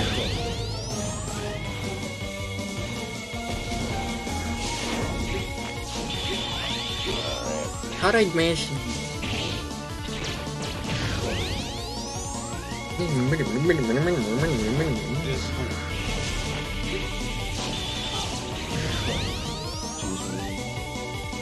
It's possible. But yeah, when it comes to me, I'm the type of... Bro, just so bad. Pain. It looks like a pain in the ass boss. But I also hate bosses. So I think it was a pain in the ass for Matt. I've said this before, but I think Mega Man is like the one platformer series that has done bosses right. I think it's because there's usually a weakness that you could cheese them with. But even with the regular Buster, there's not much waiting, and it's mostly about your own skill that determines how quickly they go by. Yeah, which I prefer over wait for the boss to do the thing that makes him open, and then you just gotta wait in 30-second increments. Mm-hmm. And it's like, oh man, oh yeah, and you hit the boss. It's like, you know, this is just boring, right? I'm basically just clicking the button prompt when you tell me to click the button prompt. So I never asked this. So why does X have Zero's sword? Because Zero supposedly died in X5, and Didn't he fix himself? he hit himself to repair himself, but he hit himself and repaired but himself at the or beginning of something like X6, that. but at the beginning of X6, X carries Zero's saber to honor his legacy or something. So then how does Zero get his saber back? I guess he got a new one? But that's my only explanation, because he has a bunch of new animations in this game. He just built himself a new saber. You know, at that point, how come he never just decided, I'm gonna go dual wielding? I'm just gonna... He does, there's a weapon that lets him do that in X7. Alright, let's go! Dual wielding Zero! That's the next logical step. They're more like kunai though.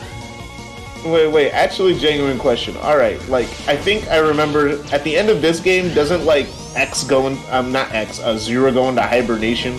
Well, X monologues about war and peace, you know, like he always does. Like, that's how this game ends, right? Basically. Yeah, okay. So then how is Zero in X7 when he was in hibernation for ZX?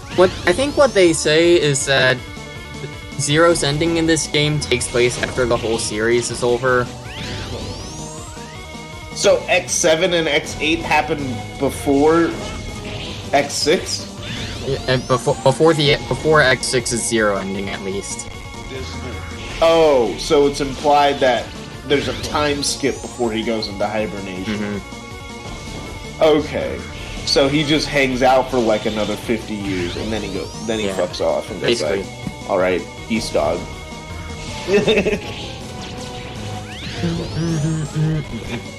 Yeah, very bad localization. I hid myself while I repaired myself. What the fuck you had? Half your body gone. How did you do this? So what's the actual line? What's the non-localized version I think the a fan translated it as he had to lay low until his self-repaired systems were completed or something. But actually, he has no idea how he was repaired. Still really dumb, but it's better than I hid myself and I repaired myself. It's better than that. It's still kind of stupid. I'm guessing X6 is the best written game in this franchise. Yeah, not really. What series and sixes? You know, I don't know. Alright, that is it with IMAX. This boss goes on for so long. Holy crap, you've been fighting him for like 5 minutes. Alright. And you're not even doing anything new anymore. You're just doing the same... Alright, now I can save, turn off the console, and come back another... It's still going! He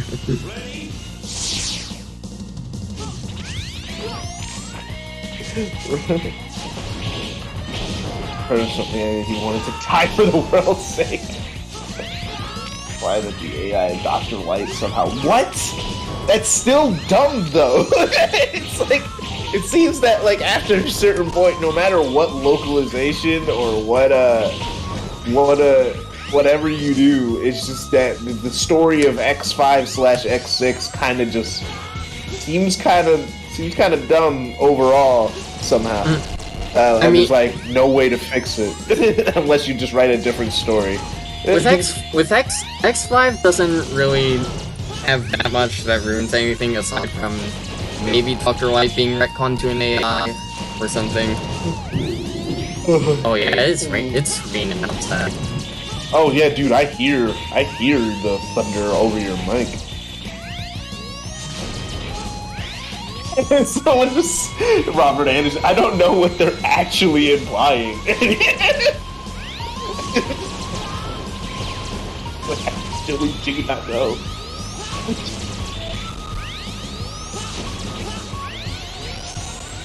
All I know is that I suck is heavily implied, is pretty much confirmed to be Wiley.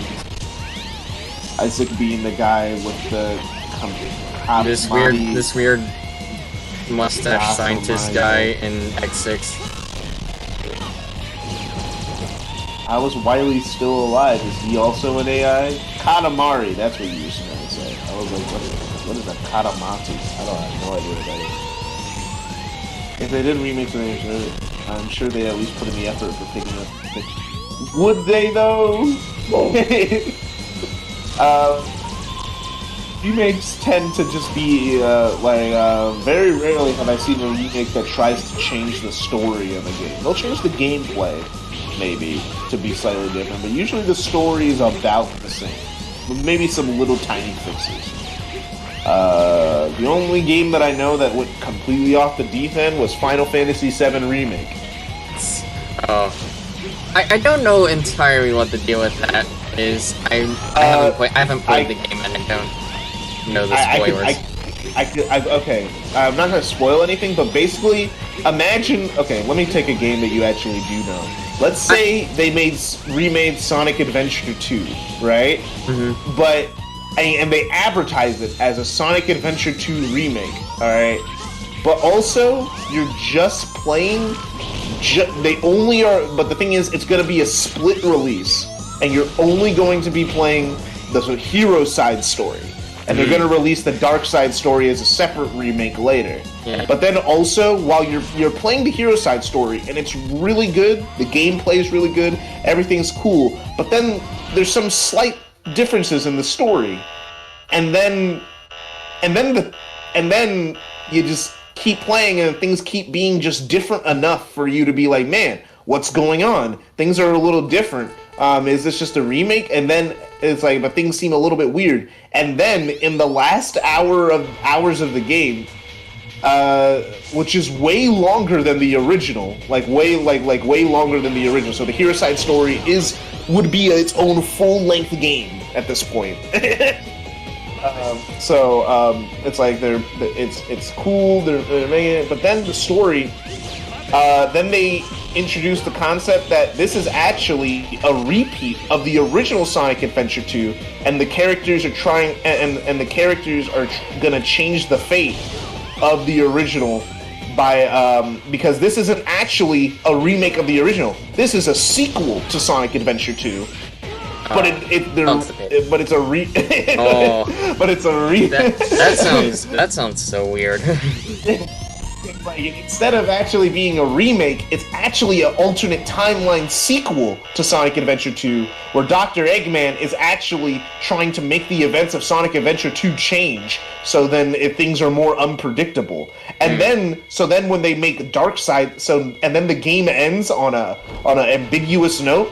And now, even though you were expecting Dark Side story and Last Story just to be pretty similar, now you have no idea what's going to happen, because now the timeline's split, so now anything could happen.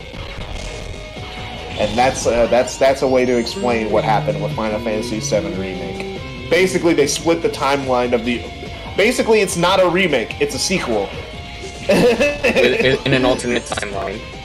In an alternate timeline, where the bad guy from the original is trying to make sure he doesn't lose this time. So he's changing the alternate timeline. So he would lose. Well, technically he could still lose, but he changed it with fate doesn't play as much as a factor. Basically he can win now, instead of it being locked to, well, he's going to lose no matter what. This character's gonna die no matter what. Mm-hmm. Like, you know about Aerith, right? Yeah, I know that. Yeah. Everyone's spoiled. So Aerith dies in Final Fantasy VII, but in this new version of Final Fantasy VII, it's possible for her to not die this time. Because nothing's set in stone anymore. They don't have to follow the script of the original. You know? That would actually require them to hire writers that actually pay attention to Sonic. I mean, I was just using it as a game that he knew as an example. So he could at least understand it. like, okay, that makes sense. I have plenty of familiarity with with the Final Fantasy series, so even though I actually haven't played any of them.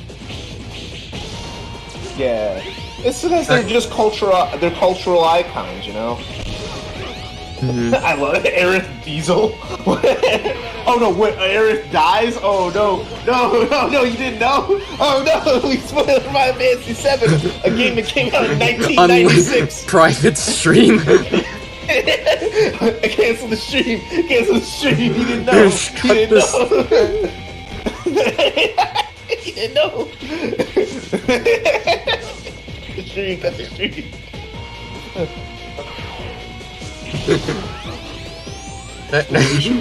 Next time someone just enters the chat to say hi or something, I'm gonna say what's been going on. Well, did you know that Aerith dies in Final Fantasy VII? Yo, a Kingdom Hearts fan? Let's go! Kingdom Hearts is tight. I've been playing through the Kingdom Hearts games, and I've only beaten Kingdom Hearts 1 and Chain of Memories. I love Kingdom Hearts 1. I've beaten it twice. Once on normal, once on proud. And then I played Chain of Memories on proud mode. And it gets really dull after a while. It gets really boring. I just wanted to beat the game so I could get the cutscenes and leave. I'm playing the re-released collection on PS4, so I just watched the cutscenes for 358 over 2 days, and cutscenes were pretty good. I like the story of 358 over 2 days. The game doesn't look fun, but the cutscenes were pretty cool. And I'm in Kingdom Hearts 2 right now. I've gotten to Pirates of the Caribbean. Have not gotten back to Kingdom Hearts in like almost a year. I should probably continue playing it. This is what I was gonna say earlier. I can stop playing a game for whatever reason and pick it up like a year later and not feel weird. Some people go like, bro, I gotta start the game over. It's like, no, I just start where I left off. It'll take me like a second to get used to the controls. Sometimes you have to get re-familiarize yourself with the controls and the story. Yeah. For me, I have a pretty good memory of story, so like I know what's happening in the plot of Kingdom Hearts 2, but I do not. The gameplay of Kingdom Hearts is simple enough where I can pick it up pretty quickly. X's attack, you got your magic, you got your quick selects. Go ham. It's really cool. Kind of better gameplay, but I've always been there. It makes it work a better camp. Yeah, KH combat is very repetitive, but it's a good repetitive. It feels good to have, and also there's enough variety. Alright, there's enough variety in what you can and cannot do within the game for it to be for it to not. It never gets boring. Right. Sadly, voices aren't on, so actually. Oh, you're talking about KH Days as. Oh, okay. You're talking about Okay, I didn't see the Days part. No. So you're talking about 358 over 2 days. I guess the repetitiveness of doing the same stuff over and over again would make you really feel the monotony. But it's like the idea of I don't have to play the boring part. You don't have to make me play the boring part. I brought back the evil Sigma. He's back again. Oh, Sigma! Hey guys, it's B Sigma. Hey, how's it going? There we go.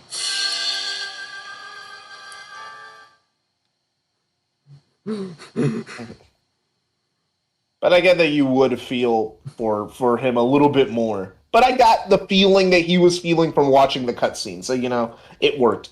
All right. Has Sigma Revival made sense anytime after X4? I don't even know if it made sense in X4. Because even in X4, it's like, how'd he come back?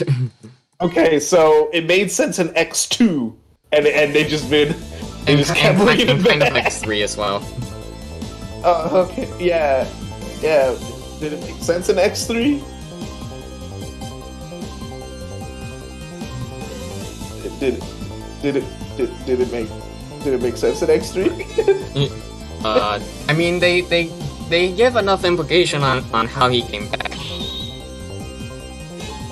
I mean, they could give implication, but did it actually make sense? I mean, X1. The ending of X1 already tells us he has multiple bodies. So. Okay. So what do you think, guys? What do you guys think of Secret of Evermore? Haven't heard much of it.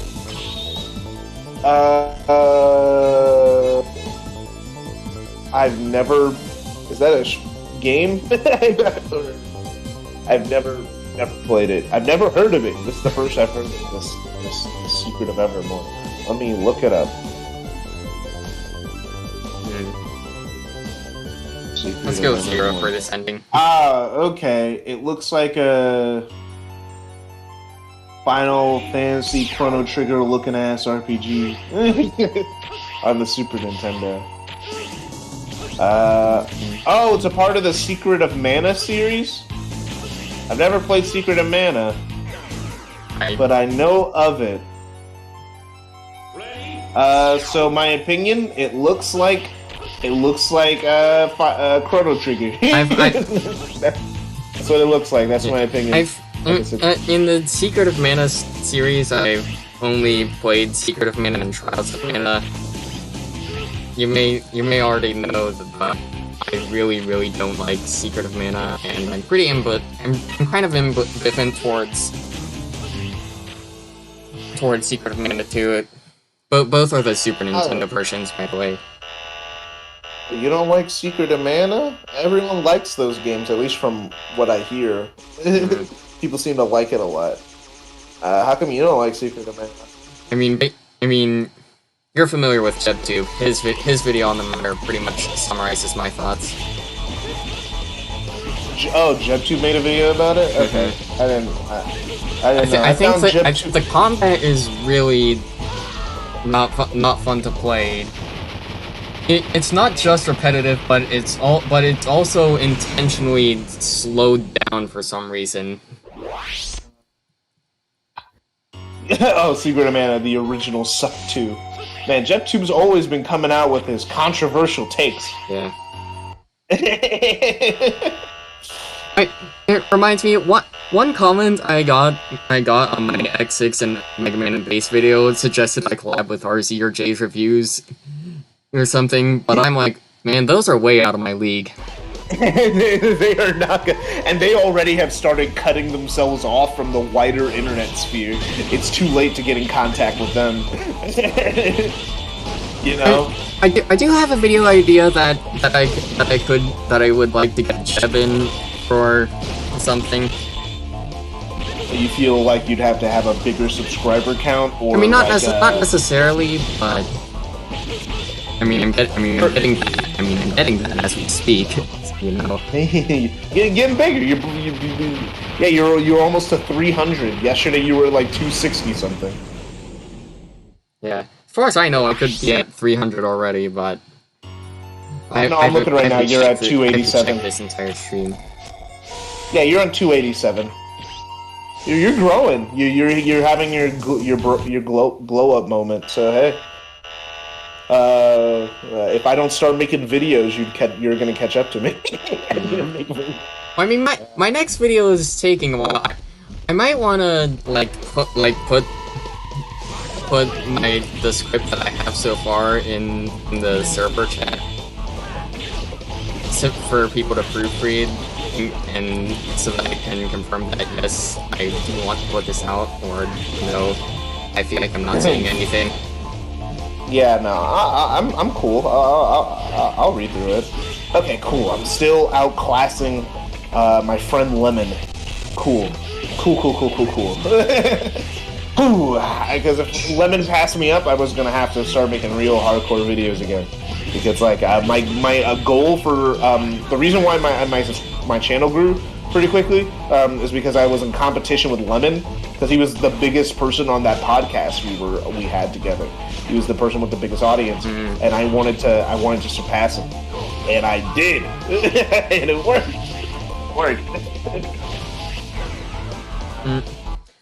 I remember at some point you said you wanted to do like a spiritual successor to the Spin Dash Crash. Are you still thinking of that, or has Sunset City kind of... Sunset City existing, it's like the Sunset City existing kind of makes having a Sonic Central podcast not as necessary. But who said I was gonna have to have a Sonic Central podcast? I could just have a podcast that happens to talk about Sonic sometimes. Well, one thing I thought would be fun to do would be, as completely tangentially related, was, you know, the one podcast between Sam, Flip, and Premi to Remy, where it's like a massive debate and there's no structure. Yeah. The structure was do something like that. Do something like that, but for every Pixar movie. That'll get brutal though. That'll get brutal once we hit the 2000s. Like, everyone's gonna be like, yeah, that was good. Yeah, that was good. Yeah, that was good. Yeah, that was good. And now Cars happen. Now we need to have a discussion.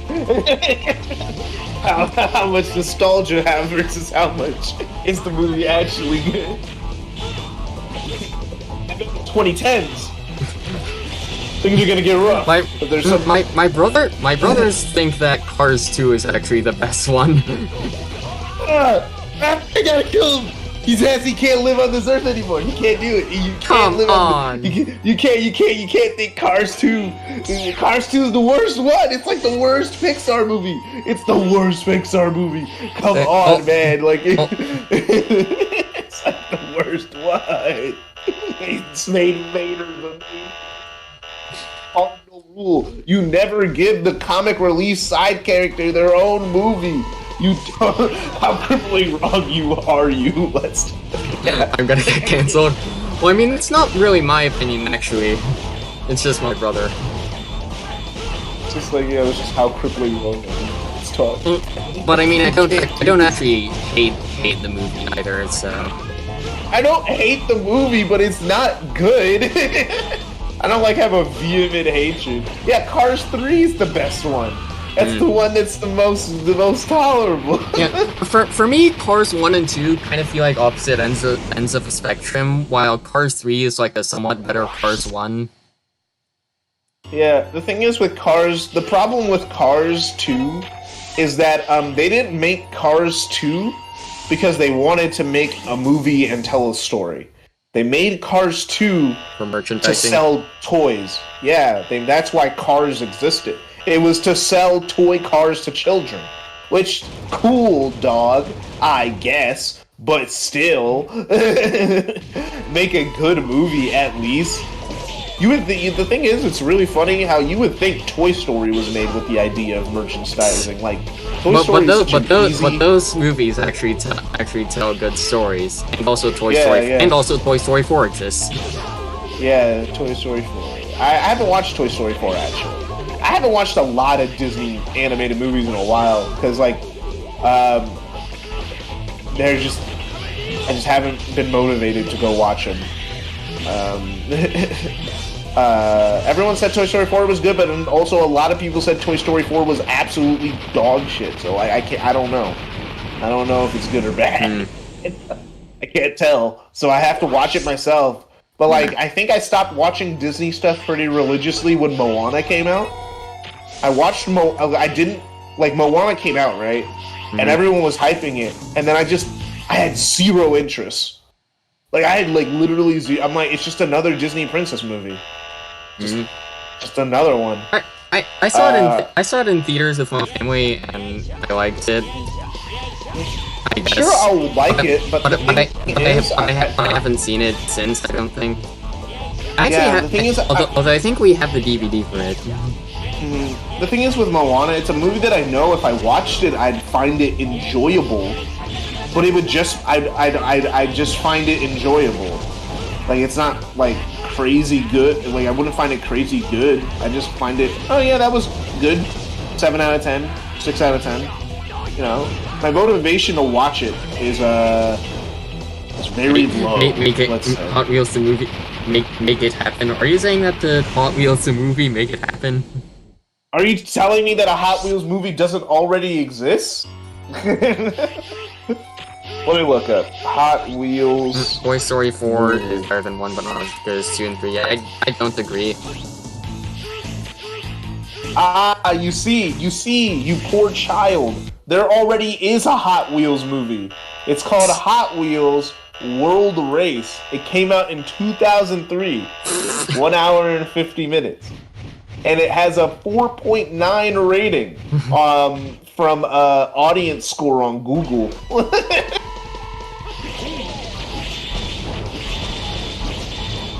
Oh, and there was an animated series too. So you already got your Hot Wheels movie. But now that I'm thinking about Hot Wheels, do you guys know about the Hot Wheels game that's coming out? Like the new Hot Wheels game? It reminds me of Hot Wheels Beat That on the DS, and I loved that game when I was a kid, so I'm probably gonna pick up this game that's coming out. Yeah, Hot Wheels Beat That was a hype game, bro. It was a really good racing game. What's the name of the new one? Hot Wheels Unlimited, or something like Hot Wheels Unleashed. Yeah, Hot Wheels Unleashed. It's coming out later this month. If you guys want more Hot Wheels games, pick it up. That's my shill. That's my shill for today. Cars got a better reception than Hot Wheels. I mean, Cars is a Pixar movie, so... Cars is a Pixar movie, so...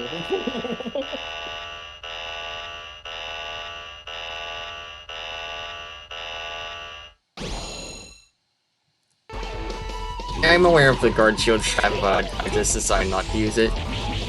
I'm one of those easily biased people who get less willing to look at something the more people sing its praises, especially if it's actually fun. You know what? I could get, I understand that completely. I understand that.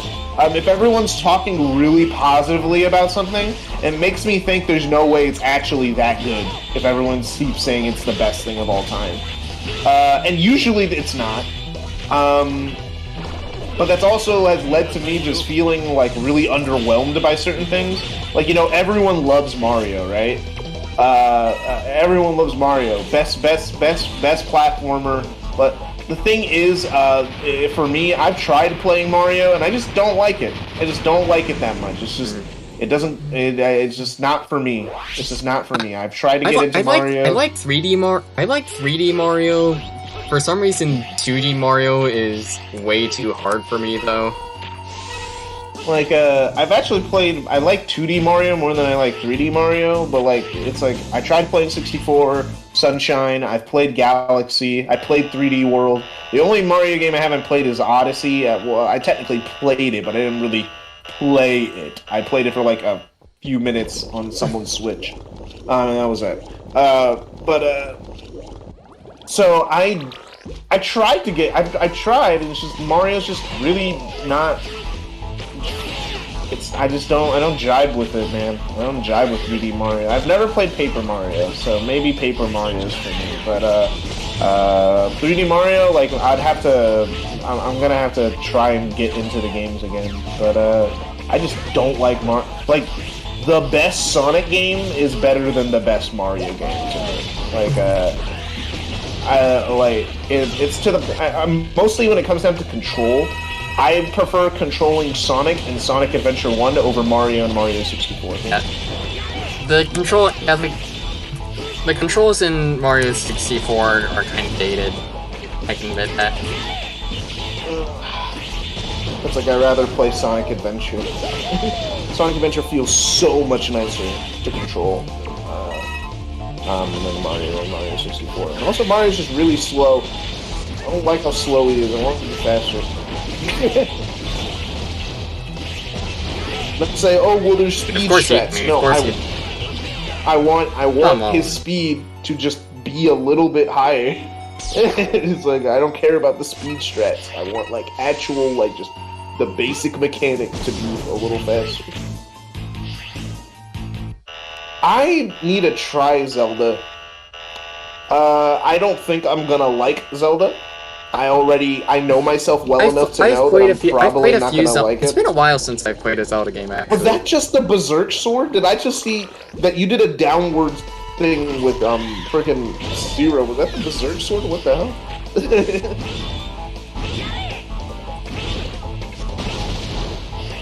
I don't know what the Berserk Sword is. Actually giving adventure credit. I mean, I like the adventure games. I'll dunk on the adventure games all day, because they do have a lot of problems, but I still like the games a lot by the end of the day.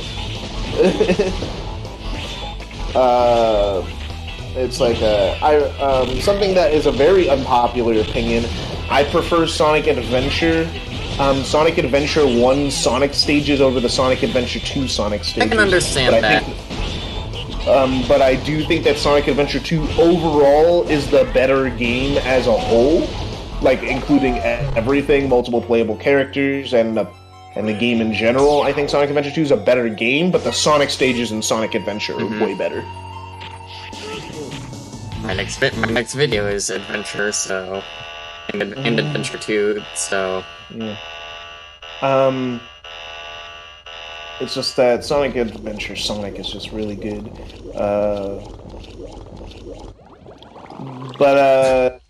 It's like with Sonic Adventure, I also am more willing to play. I actually like every gameplay style except for Big. I do think that the other gameplay styles are kind of a waste of time. I prefer Sonic's is the best, but I like all of them. I think the other gameplay styles are fine. The problem is that the stages are so short that you spend proportionally so much time in the hub world. Yeah, unless you know where to go already. Even if you do know where to go already. Yeah, sometimes you'll be spending a lot of time in the hub world just walking around from place to place. But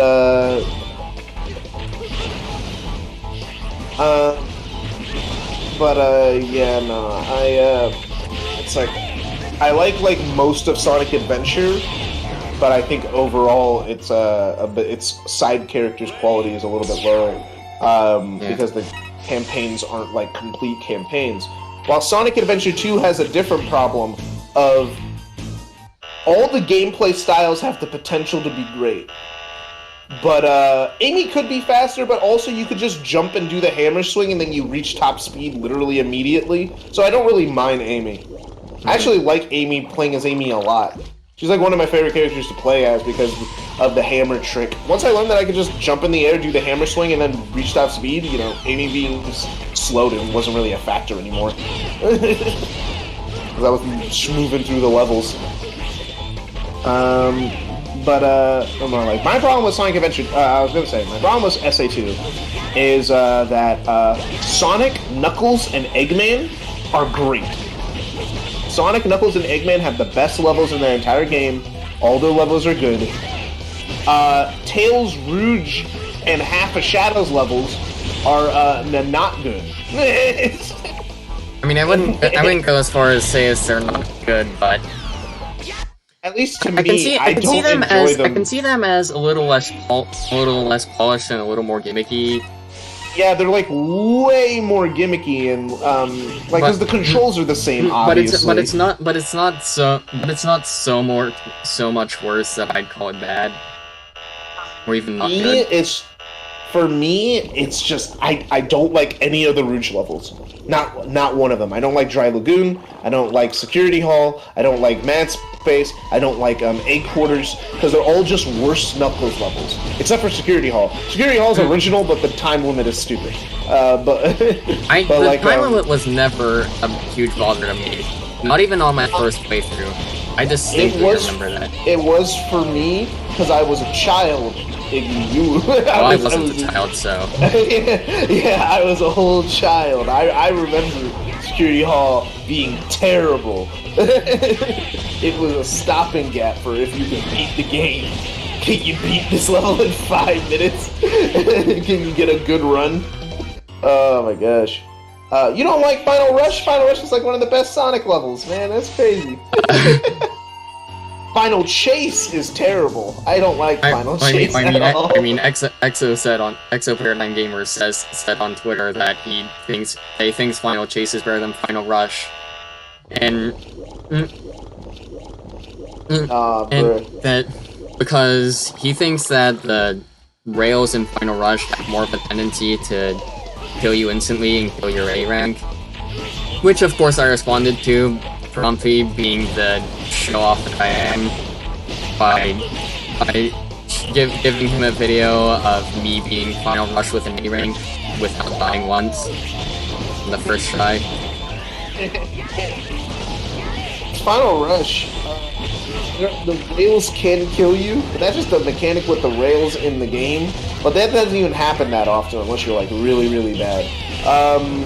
Final Chase is more likely to kill me than Final Rush. Yeah. I'm gonna be that gravity stuff isn't finished. They tried it too early, man. They couldn't do gravity in 2001. It just didn't work. They needed to wait a few more years to get that sorted, man.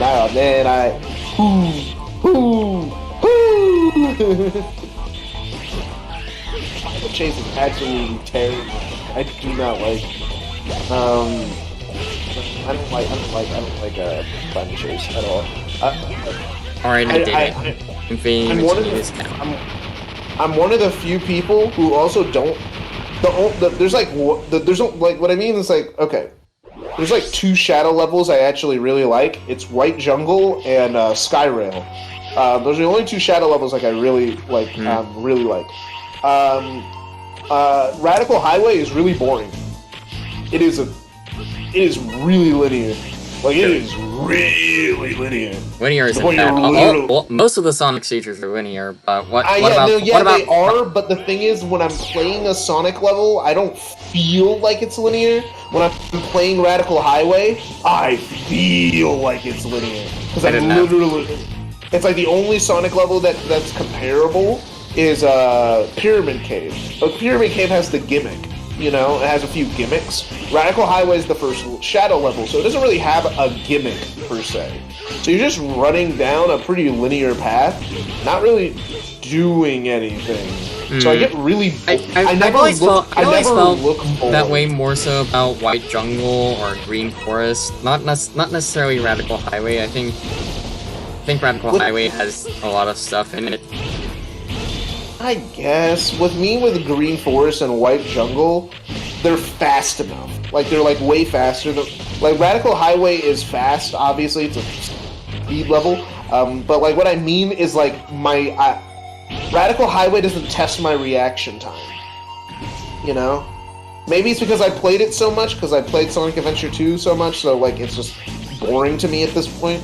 But, man, maybe that's a factor, because I've been playing it since I was, like, freaking 11 years old, but yeah, Radical Highway is just like I'm an autopilot when I'm playing Radical Highway. There's some cool stuff you can do, but none of it's like forced upon you. You could get the A rank without doing any cool stuff in Radical Highway. And then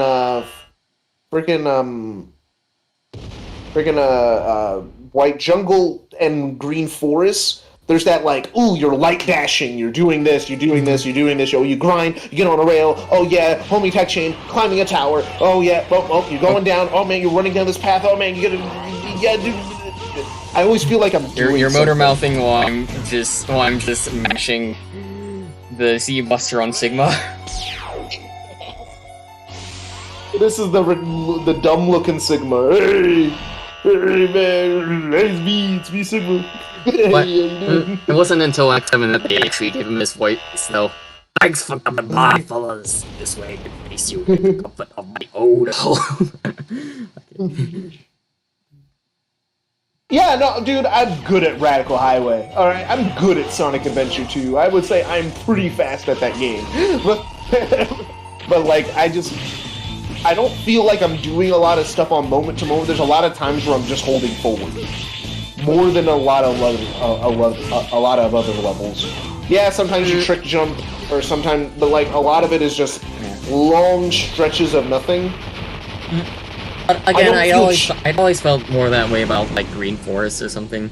Which one is easier, Sigma on X6 or Sigma on X7? Well, I mean, weirdly enough, I think I beat Sigma on X7 on, like, my first try, and everyone says that boss is terrible.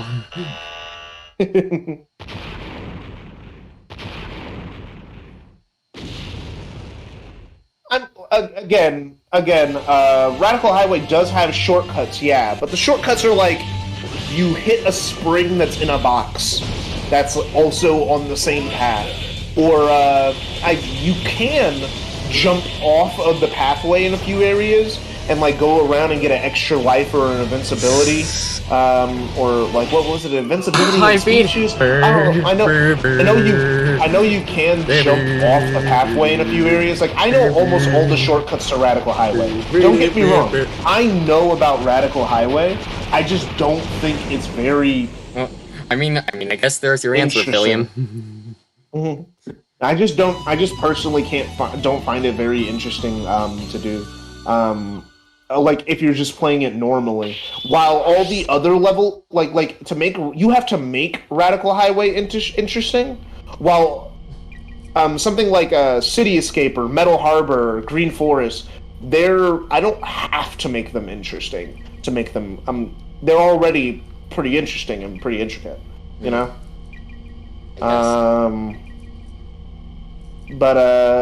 Oh yeah, you guys are talking about Cosmic Wall now. But yeah, Cosmic Wall for Eggman. The reason why that level is fun is not because of the enemies. It's because I can fly. All right, the zero gravity, dude. Zero gravity's dope. It's just gambling. I'm just gambling. Music. Weapons Bed is pretty fun though. Weapons Bed is pretty fun. I like weapons. I think the mech stages are the worst stages in the game, but I think Eggman has the best ones. Tails' stages are just really boring. Tails' stages are really boring.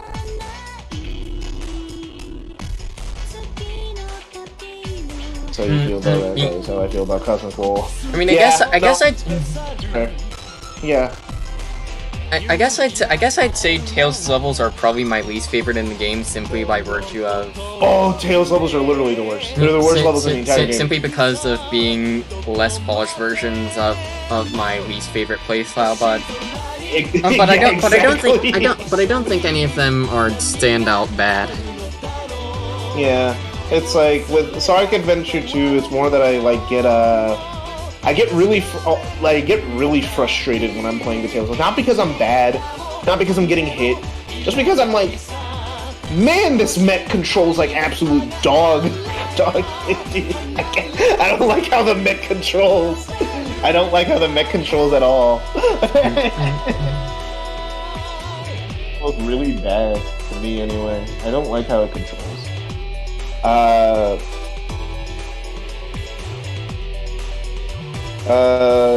And because of that, it just, some of the levels, like, what level? You know the Radical Highway Tails version? Mission Street? Mission Street's like my least favorite Tails level because of the moments where you're just trying to hold up and diagonal at the same time, and Tails is fighting you. The 100 ring mission for that level is just... So, it's just... can be pretty frustrating. I like the music though. I like the music for Mission Street. But like, man, I don't like the controls. SAT universally has really good music, so... Yeah, the only problem with Sonic Adventure 2, like, I say it as a negative, like, just because, you know, it's not a big deal. I just feel there's too much guitar and not enough variety in Sonic Adventure 2. I guess.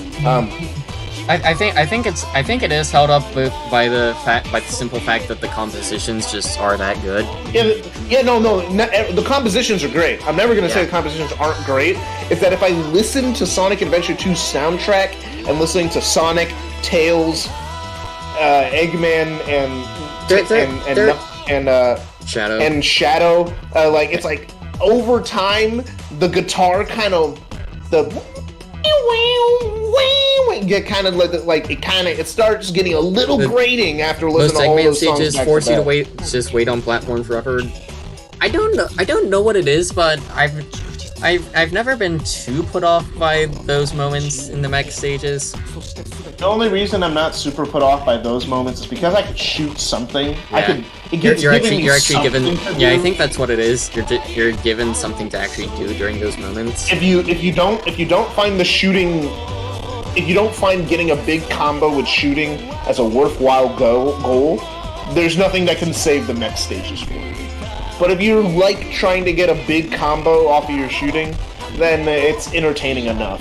But yeah, the mech stages are like the worst stages in the game. The treasure hunting stages, they're great if you're not doing a speed run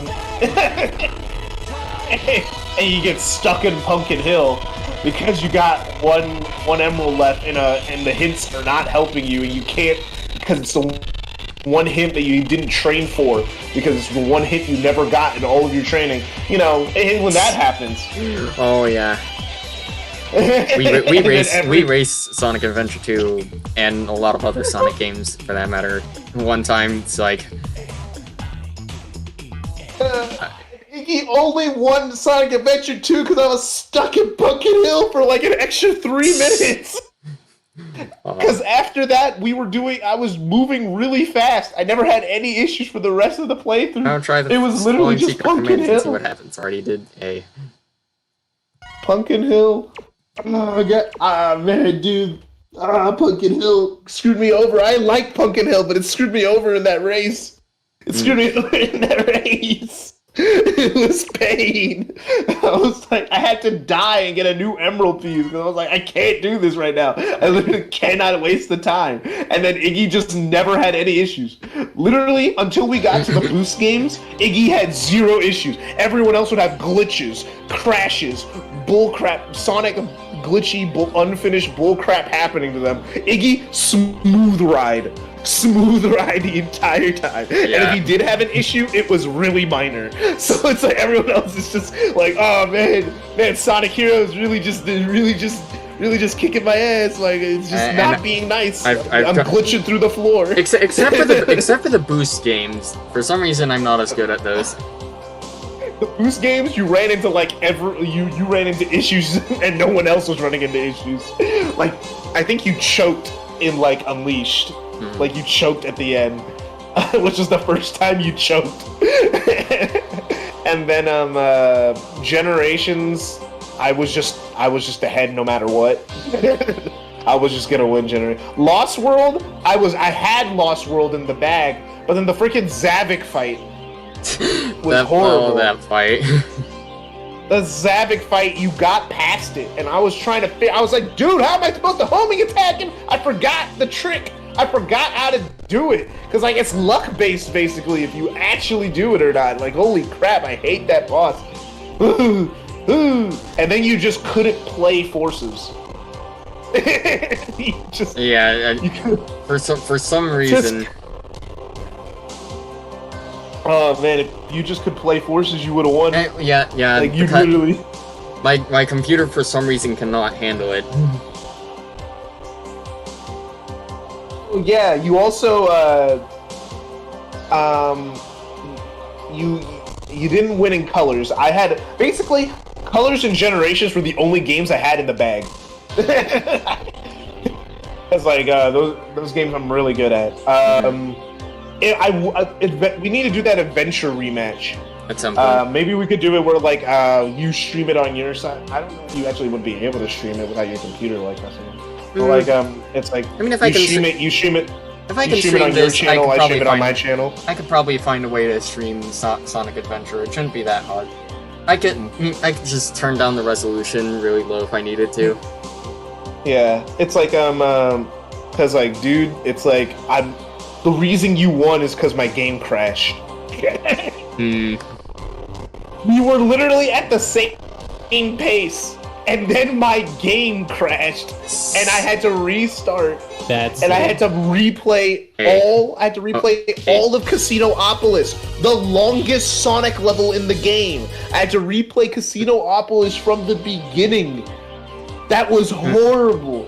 That was absolutely tragic. And then I still almost caught up to you. You just came in soon after I finish came the game. in so we can race now. We're racing. We're I don't know if racing I have. Dark Story. I don't know if I have the time to. Maybe We're I do. racing but Dark I don't know if I have the time to do that right now. Or for a few weeks, for that matter. I don't know.